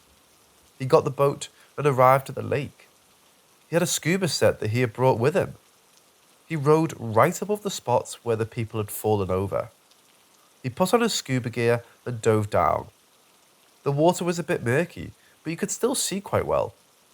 He managed to locate the bodies. It was a 40-year-old man and his 11-year-old son. He swam closer and closer and decided he was going to lift the body on the boat. Just as he was about to grab the child, he saw something at the side of him. The father's arm was almost reaching for him. He dodged the arm and took the child. He swam with the body to the boat and put it on the boat. He didn't think much about it. Maybe it was just the water that moved the arm. He dove down again to retrieve the father. Just as he was about to grab the body, the arm rose again. The arm tries to grab John, but he manages to dodge it. But now he's getting a bit nervous. What happens if the arm grabs him? He tries again, and sure enough, the arm is moving towards him. He freaks out and swims a bit further. He must get the body, as he has promised to retrieve them. He decides to take an oar and try to flip the body. He swims to the boat, grabs an oar, and swims back down and manages to flip it. He swims with the oar to the boat and dives down again. Just as John is about to grab the man's leg, the body quickly turns around and tries to grab him. He dodges again and is freaking out. He then decides to get his lasso to try and pull the body up to the boat. He swims back up, takes the lasso down. He quickly puts the lasso around the leg. Just as he gets us on, the arm is reaching for John. He swims back to the boat and starts to pull the body up. After a bit of struggling, he manages to get the father's body on the boat. He covers him in a tarpaulin and goes back to land. Then out of nowhere, a storm appears. It starts to hail and a giant downpour of rain. The weather in these parts can be unpredictable. He has no choice than to crawl under the tarpaulin and stay there until the storm goes away. He sits there for hours with the bodies. A couple of times, he could have sworn he saw the father's body move a little bit. The night goes by slowly, and in the morning, the weather starts to clear. He then hears the sound of an ATV. It's one of the herders. John crawls out to greet the man. The man decides to help him lift the body on John's ATV. John drives back to town, and the bodies are buried at the cemetery. John decided to never take those kinds of missions again.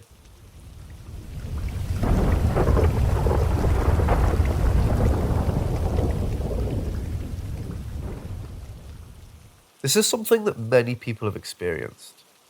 So there's a town in northern Norway. People often travel to the nearest city to shop, visit the doctor, etc. Between the city and the town is a smaller town. Between the city and the small town is a canyon. So there was a man. Let's call him Beitar. Beitar was driving late home to his hometown from the city. It's late and a bit of snowy weather. He just drove through the canyon and is 20 minutes from the small town. He drives and suddenly he sees something on the road. It's a man with his thumbs up. Beitar drives past the person, thinking to himself, why is there a person in the middle of the night standing there? He feels a chill inside his body, but he isn't bothered by that, since it's cold outside. Then all of a sudden, he looks in his mirror, and to his horror, there's a person sitting in his back seat. Just as he's going to look behind, the person says, don't look back, focus on driving instead. Beitar doesn't look back, but just focuses on the road. The person in the back seat starts talking. Drive me to the small town. I want to get off there, and don't look back. Beitar keeps on driving, never looking behind himself. It's a long 20-minute drive, but at last they arrive in the small town. He's just about to stop the car to let the man out, but there's no one in the back seat. He looks behind himself, and sure enough, there's no one there. He arrives home and tells his family about what he has experienced. His brother tells him that he met the hitchhiker. It's something that people have experienced between the canyon and the small town. They've encountered a person in the middle of the night with his thumbs up. If you don't pick him up, he'll appear in your car and tell you to stop at the small town where he wants to get off.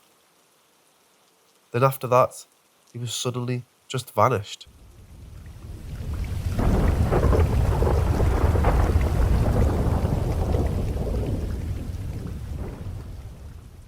So this is something that happened 2 years after World War II. So there's a reindeer herder. Let's call him Mikael. It was a beautiful morning. Mikael woke up early, ate breakfast, and was going to check on his reindeer. He takes his wooden skis and starts skiing. He skis over the tundra, returning 3 reindeer that has gone a bit too far. Hours go by, and he's almost done with his round. He then notices 20 reindeer grazing a bit away from the herd. He doesn't move them, as the grazing seems to be good there. He keeps on going, and skis on top a small mountain. He decides to sit there, as he has a good vantage point, and he can see his whole herd, as well as the neighbouring herds. When he's just about to leave, he hears a faint sound. Ooh, ooh. He stops and starts thinking of what the sound was. Probably just my neighbours that have been drinking and are yelling. He sits a bit longer, and again he hears it. Ooh, ooh. Then he sees the 20 reindeer sprinting back to the herd. He looks around, and on the other mountain he sees nothing. Until he sees something. It's something black. It's too far away to clearly see what it is, but it's spooked his reindeer. Mikael decides to go and check it out. Just as he starts skiing, he hears it again. Hoo hoo. Getting annoyed, he starts moving faster. Now he sees the thing is also moving towards him. He decides to stop at a hilltop and wait for it. Now the thing is close enough that he can see it's a human. He wonders why the person is walking instead of skiing. The person disappears out of view, but Mikael keeps on waiting. Then suddenly, hoo hoo. The person comes to view. Mikael's eyes turn wide open and his hairs stand up. This man doesn't have a head and is walking straight towards him. Mikael is in shock, but manages to snap back as the headless man and dodges just in time. Mikael starts skiing as fast as possible, not looking back no matter what. But he hears behind him. The thing is chasing him. He hears as the headless man is breaking snow as he runs behind Mikael. Even though Mikhail is on skis and is moving quite fast, the headless man is keeping up with him. Then suddenly, the headless man stomps Mikhail's skis, making him stuck in the snow. Mikhail makes a cross with his fingers just in time. The headless man stops and just looks at him. While it's distracted, Mikhail is able to break free. He then starts skiing again. He's skiing all he can, but he hears the footsteps closing in. He looks behind, seeing as the headless man is sprinting after him. It closes in on Mikhail again, and sure enough, stomps the skis. Mikhail makes a cross again with his fingers. The headless man stops and just looks at Mikhail. He breaks free and starts skiing again. He thinks to himself, he can't continue like this. He's going to tire out soon. Then he remembers something. There's a small cabin at a small lake, belonging to a local farmer that uses it when hunting and fishing. He skis up a mountain with the headless man right behind him. When he reaches the top, he can hear the cabin. He starts getting quite a lot of speed when going downhill. He looks behind and sees the headless man can't keep up with him. He just hears hoo-hoo behind him, but doesn't look back. He reaches the cabin and locks the door. Mikhail makes a cross out of the logs inside and quickly makes a fire. He's heard from his grandma that ghosts don't like fire. He finds a Bible and starts reading it. It's quiet. The hours go by and all he hears is the wind and a faint fox screaming. Mikhail sits there and reads the Bible, not letting the fire die. He starts to think to himself, what in the hell is that thing? He then notices the clothes, that they seemed familiar to him. Then he remembers, his cousin used to have those clothes. His cousin got his head blown up by German soldiers during the war. He's starting to get tired and is half sleeping. Then suddenly, hoo-hoo, and a loud knock on the door. It's the headless man, and he's trying to break in. Mikhail does the Lord's Prayer as fast as he can. Knocking stops. The next day, the sun is shining bright. Mikhail has made a cross of small sticks and decides to make a run for it. There's a small town not too far away. His hometown.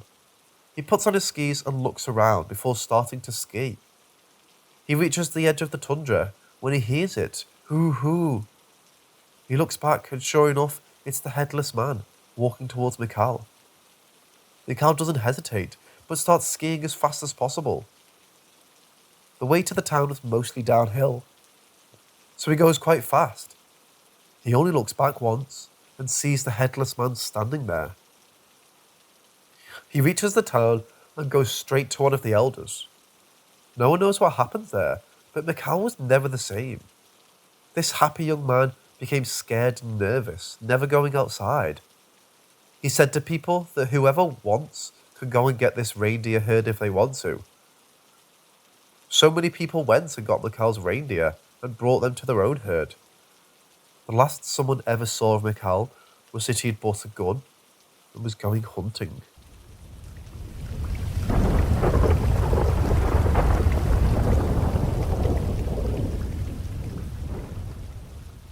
My family has always had weird run-ins with the supernatural. I can't tell you how far back it runs for sure, but I could start with my grandfather, who sadly passed away in 2018. There are so many great stories I would love to share with people that don't necessarily relate to the supernatural, but let me put the man into perspective with a short one. Well, as short as my gabby self can make it. He loved to watch me play and frequently had me sit outside near his workshop so he could watch me. I was a definite tomboy, so watching the confusing mess of Transformers having a tea party or Barbies beating the hell out of each other was probably very amusing. In the 80s, I was a Teenage Mutant Ninja Turtle fanatic, as many young boys and girls were. I don't think he really understood it, because he would ask things like, so what is Character X's superpowers? Like they were Superman or Spider-Man or something. I guess they did have superpowers, but it was mostly just martial arts and stuff. I recall him specifically asking about my favourite villain on the show, Rocksteady. I didn't know. I just liked his design and never understood how Bebop surpassed him in popularity, to the point of being considered a much more formidable fighter. A rhino would destroy a warthog if they fought. I was at a bit of a loss, so my preschool brain just started listing things he might have or might have been capable of. I know Big Machine Gun was one of the superpowers I gave him. Really one of the best superpowers when you think about it. But I also said he could pick up a car. My grandfather laughed and finished wiping off a wrench, then walked over to his pickup and just effortlessly picked one end of it up off the ground. That was cool, because in my young mind, that meant my grandfather had superpowers. In hindsight, I realise I'm probably misremembering it. It probably wasn't effortless, and while I remember it being the front end with the engine, it was probably the back end with an empty pickup bed. He was a big guy, but no one is that strong. He was always a sort of superhero to me and the rest of the family, and even 3 years later, I miss him so much. When it came to the supernatural, it was like whenever he showed up, whatever ghost or demon or monster would just run in terror. It's like how you can scare away coyotes with the urine of larger predators like cougars, wolves, or bears. Comparing him to cat piss might not be the most flattering thing, but it was like his presence always filled the room. And if he scowled everyone, and if he smiled, everyone was filled with mirth, and if he cried, well, he never cried, but a few times, and it was always one of us going through trauma that made him cry. Story 1. The Haunted House. Like the time my mother apparently almost died, it was very early in her life. She, my aunts, and my grandparents moved to a small, cheap house in the country, their first real home after living in a trailer up to that point. This would have been 1967. Mom was 3. An old Chickasaw woman had lived there previously. We are part Cherokee, allegedly. I don't want to go full Elizabeth Warren here, but mostly Irish, and my family is definitely Christian. Southern Baptists. This woman held on to tribal beliefs. I sadly don't have much of a story to narrate here. I wasn't there, and all my information is secondhand from those 4 family members. But I wanted to share it, as any time ghost stories came up, this was one that was told, and I've heard it many times. The house was in a state of disrepair, but one of the things that really stuck out to my grandmother was that she had driven nails halfway into the floor in a circle around her bed, and wrapped strands of her hair around them, connecting them and making a sort of tripwire. It was an odd thing to do, to say the least, and my grandmother just sort of shrugged and pulled it all up. The previous owner had her reasons, apparently. Yes, this house was very haunted. I think mostly by tricksters, given the majority of the paranormal activity was mostly harmless. But as someone who has only been told about it, I can't really say how harmless these sorts of things were. Lights would flicker. Things would never be where you left them. Sometimes they'd disappear. Sometimes big things would disappear. Like my aunts and mother had hula hoops that they put under their beds, that vanished the next morning, never to be seen again. Doors and windows would open and shut randomly. Pictures would fall off the wall. Animals from dogs to chickens to cats to cows were spooked all the time. I was told that whenever they prayed, these paranormal activities would stop for the rest of the night. But allegedly, if my grandfather got mad and yelled at them, they'd stop for days. Most often a door would start opening and he'd turn around in a fury, "By all means, come on in," and it would stop halfway. Once it even went so far as to shut itself back, as though to apologise. My mother has never dared say this to either of my very religious grandparents, as they would have spanked her then and been quite upset now. But she thought that whatever these entities were more afraid of my grandfather than they were of God. But the house wasn't the most haunted part of the property. There was a barn and an old shed. My grandmother put my aunt's and mother's toys in the shed and redecorated it as a sort of playhouse. It burned down the next day. There was no electricity or gas in the shed, and her girls were fortunately not in it. So how and why was highly suspicious, to say the least, but it was next to that barn. The barn apparently was especially bad. Grandfather allegedly heard voices inside of it and would have to tell them to shut up, which apparently worked. But he didn't like the voices. According to him, they sounded very malevolent. They had a pair of Great Pyrenees named Siberia and Alaska, or some large breeding pairs I have heard multiple breeds cited, and I'm a little uncertain. The only thing that is agreed on is that they were good dogs, big dogs, and white dogs. They would come into the house cautiously, and if anything paranormal happened, would stand up and bark or flee. But they refused to enter that barn. They'd stand at the edge and growl and bark. This came to a head when my aunt and mother were pressured into the barn by a few of their cousins who were visiting. Nothing had happened after they were in there for a bit, though Siberia and Alaska were visibly stressed about these children being in there. After a while of nothing spooky happening, other than two giant whimpering dogs, they decided to climb to the hayloft.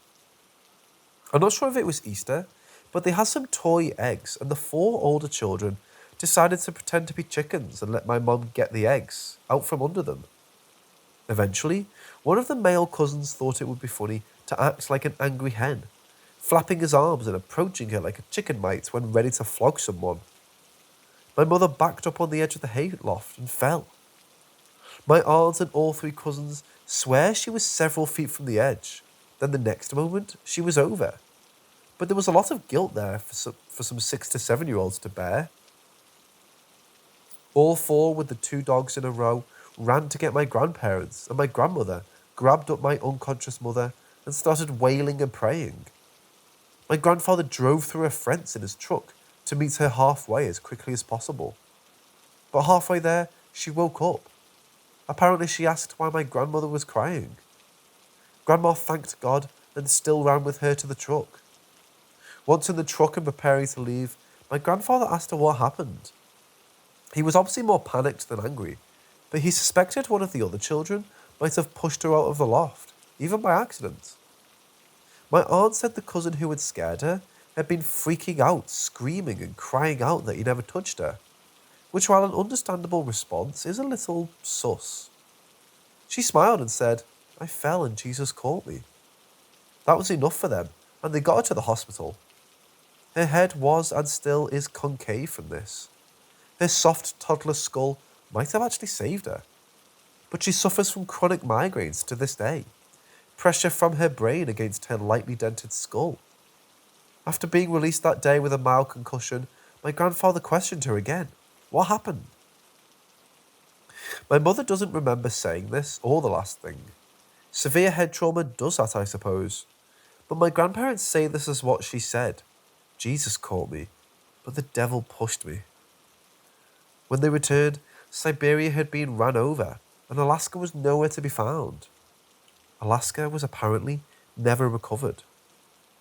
You won't find this house. My grandfather moved his family out and tried to sell it with warnings to the buyers. Sadly, his honesty scared away many prospective buyers, even at a discounted price. Though the issue solved itself. Allegedly, a bear went into both barn and house and in a panicking frenzy, started clawing up and biting everything in there, eventually knocking both of them down, and after it left presumably, a fire started from a ruptured line leading to the propane tank. My grandfather fortunately had it insured, but only took what he had been trying to sell it for. He was honest to a fault like that. Story 2. The Witch. I won't go into detail about my father, but he wasn't a supernatural horror. We can leave it at this. He paid child support and visited me for only a few months after my mother divorced him. Later, when my mother considered suing him for back payments, my grandfather took her aside and told her he'd made a deal with him. He stops being around me, and he doesn't have to pay her monthly stipend and gets to keep functioning legs. My mother wasn't mad when she learned this because he's just that bad. Grandpa basically paid everything she needed for the vast majority of my youth, except when she remarried. My first stepfather was an interesting man. I don't hold any grudges against him, but he liked scaring his daughter and me. A lot of it is stuff I can't remember. I was about 3 or 4 at the time and my stepsister a year younger than me. But allegedly there was an incident with a trampoline where the two of us were having trouble getting up. Despite what other people were saying, he wouldn't stop bouncing on it and thought our predicament was funny. Bullyish, but not something that calls for someone jumping onto the trampoline, tackling him off it and onto the ground, and punching him in the face over and over. But my mother did that. I just don't recall it. It seems far-fetched too. I've met the man in my teen years and he's a good 6'4" and built like a brick shithouse. My mum was big, 5'10", but nowhere near that bulky. I suspect for the longest time the story was exaggerated. I know it happened because when I was a teen I ran into him. He admitted to me during that meeting it did in fact happen, apologised, and asked if my mom was mad. No, we really didn't have any animosity towards him. It was his ex-wife that was the issue. I want you to think about this. A man who does that kind of thing got custody of daughter over his wife. This was the mid to late 80s too. That sort of thing is rare. The mother almost always gets custody, and the reason he did was really obvious. The ex-wife was a sociopath, even if you don't believe in supernatural things. I never heard them talk about this at the time. They were probably afraid of scaring me. But before even remarrying the stepfather, warned her about his ex-wife. That she believed she was a witch. Not some new age hippie Wiccan bullshit or neo-Nazi twerp getting in touch with their pagan ancestors, like a Satan worshipping witch. Nor was she some edgy atheist saying that to get the goat of their Christian contemporaries either. She went all in. I do remember a lot of it. My stepsister was a bit mean. We had fun playing and all, but she would randomly flip out and bite me. It didn't hurt really. I just kind of shoved her off, but there was something wrong with her. The nightlight in our shared bedroom burst one night, and she claimed to have done it by staring at it. That horrified my mother, but kind of amazed me. I liked superhero stuff, so I asked her if she was a psychic, and that made her laugh. She said she had animals like crows, rats and snakes come to her in the night with glowing red eyes, who would tell her to kill my mother and I with a butcher knife. Right down to how to do it, slit our throats. My mother and grandmother insisted we pray that away, and she would claim that won't work. And when asked why, my heart doesn't belong to Jesus, it belongs to Satan. Firstly, I remember my grandmother was very religious, right? This caused a major freak out from her. Grab the child in a hug and start praying for hours sort of freak out, regardless of how much she struggled. Secondly, I bet you're assuming that this was put into her head by her mother, right? This is my 6-year-old said something really woke, red-pilled about Politician X yesterday, tier nonsense. Something a child would not only ever say, if it was put there, and encouraged by an adult. Her mom didn't have any visitation rates. She was that bad. He divorced her when my then stepsister was a year old. Our trailer? Haha, yes, trailer trash. My family not having a lot of money when I was a child is so funny. When at least 3 bedrooms, and I have to say, in the guest bedroom, had all my things moved into it. She hid all the knives in the pantries instead of drawers. Out of reach and of sight as an extra precaution. I tried to get my then stepfather to take her to a therapist. He didn't believe in that kind of stuff, so it was more church and more Sunday school, and more of my grandmother working with her. The situation boiled over, and when she broke one of my toys, well, broke being a nice way of putting it, in the case one of those silly Pizza Hut puppets from the Land Before Time movie. Triceratops was my favourite dinosaur. Sarah was her favourite character from the movie. There was only one, and we fought over it prolifically, to the point that we'd raid each other's rooms for it. Finally, she did manage to get that knife she was threatening us with, and out of spite, hacked Sarah's head off. I remember starting to cry, then getting angry. I was so mad. Madder than I think I've ever been at any point. I know, it was just some dumb fast food toy, but you have to remember I was just a little girl. I didn't even consider that she had a knife. I just slapped her onto the floor. She ran crying, and I'll admit, some guilt. I expected a punishment, but you know, a child who said she was having visions and dreams of demonic animals, telling her to kill the 2 of us with a knife, just like the one she had when I knocked her down, probably stayed my mother's hand from being too harsh. She told me it was very important. I learned to control my temper, though, and said she was proud of me for not acting until there was a physical threat. Except I never perceived her as a physical threat. I'd acted entirely out of being upset about the toy. I never thought she would stab me with the knife, and it was only later that I would find out the full extent of this. The stepfather was slightly more angry about it, but he had never disciplined her for biting me, so considered it par for the course. Parenting is hard, am I right? Again, this man gets sole custody without visitation rights, and that says more about her than it does him. That should be the end of it, right? Oh, poor naive reader. All of this was just a gathering storm. It started with calls to my grandparents, asking where my mother lived. It was a weird question. They didn't answer and wanted to know who was calling and why. The other person got progressively more frustrated as my grandmother tore apart the inconsistencies and factual impossibilities of what this woman was claiming before she started blabbering in tongues, hissing and growling into the phone, and then said she put a curse on her. My grandmother told her plainly, "My God protects me. Your curse is useless. Who is this?" She hung up. My aunt got a similar call. It ended in a similar way. This, like many parts of the story, were things I would find out about later. Some of this, like the phone call, I only knew partially about until recently when I was making sure I had my facts straight on these stories. I knew about the ending, but I didn't know she was pumping them for info. The stepfather had insisted on an unlisted number. This was why. A month later, someone apparently spilled the beans.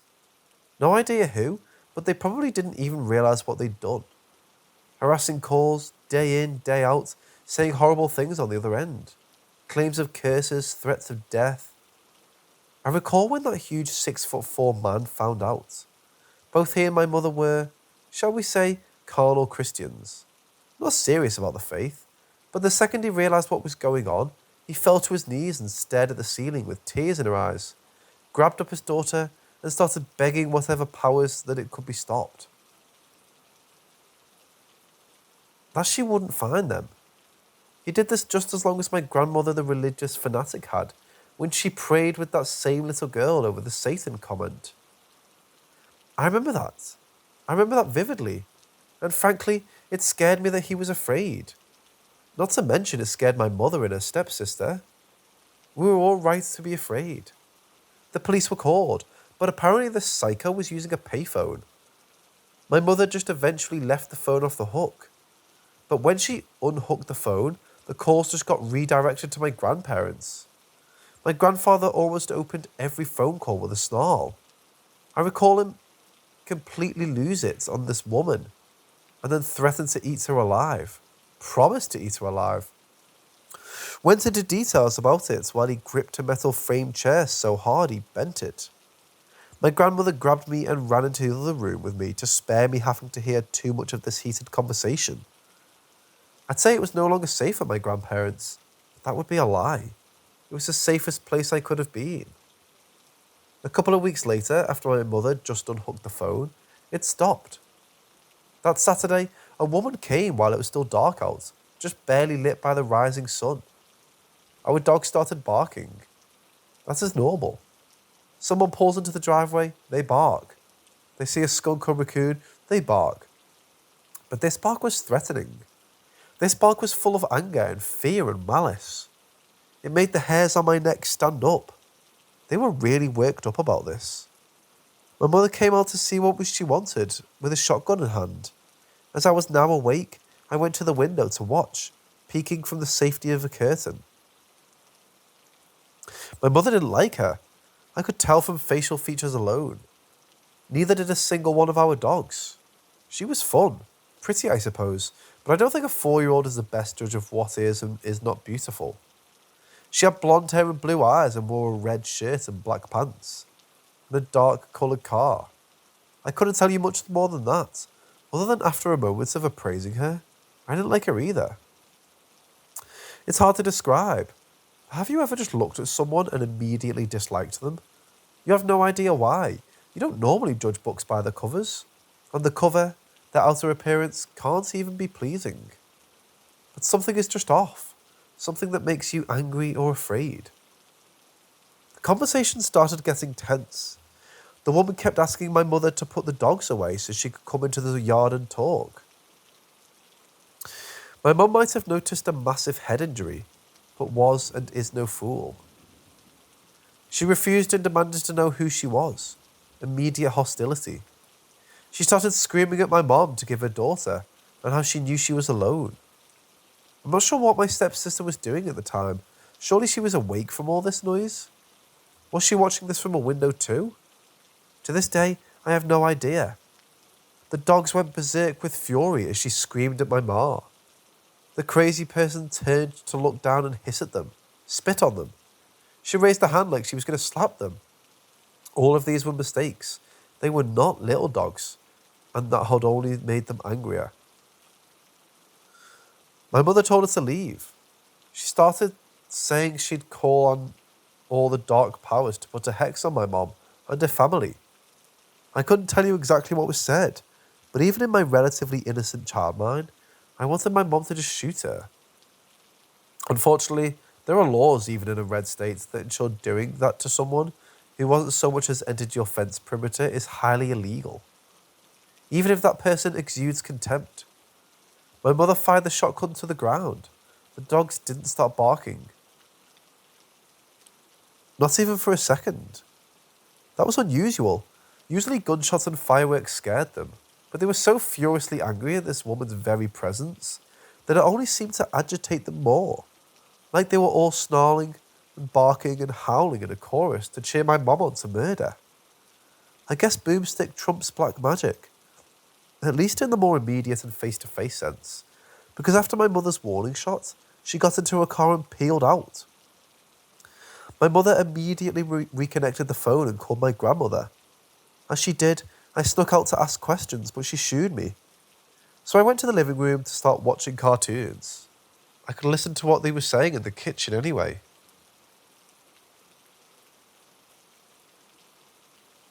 The stepfather was out camping and fishing with my grandfather and some other men to try to wind down after the harrowing ordeal that we thought was over.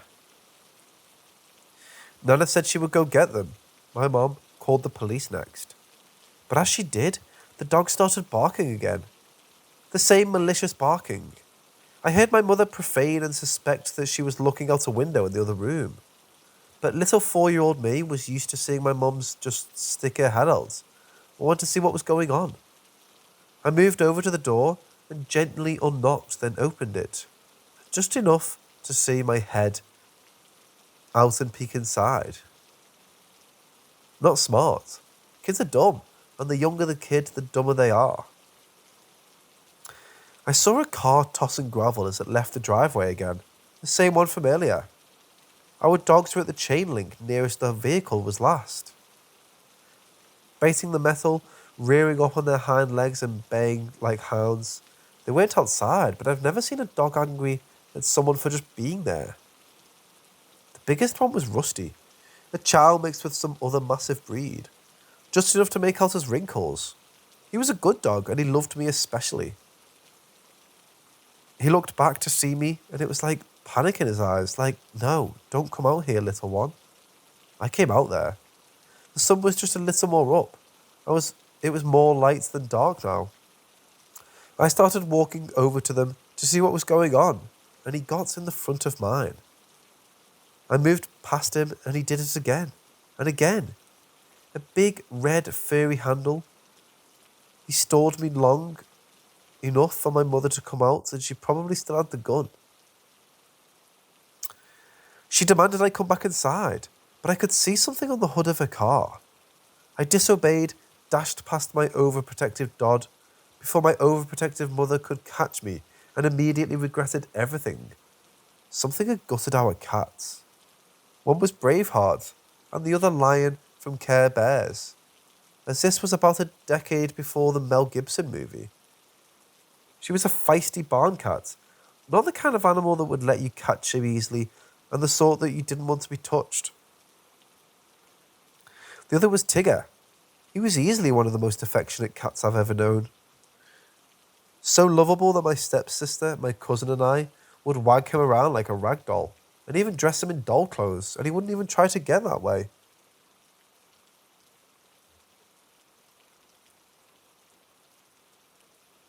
There was no way she didn't kill him before confronting my mother.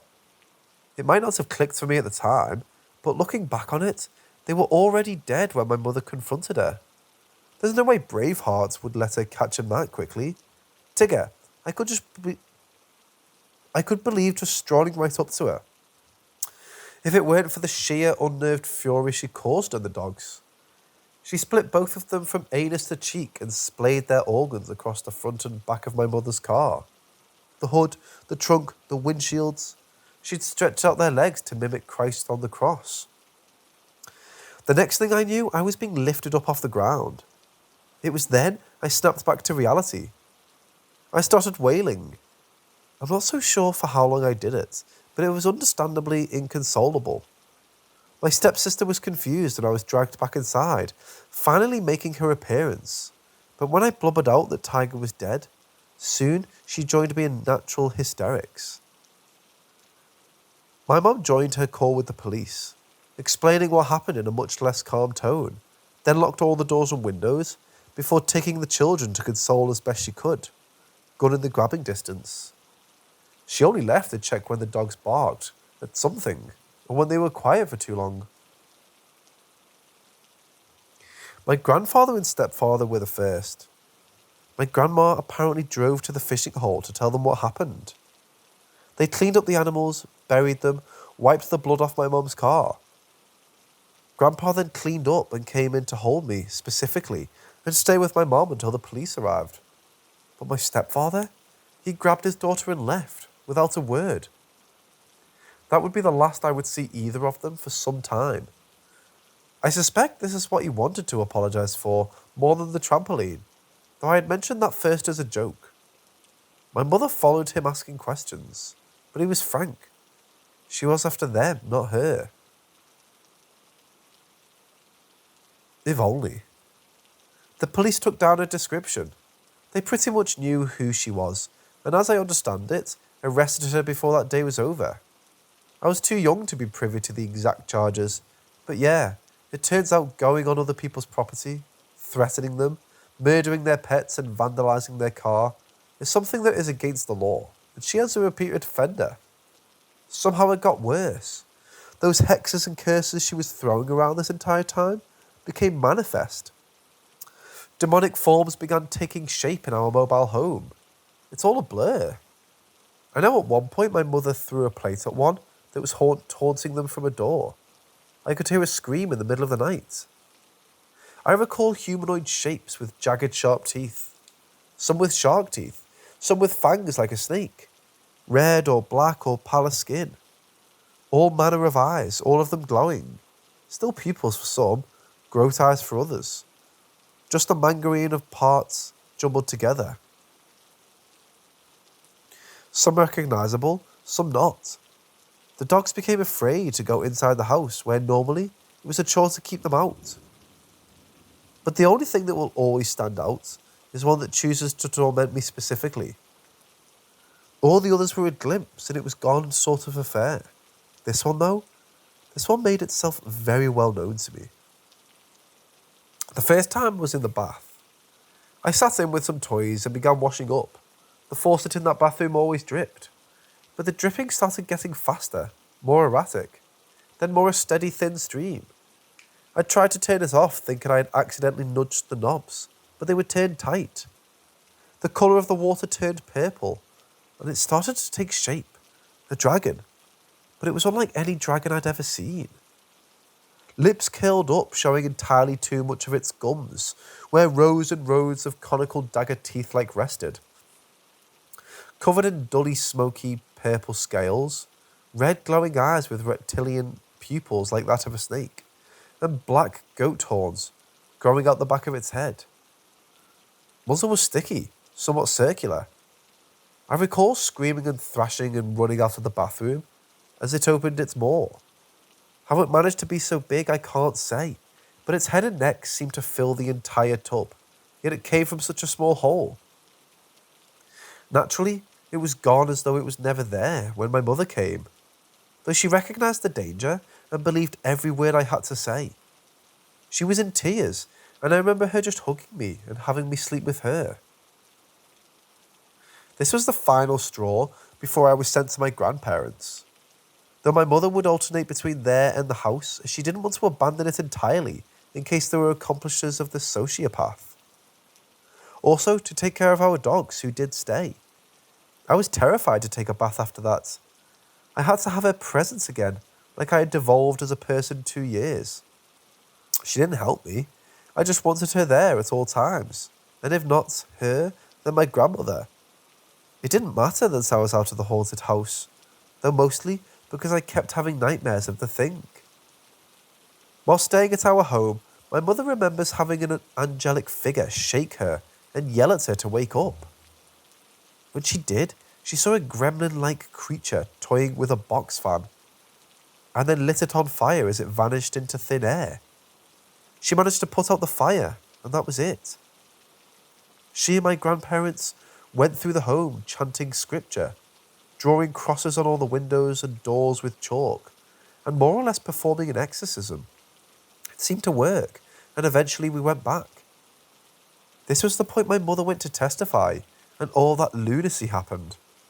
For her, this was about where things returned to normal. Not so for me, but that's part 3. When my mother went to testify with the rest of my family for emotional support, the witch would have psychotic outbursts. I fortunately wasn't there, nor was my now ex-stepfather or ex-stepsister. The witch would still scream and demand to know where they were. My mother didn't answer, obviously, but eventually did turn and snarl, "Even if I knew, I would never tell you." This just made her behave more erratically, chant praises to the devil, and do other absolutely off-your-rocker type stuff. Let me be clear, I hate witch hunts. It's disgusting and barbaric, and many people died because some liar didn't like them. But witch burnings? If they were acting like this? Not saying I agree, but I understand. She'd apparently behaved a little less loony in the divorce hearings with ex-stepfather, but was still erratic there and had a criminal record. But that, combined with this, was enough for her to get put in an asylum. The next best thing to burning, I suppose. But if even half of what I have heard about her is true, there was no curing that woman, and to be frank, yes, I believe she did consort with demonic entities. If it makes you feel any better, my stepsister went on to apparently lead a pretty normal life, and is happily married with children of her own now. Her mother never entered her life to my knowledge. I can sympathise. Went from about 2 to about 20-something without seeing my father. My mother became more faithful, and even if I'm not some hardcore Christian after this experience, it's hard for me to not at least believe in the supernatural. That, and I would have more experience with supernatural entities sealed it. And there was one from the saga I couldn't shake.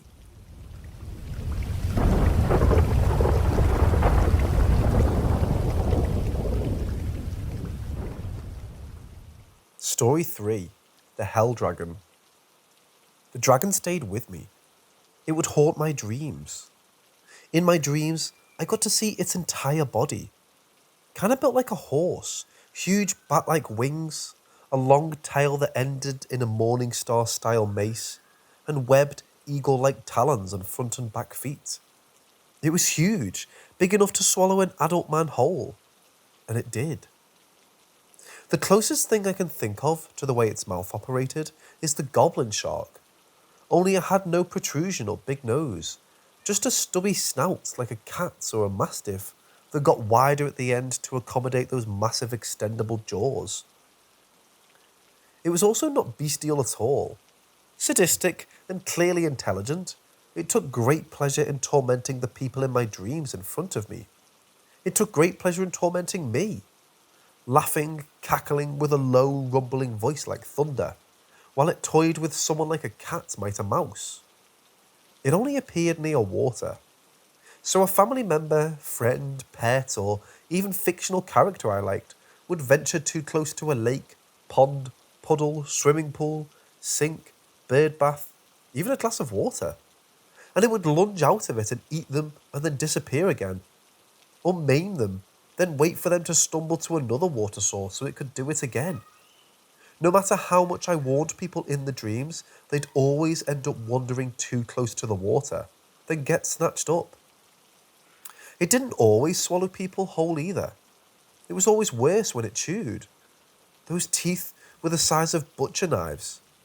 Its victims, I don't even know where to begin. Naturally, they included my mother, grandparents, aunt, uncle, cousin, and family in general. Pets, of course, my Sunday school teacher, the local pastor, his wife. Friends, sure. But then some of the people were just random and bizarre. A few local news anchors, sitcom characters or their actors. Several people I just met in passing or saw on TV briefly. Sometimes people I didn't even know or stray animals. Then there was the really bizarre ones. Sometimes I would pray for help and it would arrive. Or else all these people were just minding their own business when this hell dragon would show up. Bruce Lee, Chuck Norris, Arnold Schwarzenegger, Sylvester Stallone, dead, dead, dead, dead. Even with guns. It might all sound very silly, but this was a monster putting things in terms that a young child would understand. Anything I could think of that might protect me. Anything I could think of that could fight it. Anything that might make me feel safe. Sure, it brought them into being in my dream just to massacre them. Ninja Turtles tried to flee to the sewer. I warned them. They did it anyway and all died. I could just hear them screaming. Then it would peer out of a storm drain at me and grin. Disappear, stick its head out of a manhole covering and spit their weapons at my feet. Ronald Reagan. My family were Reagan Democrats, but they still had a lot of nasty things to say about him and did so in front of me with impunity. But the consensus was still he was a good Christian man. That good Christian man tried to get me into a helicopter, but from a nearby fountain, it just materialised a single massive clawed foot. For his efforts, Ronnie got stepped on and turned into a smear. The rest of it came out and grinned at me, leered at me, pressed its face up against me as I cried and curled into a ball in the corner. But the military was already on the way. A bunch of planes, tanks and soldiers started to show up. They just got destroyed. No weapon phased it. No armour could withstand it. The thing just piled their corpses up in front of me, and while it never spoke, it felt like it more or less told me to count them. It just kept getting bigger and bigger and bigger. More than I as a child who hadn't even attended school yet could count. And I kept feeling this existential terror, especially when I saw some of the tanks had a hammer and a sickle. I was young and didn't understand geopolitics, but I understood that meant Soviet. When I finally woke up, it was taller than any mountain, just of wrecked vehicles and dead bodies, like it had killed every soldier in the world and very politely kept them as intact as possible, just to flaunt them in front of me. It seemed especially fond of killing other dragons, especially more heroic ones, like those who were an affront to it. It killed Godzilla. It grew to the size and just started biting and scratching him. It took off one of his arms, then flew him into the air and dropped him. Godzilla breathed his thermonuclear death breath, but it just dodged the beam. Godzilla tried crawling off the water and I screamed for him not to. The dragon disappeared and reappeared in the water, dragged him in and started gouging out his eyes. I don't think it actually killed him. I think it just wanted to make the good dragon suffer. Superman, the Christopher Reeve Superman, yes, that Superman, punched it through a building and then kicked it into the clouds. I immediately started looking around for water it could jump out of, but instead it just dove back down like a falcon and rammed him into the ground, then picked him up and started slamming him into the ground over and over, sinking its claws in deeper and deeper. It let go to start smashing him with its tail into a deeper and deeper hole. He kept trying to get up, but every time he did, the tail would just come down again. It waited for him to try before it hit again. Then, when he stopped moving, sunk a claw into him, bit down on his head and decapitated him. Opened its mouth to show me his head stuck in its teeth. I could have sworn at one point there was a nuclear explosion. It just walked out of the mushroom cloud like nothing happened. I had never seen a single Nightmare on Elm Street before.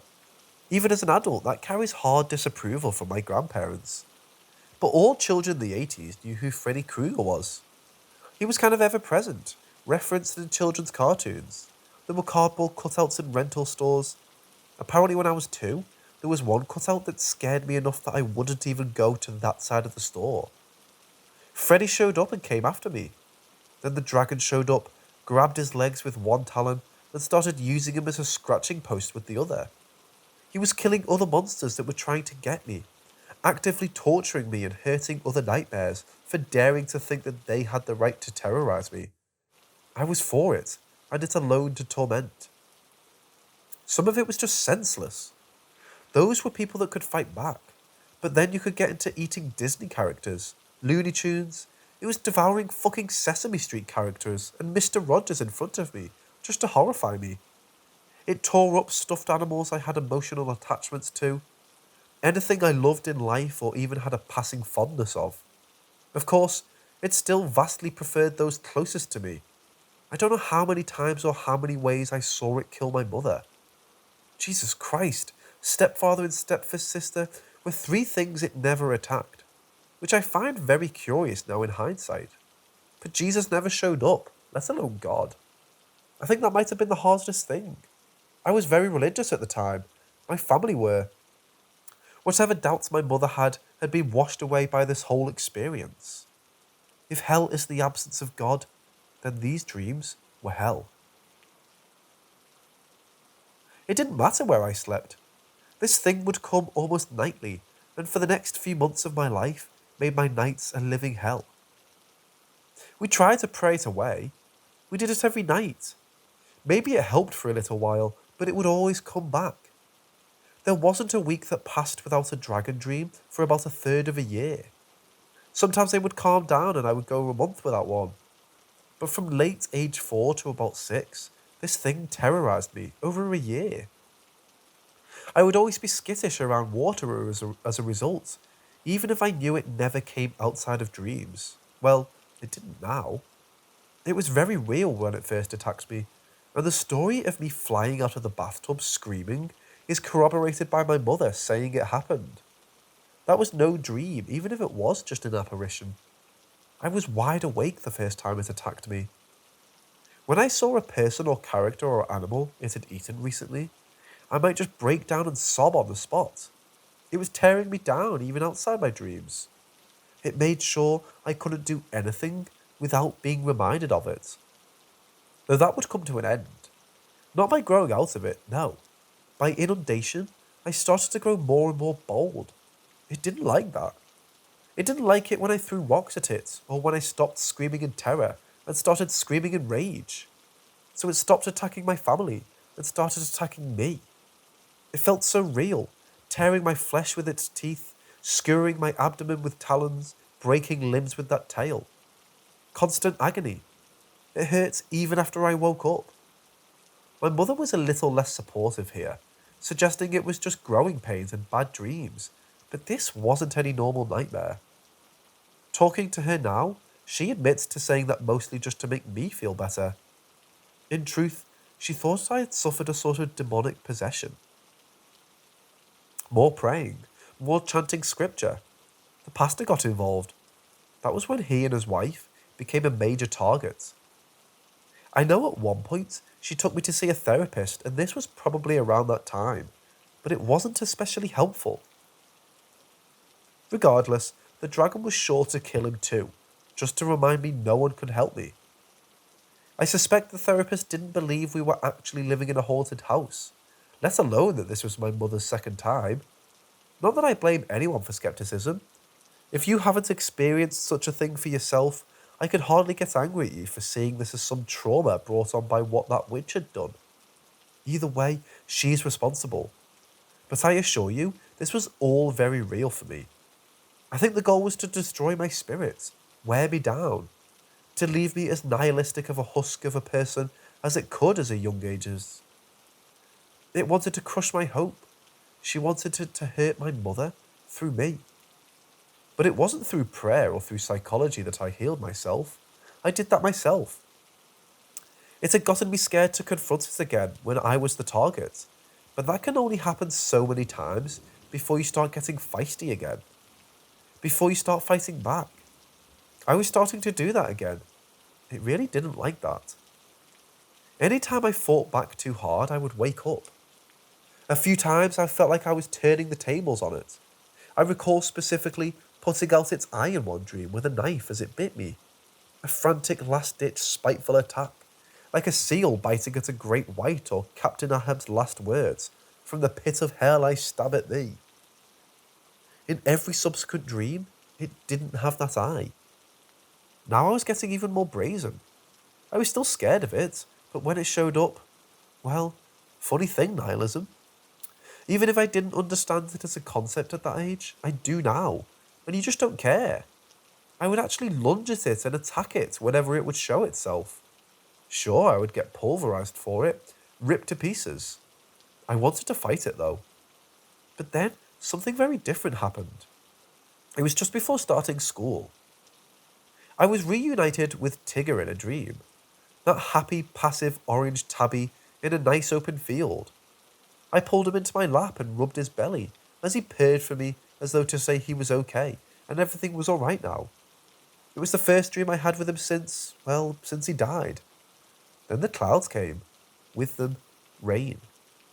I don't think I need to say where this is going, but it had never come out of the rain before. This was the first time. Like some phantom, it just materialized out of the pouring rain. I was up and running immediately. The ground was soaked by the sudden deluge, though. The mud sucked off my shoes, my socks. Even as I ran through the bog and sank to my knees, I knew that the demon dragon was actually after. I threw Tigger to give him as much of a head start as I could. He tried to run. That demon leaned over me and snatched him up in those jaws, flayed him open, and threw him in my face. I laid face down in the mud, covered in cat guts and blood. I turned to look up at it, and the bastard was smiling at me. A wide grin showing off all those dagger teeth in its distended maw. No real nostrils to speak of. Just a slight protrusion from the rest of its head. A stubby little snout full of knives and malevolence and sadistic glee. Before I could respond, I woke up. I just stared at the ceiling for a moment before I furrowed my brow and ground my teeth together. I wasn't sad. I wasn't scared. I was just angry.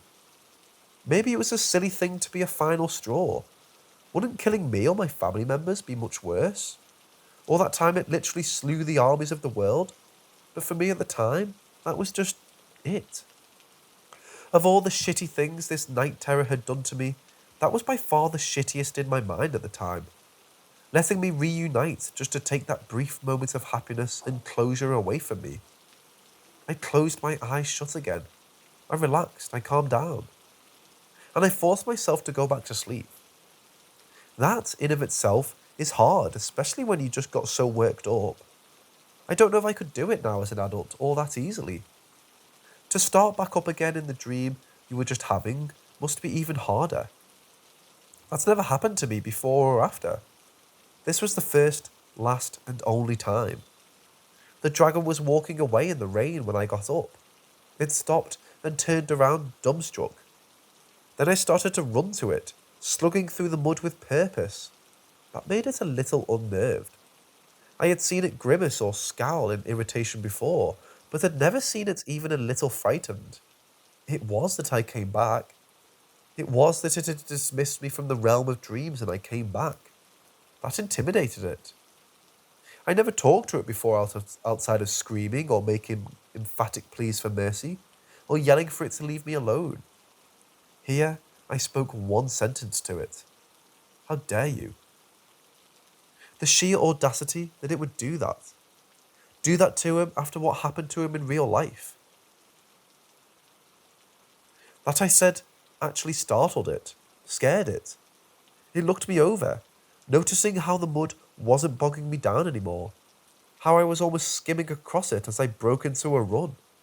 It began to backpedal, Some massive dragon bigger than a Tyrannosaurus stepping back from an angry 6-year-old.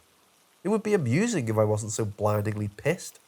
If now, some 30 years later, I wasn't still so blindingly pissed. It was too late to run.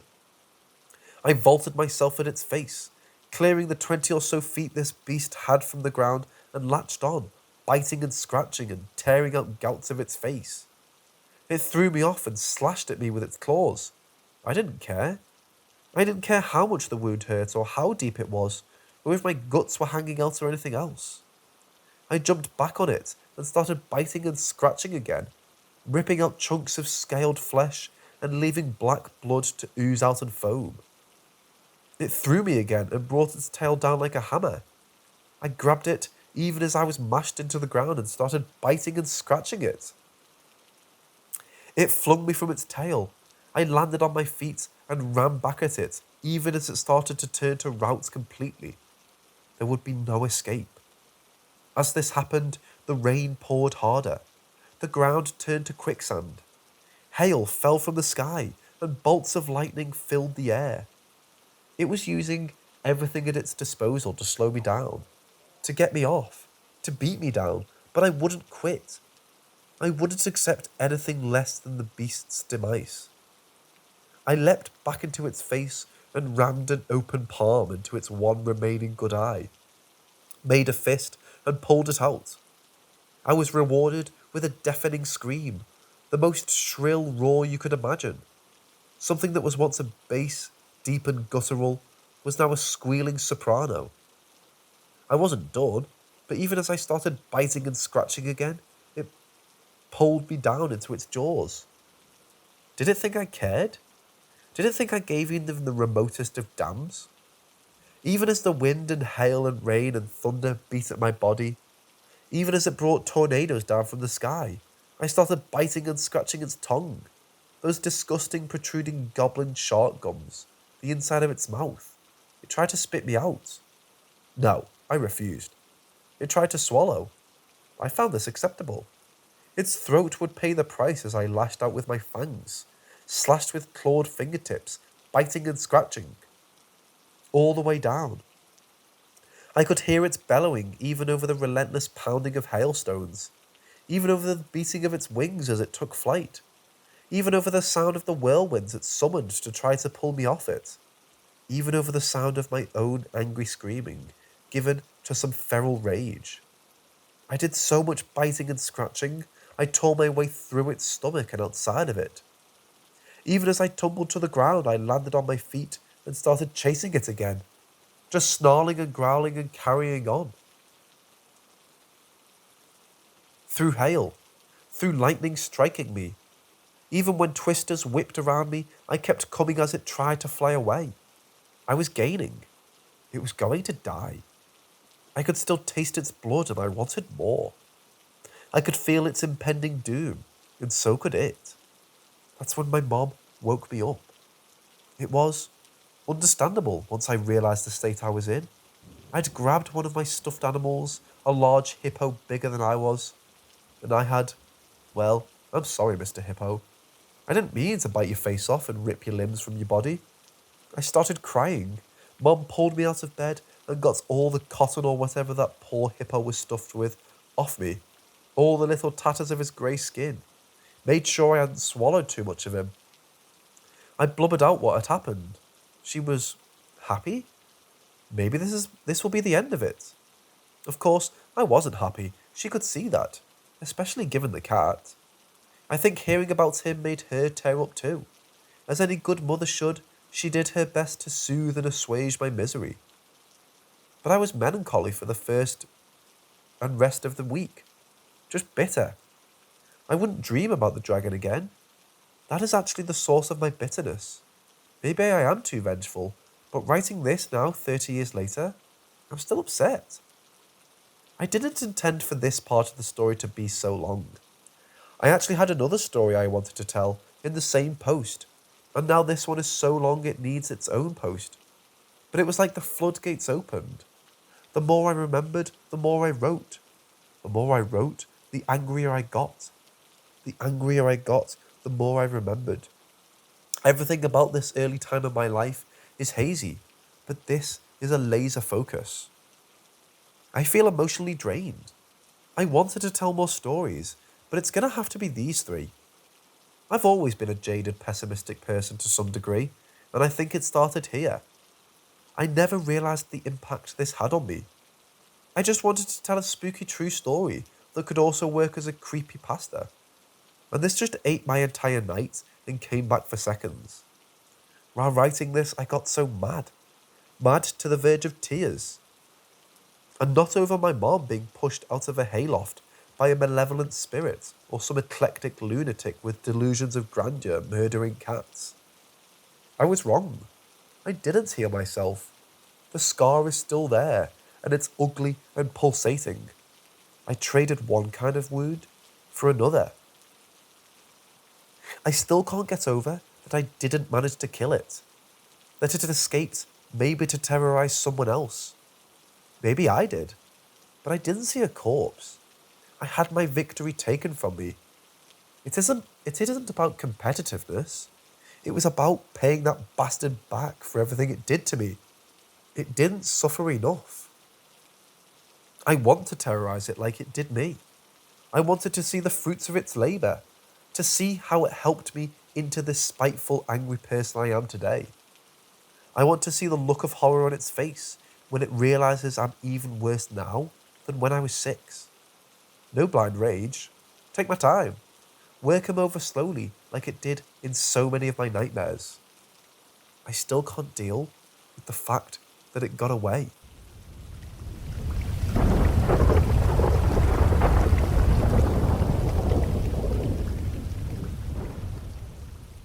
So this is a story from 2008. There was a guy, let's call him Ollie. It was late August and he was done nothing in summer. He then decides that he should take a camping trip over the tundra. He packs with him a tent and gets his brother to drive him to the place that he's going to start at. He reaches the spot and starts walking. He has to walk through a forest before reaching the tundra. When he reaches the tundra, he decides to take a lunch break. Then he sees an ATV coming towards him. It's an old man, one of the local reindeer herders that are here. They start talking, with the old man telling Ollie a good route to walk and where the best fishing lakes are.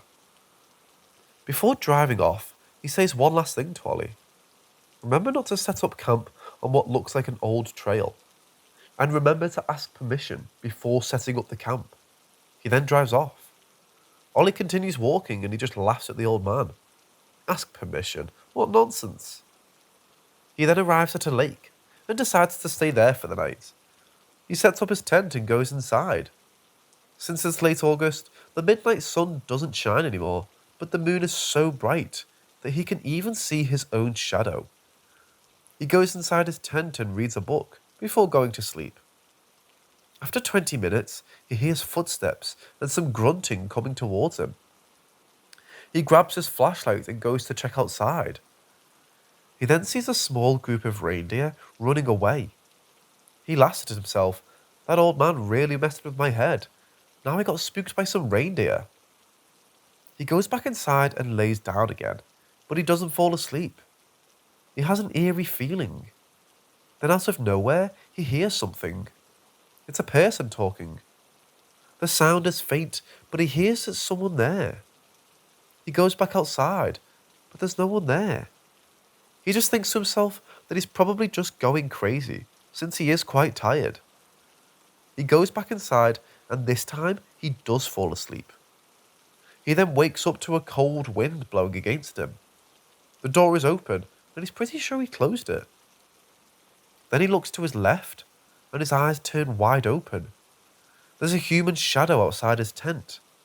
He grabs his flashlight and goes out, but there's no one there. He just sees a fox running away from there. He goes back in, but he doesn't fall asleep. Hours pass by, and he finally falls asleep. Then suddenly, he feels the cold air coming in again. He wakes up, and he sees something that makes coldness go through his body. 2 white hands are in front of him, reaching for his legs. He He screams, and just as he does that, the hand grabs his legs. He's dragged outside. He screams and flails around, but the hands keep on dragging him. Then finally, they let go.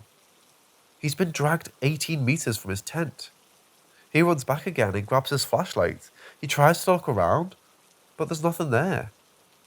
Then all of a sudden, the flashlight turns off. He then looks towards a hilltop, and there he sees something. It's a human silhouette and a reindeer silhouette. He blinks, and they're gone. The flashlight also turns on again. He goes back to his tent, and this time he doesn't fall asleep.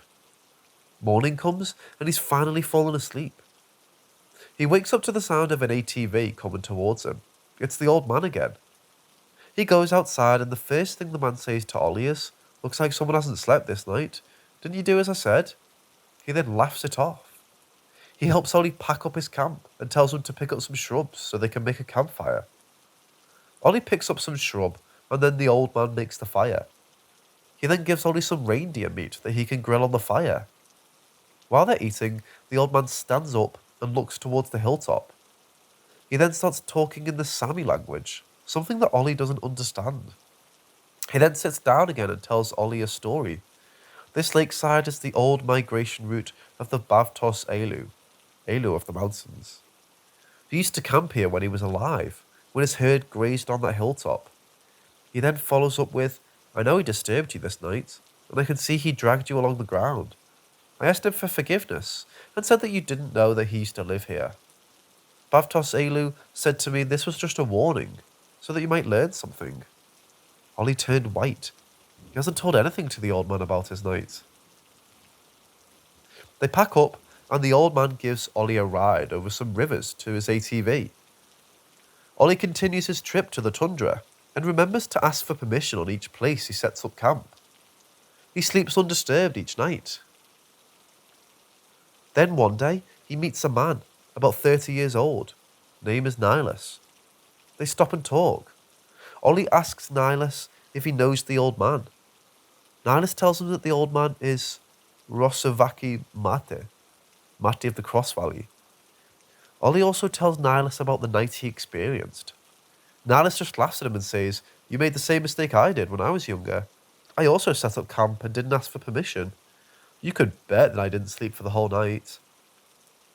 He then continues by saying that Mata is not a normal person. He's said to speak with the dead, and he sees things that other people can't see. He knows everything of these mountains and his tundra, and all of its story. He's also been said to heal people. There was once a child that had accidentally cut himself with a knife. Luckily, Mata was there. He stopped the blood and held the wound with his hands. The child stopped crying, and when the ambulance arrived, the child said that it didn't hurt anymore. The cut was also quite deep, as you could almost see the bone. The child recovered really fast too. Ollie continued his trip until he finally arrived to the town he was walking to. There he took a bus to his hometown and was quite tired of his trip.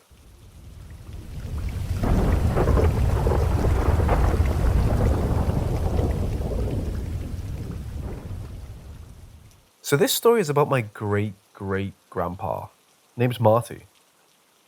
He was on his way to his herd after being on a trip in town. He was with his trusty reindeer that is pulling his sleigh. The reindeer is really calm and isn't spooked easily, so he really likes to take him into town to trade and buy stuff. They were walking along a forest on their way to the tundra and his family. It's really dark, with only the moon that gives out a bit of light. He isn't bothered by that. He's walked through this path hundreds of times without any problems.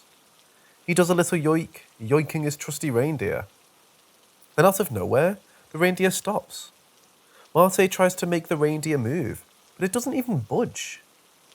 The reindeer is looking at their left side, looking at a thicket. Marte decides to look in the same direction as the reindeer, but the darkness makes it so he doesn't see very well. Then suddenly, out of nowhere, a bone-freezing cry comes from the trees. The reindeer gets spooked and starts running. Marte is fast enough to jump on the sleigh before he gets left behind. The reindeer is sprinting away and isn't even thinking of stopping. Marty looks behind him, and in horror, he sees a small shadow following them and shrieking. He can barely see it, but he does see it has a human shape. Then he whispers to himself, God damn it, it's an Aparis. The reindeer is running at 60 kilometers an hour, and the shadow is right behind them. Marty thinks to himself what to do, because if that thing manages to run 3 circles around him, he'll go insane. He yells back, Child of the forest, if you let me calm down my reindeer, I can help you. It works. The shadow stops. The reindeer has calmed down enough. He jumps off the sleigh, takes the sleigh off the reindeer, and ties the animal to a tree. But he doesn't tie it properly so that the reindeer can break free if things go south. He pulls out a candle and lights it. He draws a cross on the snow and sits down. He then says, Come out, I'll help you. Sure enough, behind a rock, a small child appears. Probably 4 years old, skin pale as snow, missing an eye and a foot. It only has a small leather dress on it. Marty then tells it that he's going to baptize it.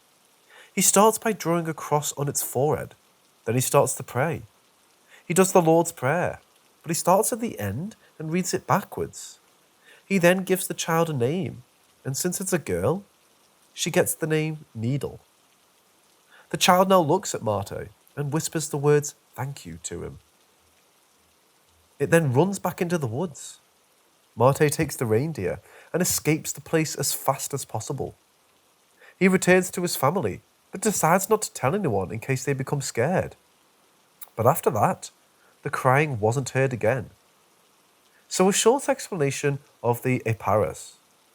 Back in the old days, the Sami people had hard access of getting medical help since they lived so far away. So if a child was born with a disease or was injured, they couldn't afford to treat the child.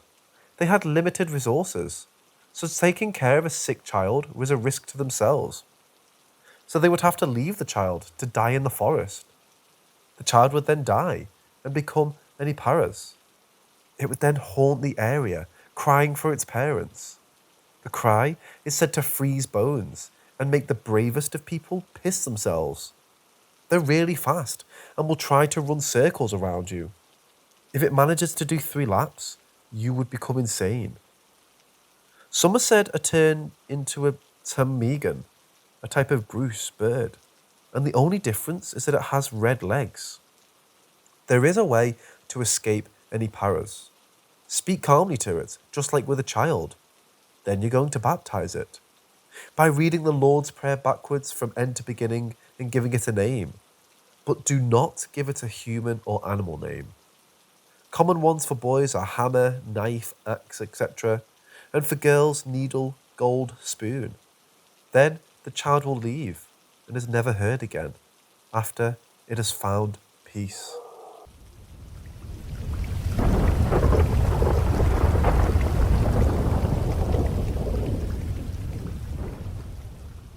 The story is about a guy named Antti.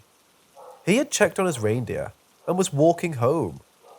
It was the midsummer day and the midnight sun was shining bright. He then notices a smoke in the distance. He decides to check it out in case it's someone who's lost. He appears at the smoke, but there's no one there. He walks closer and there isn't even a fire. He thinks about it and decides to sit down beside it. He sits completely still and doesn't move a muscle. After a bit, a thick fog comes towards him. He's surrounded by the fog, but decides not to move. He sits completely still.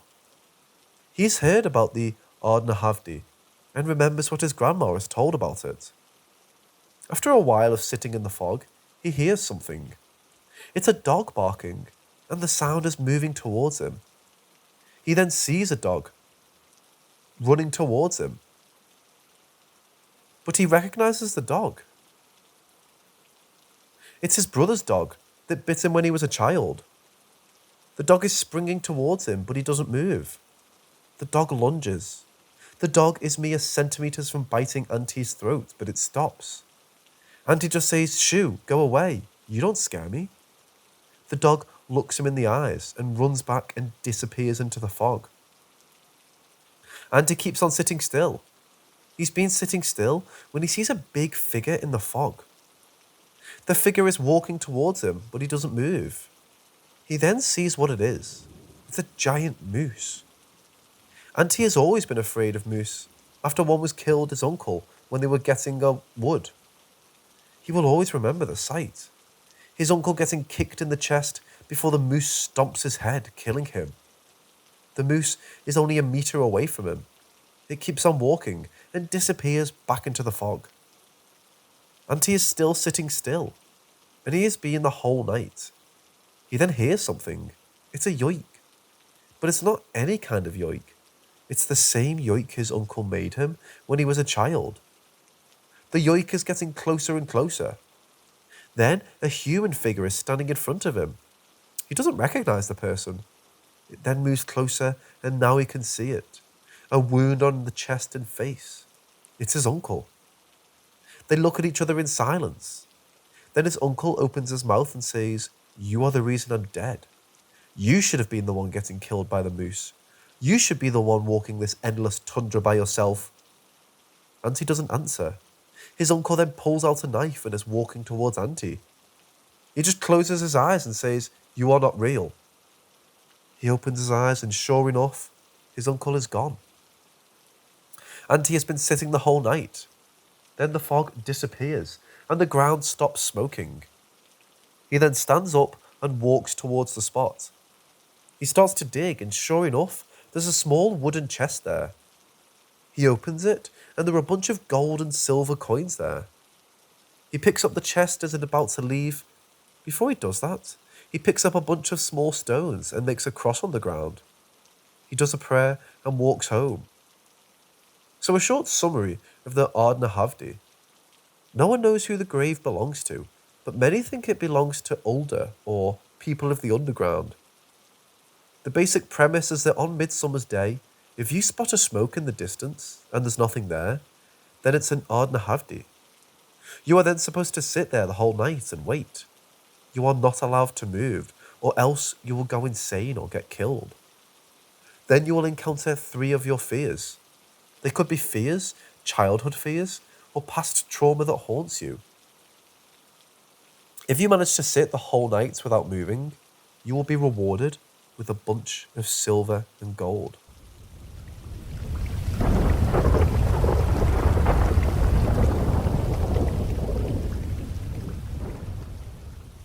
In 2004, me and my family went to visit some family friends in the countryside of Italy. It was me, 11, male, my big brother, 15, and my parents. We get to their house and it's pretty isolated, at least a 10-minute walk to the closest neighbour. We were all struck by this very old beige and beautiful brick house. The house has 2 stories and divided in the middle with a wall. 2 families shared this house. Originally, there hadn't been a wall dividing it. Our family friends lived on the right side of the house and the neighbours on the left. As it turns out, the neighbours were moving out just a day after we arrived. My parents had the idea that me and my brother could stay on the near empty left side of the house to make it less crowded on the right side. We agreed happily, but would later regret this decision. So when the neighbours finished moving and left, me and my brother were asked if we wanted to go check out the left side of the house, since we would be staying there for a week. As we enter the front door, we notice that the hallway is just cobblestone, no tiles or floor. In front of us on the left is a staircase, and on the right, the hallway continues a bit, leading to a storage room.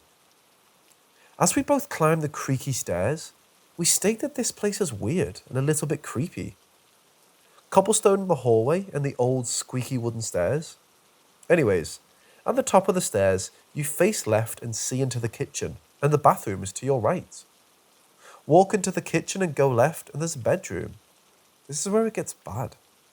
The neighbours had only left a few things behind, which was a queen-sized bed in the bedroom, a cross hanging on the wall above it, and a portrait of Mother Mary on the opposite wall. Me and my brother lay down on the bed and discuss why they left these strange things, and go on to say we feel a bit uncomfortable here, like we're being watched. We had been in the bedroom about 10 minutes, when suddenly we heard a noise from the bathroom, like something fell on the floor. We lean over the foot of the bed to see through the kitchen into the bathroom. We saw nothing and laughed at how spooked we were. But as we were laughing, the light in the bathroom turns on with a distinct click and then off again. We stop hanging over the foot of the bed and sit so we can't see into the bathroom anymore, but we still hear the clicking. We looked at each other with a mild panic, saying with only our eyes, "What the fuck?" when my brother starts laughing hysterically. Now I was scared as hell. Why is he laughing? As I look at him, I'm getting even more scared at how long and crazy his laughter is. I noticed that his eyes looked scared while he's laughing.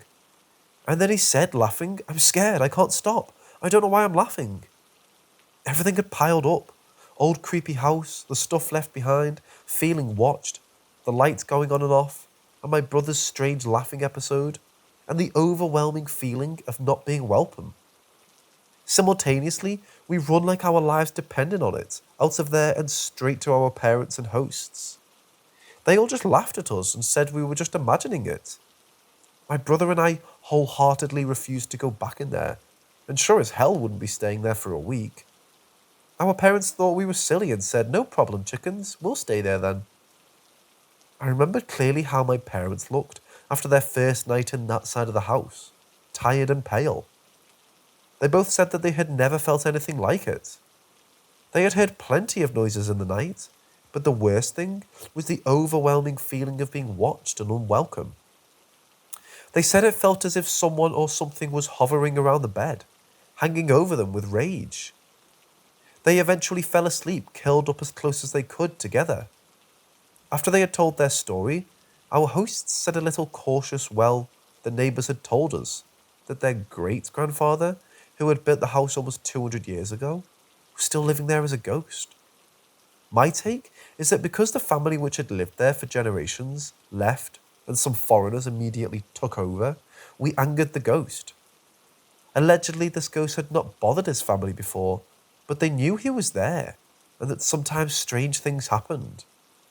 Our family friends have now moved away as well.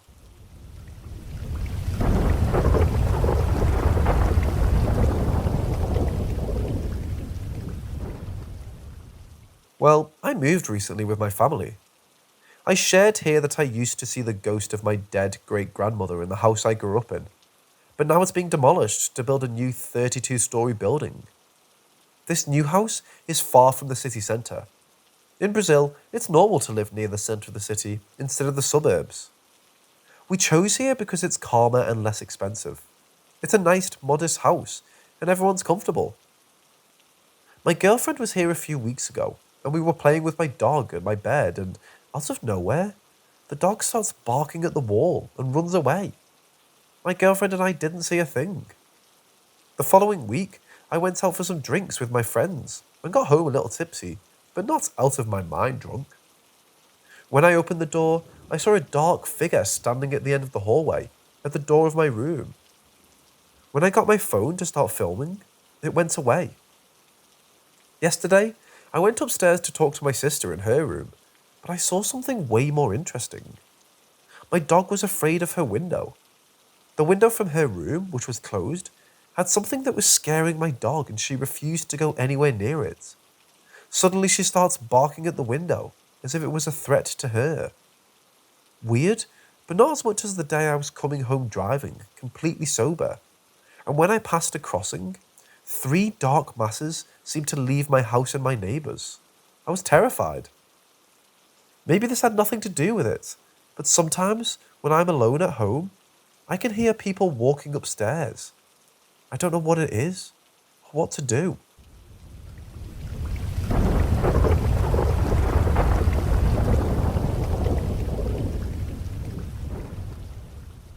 I had a weird encounter today at the gym.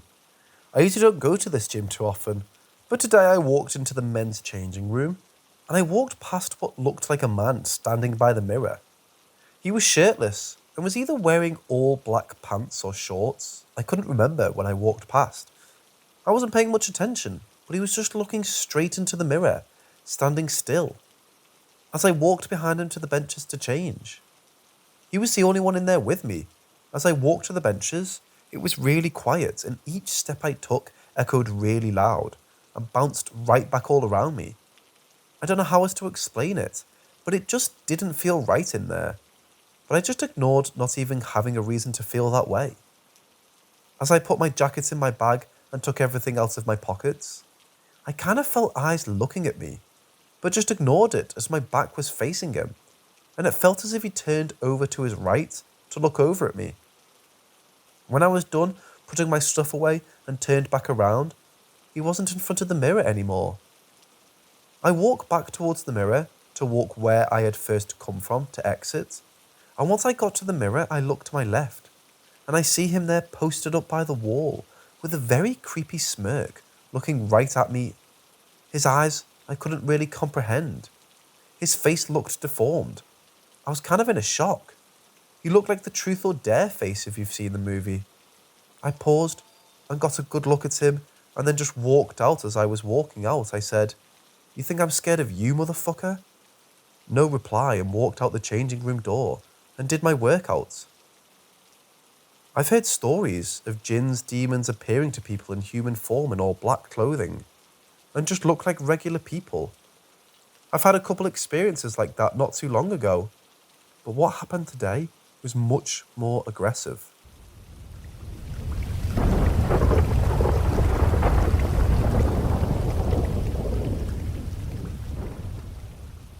So the first one starts in a townhouse I used to live in with my mom and sister. The way it was set up was there was the front door, and inside directly to the right was stairs that led to 3 bedrooms. Mine was at the front, so my window went over the front door. Any time of day or night that you'd look inside my room from outside, it always looked like it was getting black.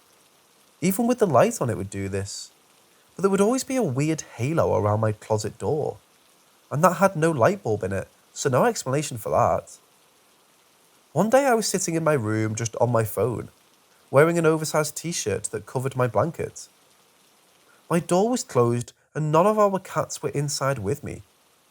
I don't remember falling asleep, but I woke up after like 20 minutes and my legs stung really bad. So I looked and I had like 30 scratches all over my thighs, just deep enough to break skin. And I know it wasn't me. I had a really bad habit of biting my nails off. That room made me so uncomfortable, I refused to sleep in it for like 6 months, until my mom forced me to stop, because she thought I was being ridiculous. I also had friends tell me they had seen very tall, dark figures in my doorway while coming up the stairs to my room. After my grandparents passed and we moved into their house, I started smelling cigars. My grandpa used to smoke them, and no one else smoked at the time. I also used to hear footsteps a lot. There was a laundry room in the back that every time I went in there, I'd get so uncomfortable, it almost made me physically sick. Every time. There was a room in that back that was literally always cold, and there was no real explanation for it. It had heating, and the house was built right there. There was nothing wrong with the room/walls. It was just always freezing in there, even with space heaters. My mom had a house built on a hill, and I got to move there by myself for a couple months, before everyone else. And every night, I used to hear a weird melodic music, like a 10-second melody, coming from the laundry room. I went in there because I just went to do the old house to do the laundry until my mom moved in. After she moved in, she did laundry, and I found out that the music was the washing machine turning on and off. There were multiple nights that I laid down, and as soon as I got comfortable and closed my eyes, I heard a man talk directly into my ear. Didn't recognize the voice, and I could never make out what he said. After I moved into my own apartment with my mother, I've experienced things a lot more often. I used to have a toy light that plays lullabies for my daughter that has an auto shut-off of 15, 30, 45 minutes, and it would turn itself back on almost every single night, hours after she had fallen asleep. And it was on a tall dresser that a toddler wouldn't be able to reach to turn on. I get the absolute worst feeling going into her room alone. Again, it makes me want to throw up. Her toys turned themselves on all the time too. There was a time I was about to go to sleep and decided to grab something from my living room. And as I go to open my bedroom door, I hear someone talk. And then as I open the door, I heard something drop. And out of the corner of my eye, see my daughter's stuffed lion fall from an upright position. It was old and gifted to her. It literally cannot stand up without being held that way. Another day, when my ex and I were fighting, he stormed off and I didn't see where he had gone. And then I heard stuff moving around loudly in the kitchen, so I asked him what he was doing. He came out of the bedroom and asked me what, and as soon as he came out, the noises in the kitchen stopped. One time I lay down in my bed with the door open. That's why I have to close my door now. And right as I did, I saw this weird blacked out thing run, hunched, across my hallway. My husband and I heard people talking all the time. Lights get turned on, doors get opened or closed. Things disappear and then reappear in plain sight or hidden. I felt someone touching me when I know for a fact there was no one near me. Also, sage literally will not burn in this apartment. Like, I'm not making this up. You can try all you want to light it outside. As soon as you step outside, it'll spark up. If you light it outside, then come inside, it immediately burns out. I've never seen anything like it.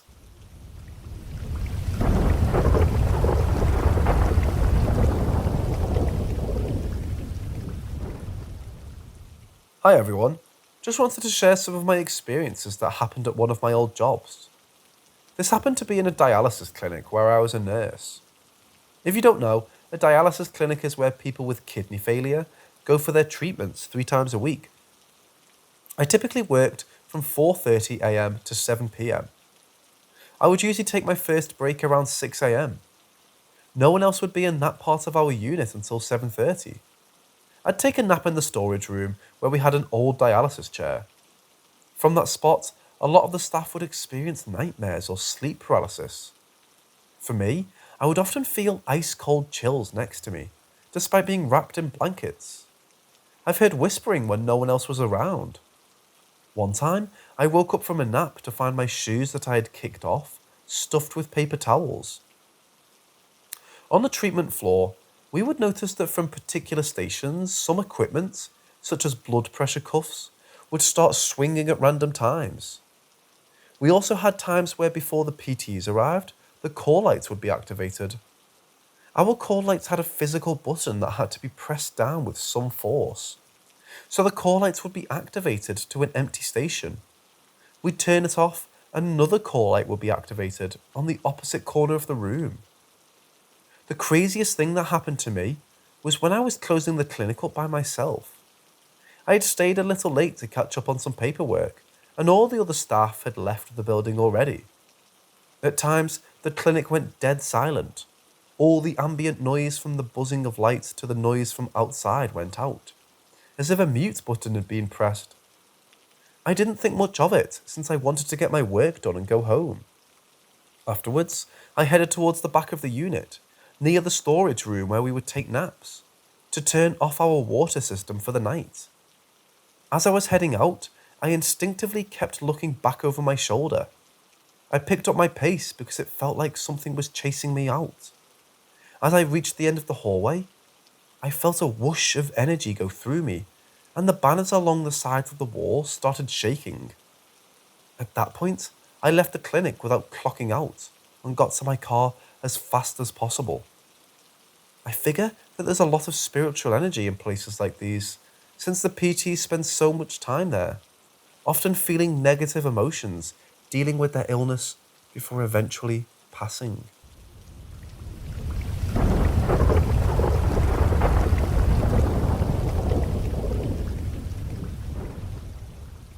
When I was around the age of 5, I received a life-sized doll for Christmas. On the box, the doll was called the Wispy Walker doll. It was about the same height as me with blonde hair and overalls. The strangest part about this gift was no one could recall who got me it, as it was labelled from Santa.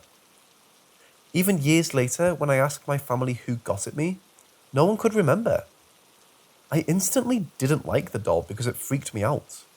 I left the doll in the back of my closet, far away from all my other toys. Years passed and the doll remained in the back of my closet, untouched. When I was about 7 years old, I began to play hide and seek with my mum in our home. I decided to hide behind the door in my bedroom, which was right in front of my closed closet door. I gasped when I come to find the walking, wispy doll out of a box, placed behind my bedroom door with one eye open and another eye shut. I scream and run to my mum crying. I tell her, "Mum, Big Sis is playing a prank on me and put the walking doll behind my door to scare me." My mother, confused, explains that my sister had left for camp this morning with her class. My mum walks over to check behind the door and there was no doll. My stomach drops and I'm at a loss for words. "Maybe you're just seeing things," my mum told me. We opened the closet to check if the doll is still inside. It was, but outside of its box. I had never taken the doll out of its original packaging. I eventually got rid of it, but every time I remember this story, I get chills.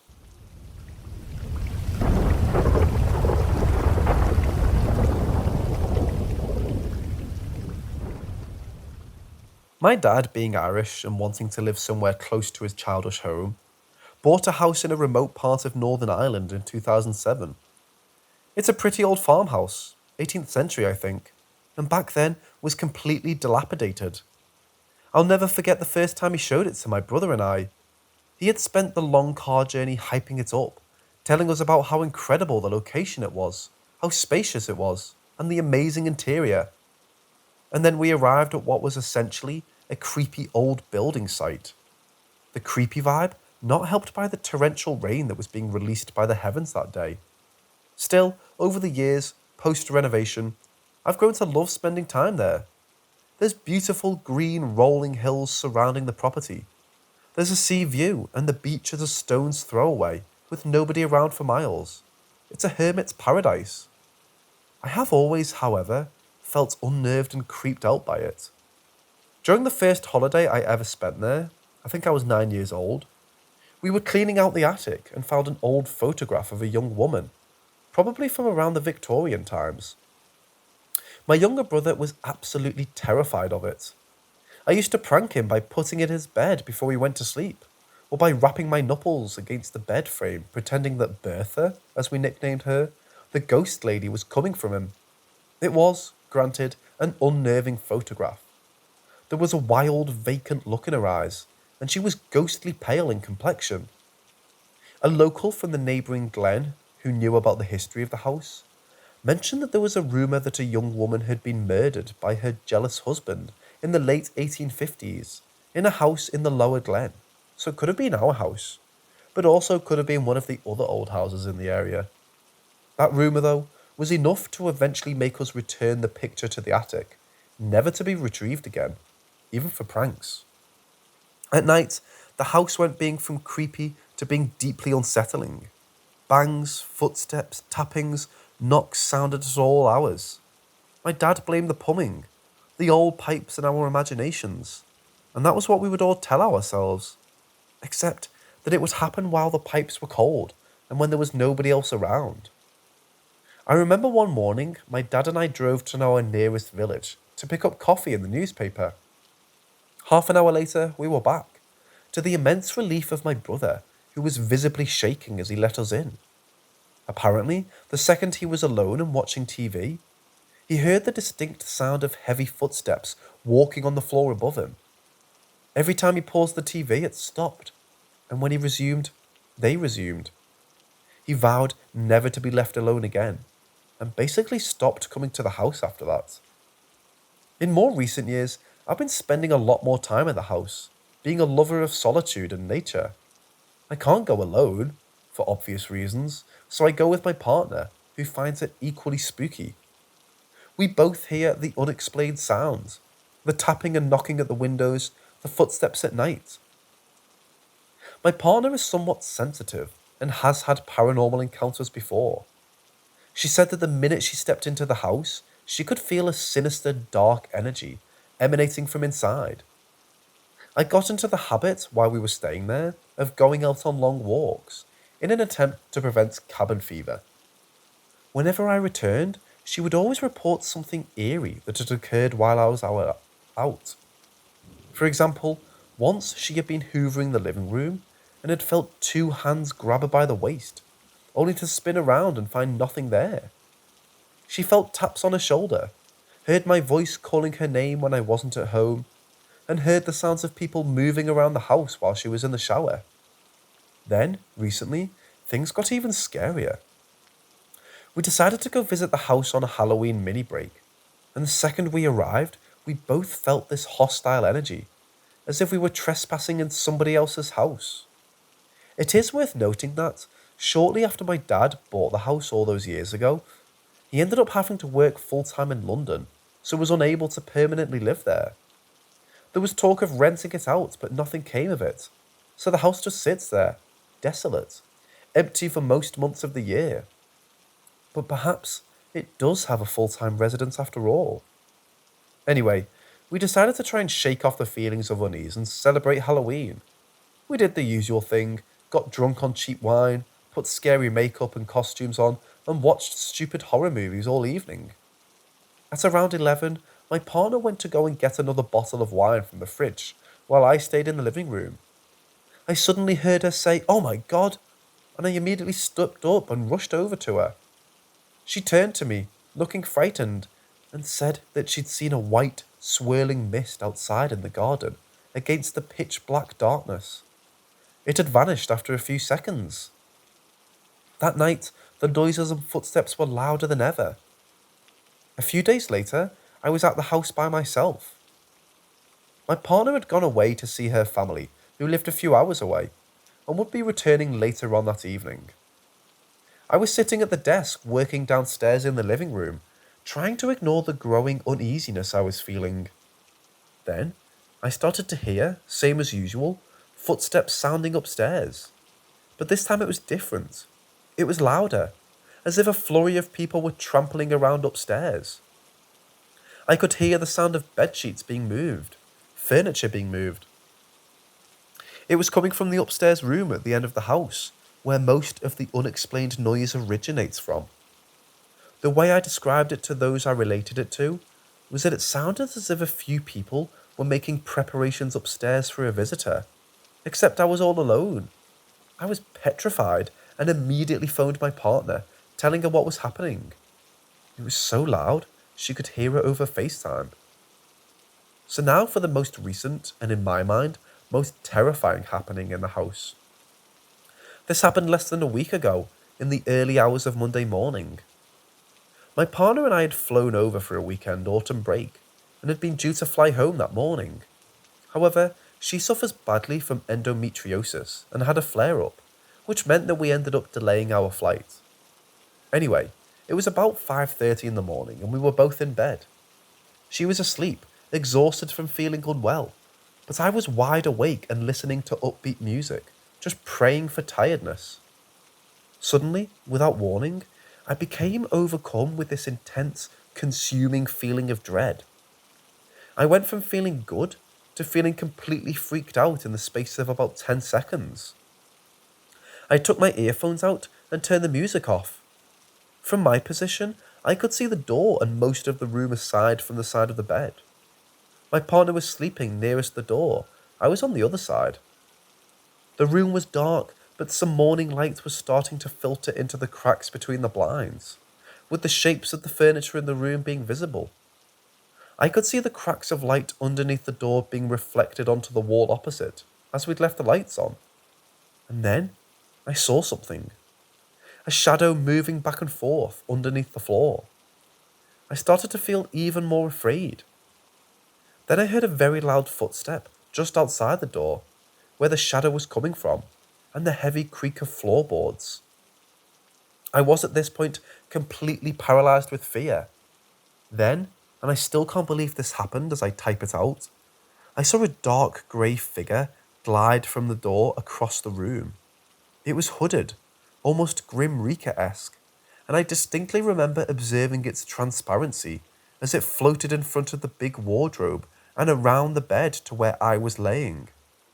It was at this point that it went out of my line of vision, and being unable to physically move, I didn't turn to see where it went. I summoned up the courage to use my right hand to shake my partner awake. She, after a good few minutes, woke up and turned the light on, becoming concerned when she saw the state I was in. Apparently, I was totally pale and shaking and unable to speak until she had managed to calm me down. I'm still recovering now. It was the most visceral, horrifying thing I'd ever witnessed.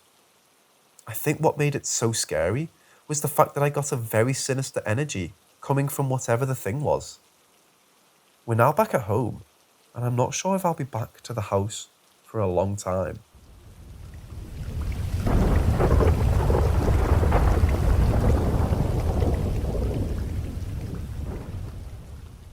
My husband and our children have lived in the same home for almost 4 years now. The home was originally built in 1906. At the time this story takes place, we were remodeling our kitchen and bathroom. About 2 years ago, my little brother came to visit for a couple of weeks around Christmas. He was sleeping in the living room, which is probably 50 feet from our bedroom. The second night he was there, around 3:30 in the morning, I wake up to him shaking me and standing on my side of the bed with a Mountain Dew and a bottle of water. He scared the holy hell out of me. Freaked out, I asked him what in the actual funk was he doing. He said, "What do you mean? You asked me to bring these to you." Confused, I said, "Wait, what? No, I didn't." He said, "Yes, you did. You yelled across the house for me to bring these to you." I was a little confused, but thought maybe I was yelling in my sleep and dropped it. The next day, I yelled out to him from my room while folding laundry. I yelled for him multiple times and he never came in. So I went to the living room and was like, "Really, dude? I've been calling you for 5 minutes." And he said he couldn't hear me, which really made me question the night before. A couple nights later, around the same time, I woke up to screaming. I jump out of bed and start running towards the screaming. As I get out of our room into the hallway, my little brother is standing outside my door, crying and hyperventilating. I start panicking, like, what's going on?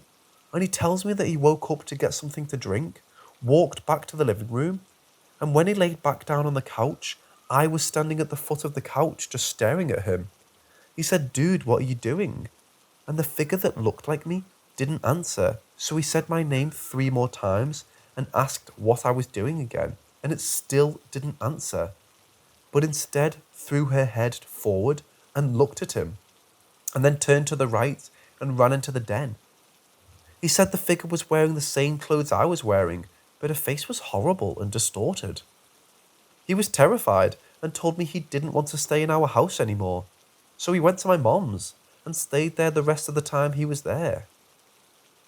Now, nothing has ever happened to me in my house.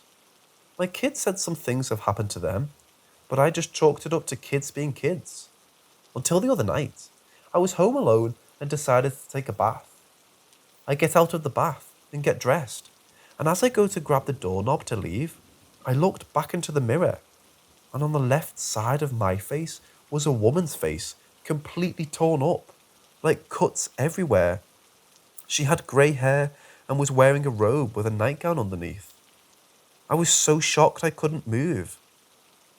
I went to turn to run out of the bathroom, but nothing. I couldn't move, and all of a sudden in my left ear, I hear a whisper in a woman's voice say, "You're the only one that understands." I finally could move and ran out of the bathroom and called my husband. I'm still kind of freaked out by it, and if I have to go into the bathroom, I leave the door open. Nothing has happened since, and I'm really hoping nothing else does happen, because that was scary. I have noticed it's any time we're remodeling or changing anything in the house that something paranormal happens. The day before this happened to me in the bathroom, we finished putting new hardwood in the hallway.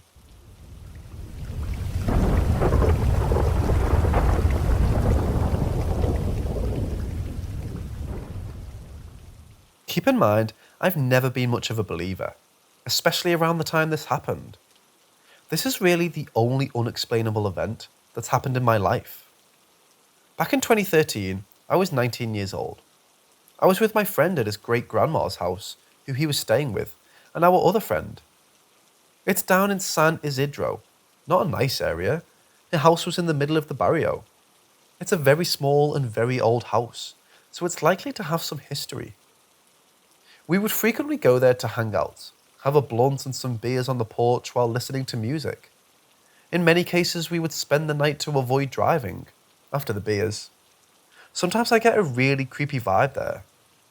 His grandma stayed in her room most of the time, but sometimes would crack the door open and I would see her pale face peeping through. Creepy lol, but also just the old antique feeling of the house wasn't always ideal for comfort. Anyways, one night me and my friends dozed off and fell asleep. My friend in his room, the other on the couch and me on the floor.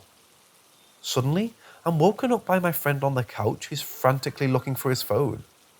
He's low-key panicking because he can't remember the last time he had it and needed it for something the next day.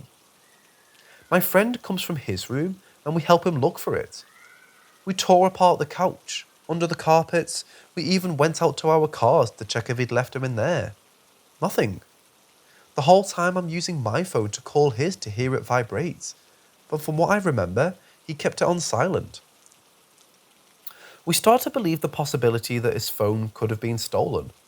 Maybe from the porch or maybe from one of the cars. At one point, we all sit down and call his phone again. This time, somebody answers. We can hear that static windy sound like they're on the freeway with the window open. We hear an almost cliche ghostly voice loudly whisper, "I got your phone."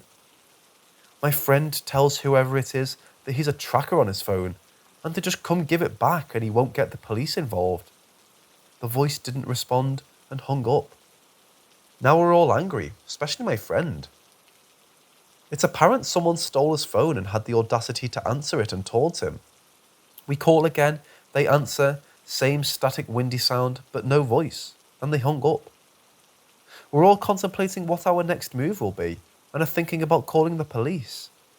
Then, when I'm sitting on the couch, I reach my hand behind it and feel his phone wedged between the couch and the window. We found his phone. He was very relieved and we were all happy for him, but then it dawned on us.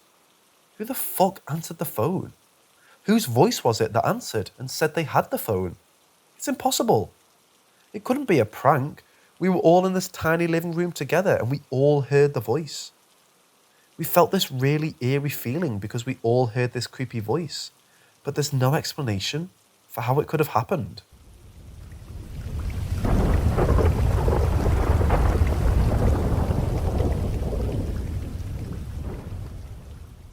I've never really told the certain friend mentioned in the story about this, because I didn't want to freak her out, but I thought it would be cool to share here.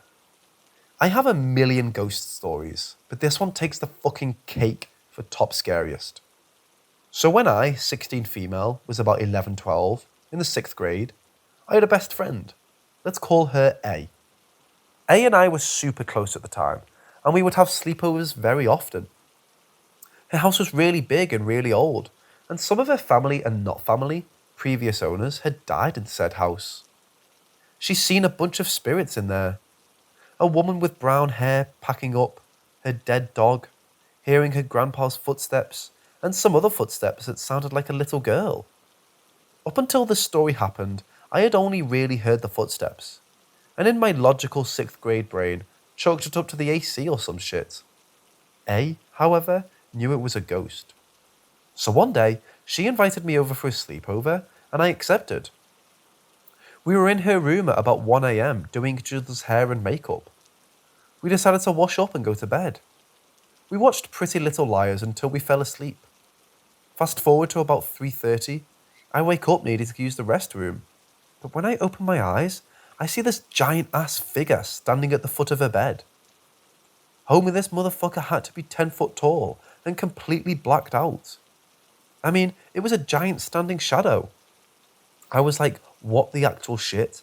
And decided the restroom could wait because there's no way in hell I'm getting up now. I tried to fall back asleep and I could still hear it breathing and I could feel it looking at me. I swear it knew I was awake. I eventually wake up and it's daylight outside. I wait until breakfast to ask A, so what other spooky stuff goes on around here? She said she pretty much told me everything, but then was like, oh yeah, sometimes I see this dark shadow near my bed. Well, damn. That makes sense. Never saw it again after that, and continued to spend the night with her, often as usual.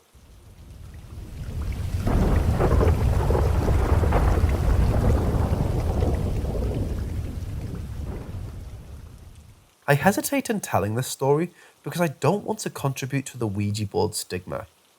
It's a fact a board with letters painted, stamped or stenciled on it. All the way Hasbro makes them, a sticker on pasteboard. It's not a portal or gateway, and nothing lives inside them. It would be rather tight. Energy feeds off energy, and the board being an inanimate object can't emit its own energy. That comes from those who use the board. I was given my first Ouija board by my grandmother, I think for my 14th birthday. She liked to give odd things for birthdays for some reason. A group of the neighbourhood kids were bored and hanging out in my room. We didn't know what we wanted to do, so just hung out chatting about whatever kids chat about. There was one girl being stoopy and looking in my closet and spotted the board. She came out all excited and asked if we could try it, and I said, yeah, whatever. So two of them start facing each other with their fingers on the planchette and started asking questions. Silly questions like, does so-and-so like me, or does he have a girlfriend? Well, that didn't end well when the thing pointed to no, backed up a bit and pointed to no a second time. She got upset and decided she didn't want to play anymore. Then it was my turn with someone else. I forgot what she asked, but the planchette didn't move, and she became frustrated, so she got up and someone else sat down. This is where things became weird. She asked if she could speak to her grandmother, who had recently passed, because she missed her, and it pointed to yes. So the thing starts doing a figure 8, slow at first, and then gaining momentum. Then it stopped. This girl started to ask if her grandmother was present. It said no, and she just had to ask who we were talking to. Well, that did it. It spelled out devil. A rocking chair across the room started rocking all by itself. There were screams and a stampede out of my room and out of the house. Luckily, no parent were home at the time. They didn't tell their parents right away, but later that night they all had nightmares, and they had to tell their parents.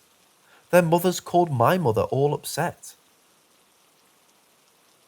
Apparently the fathers thought it was funny, but the mothers didn't, and I got in trouble. Even though I wasn't the one who pulled the board out of the closet and said so, but that didn't matter. Grounded. The nightmares weren't all they suffered. Of course, looking back, I think that group exaggerated just a wee bit. They heard things and felt things that scared them so much they slept in their parents' room a night for a week. I think that pissed the mothers off more than what happened. They were told to stay away from me. Thinking back, we kids were taken advantage of by a prankster spirit who knew exactly what to say to scare kids, and it worked. Other than being grounded and my rocking chair rocking by itself, nothing happened to me. I didn't have any nightmares. The only nightmare was my mother see or feel things. Some believe the idiometer is what causes the planchette to move. I think we, being hormonal teens at the time, worked a psychic connection or link together, causing the chair to rock. Or it really was a trickster.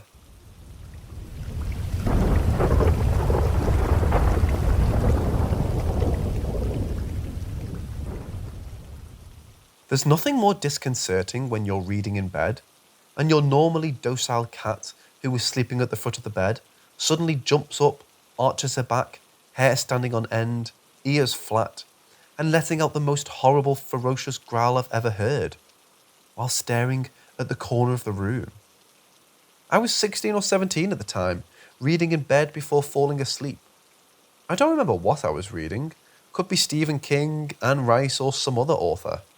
I do remember it was engrossing.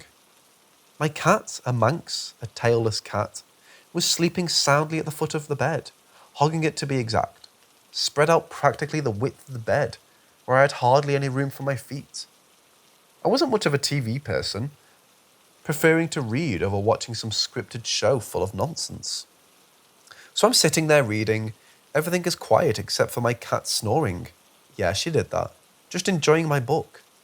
The room was quiet and mostly in shadow, as the only light was the one on my nightstand, It was the largest room in the house since it was in the finished basement. I hated cleaning it though. I feel the pull of sleep beginning to reach out to me. Not quite tired enough, but not going to be able to stay awake much longer, opting to read a few more pages. When suddenly my cat, Precious, Mom's idea, jumps up and growls at the corner of my room.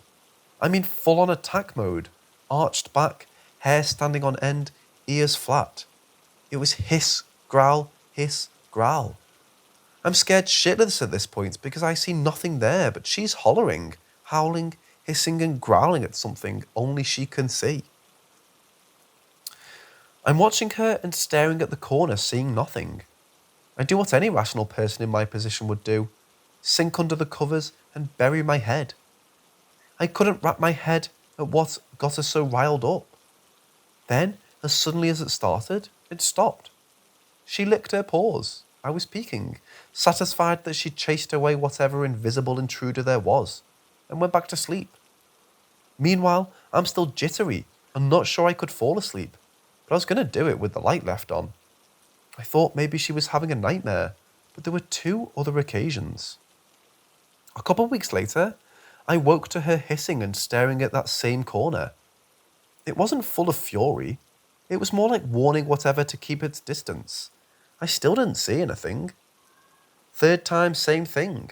Woke up to her hissing at that corner after a couple of weeks went by, but this time, I felt brave. I got out of bed and walked over to the corner, trying to find out what was upsetting her. And it was cold. The type of cold that chilled you to the bone.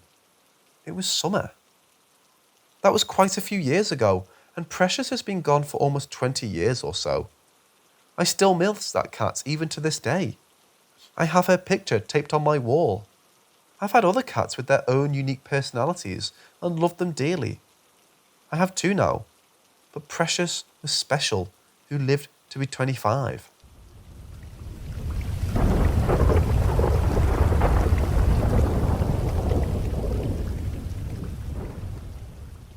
This happened twice to me.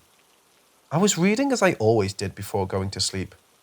I don't particularly care for ebooks, but I read them when I'm in bed with the lights out, on my tablet, so I can turn it off and just roll over and go to sleep, without worrying about turning off a light.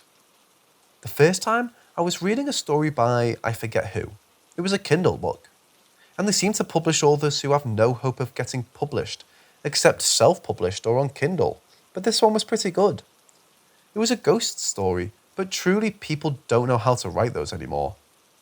So I'm reading and my eyes start to get tired. So I turn off the tablet and settled to fall asleep. And I was just drifting off when I heard this long, low, guttural growl right next to my ear. I looked to find the source, but there was none. The cats were outside, so it wasn't them, even though it really didn't sound like a cat, nor a dog for that matter. It ended without any incident. I laid there contemplating what it could be and why it happened. I had no answers and decided maybe I was hearing things, so I went to sleep. Until it happened another night. The second time, I had finished reading for the night after growing tired. I shut off the tablet and settled to sleep. I remembered it was a nice sleep and may have or not dreamed. I don't actually remember. I woke up suddenly, hearing that same low guttural growling. I laid there listening to it when it suddenly stopped. I listened for it a few before allowing myself to go back to a sleep. Haven't heard it since.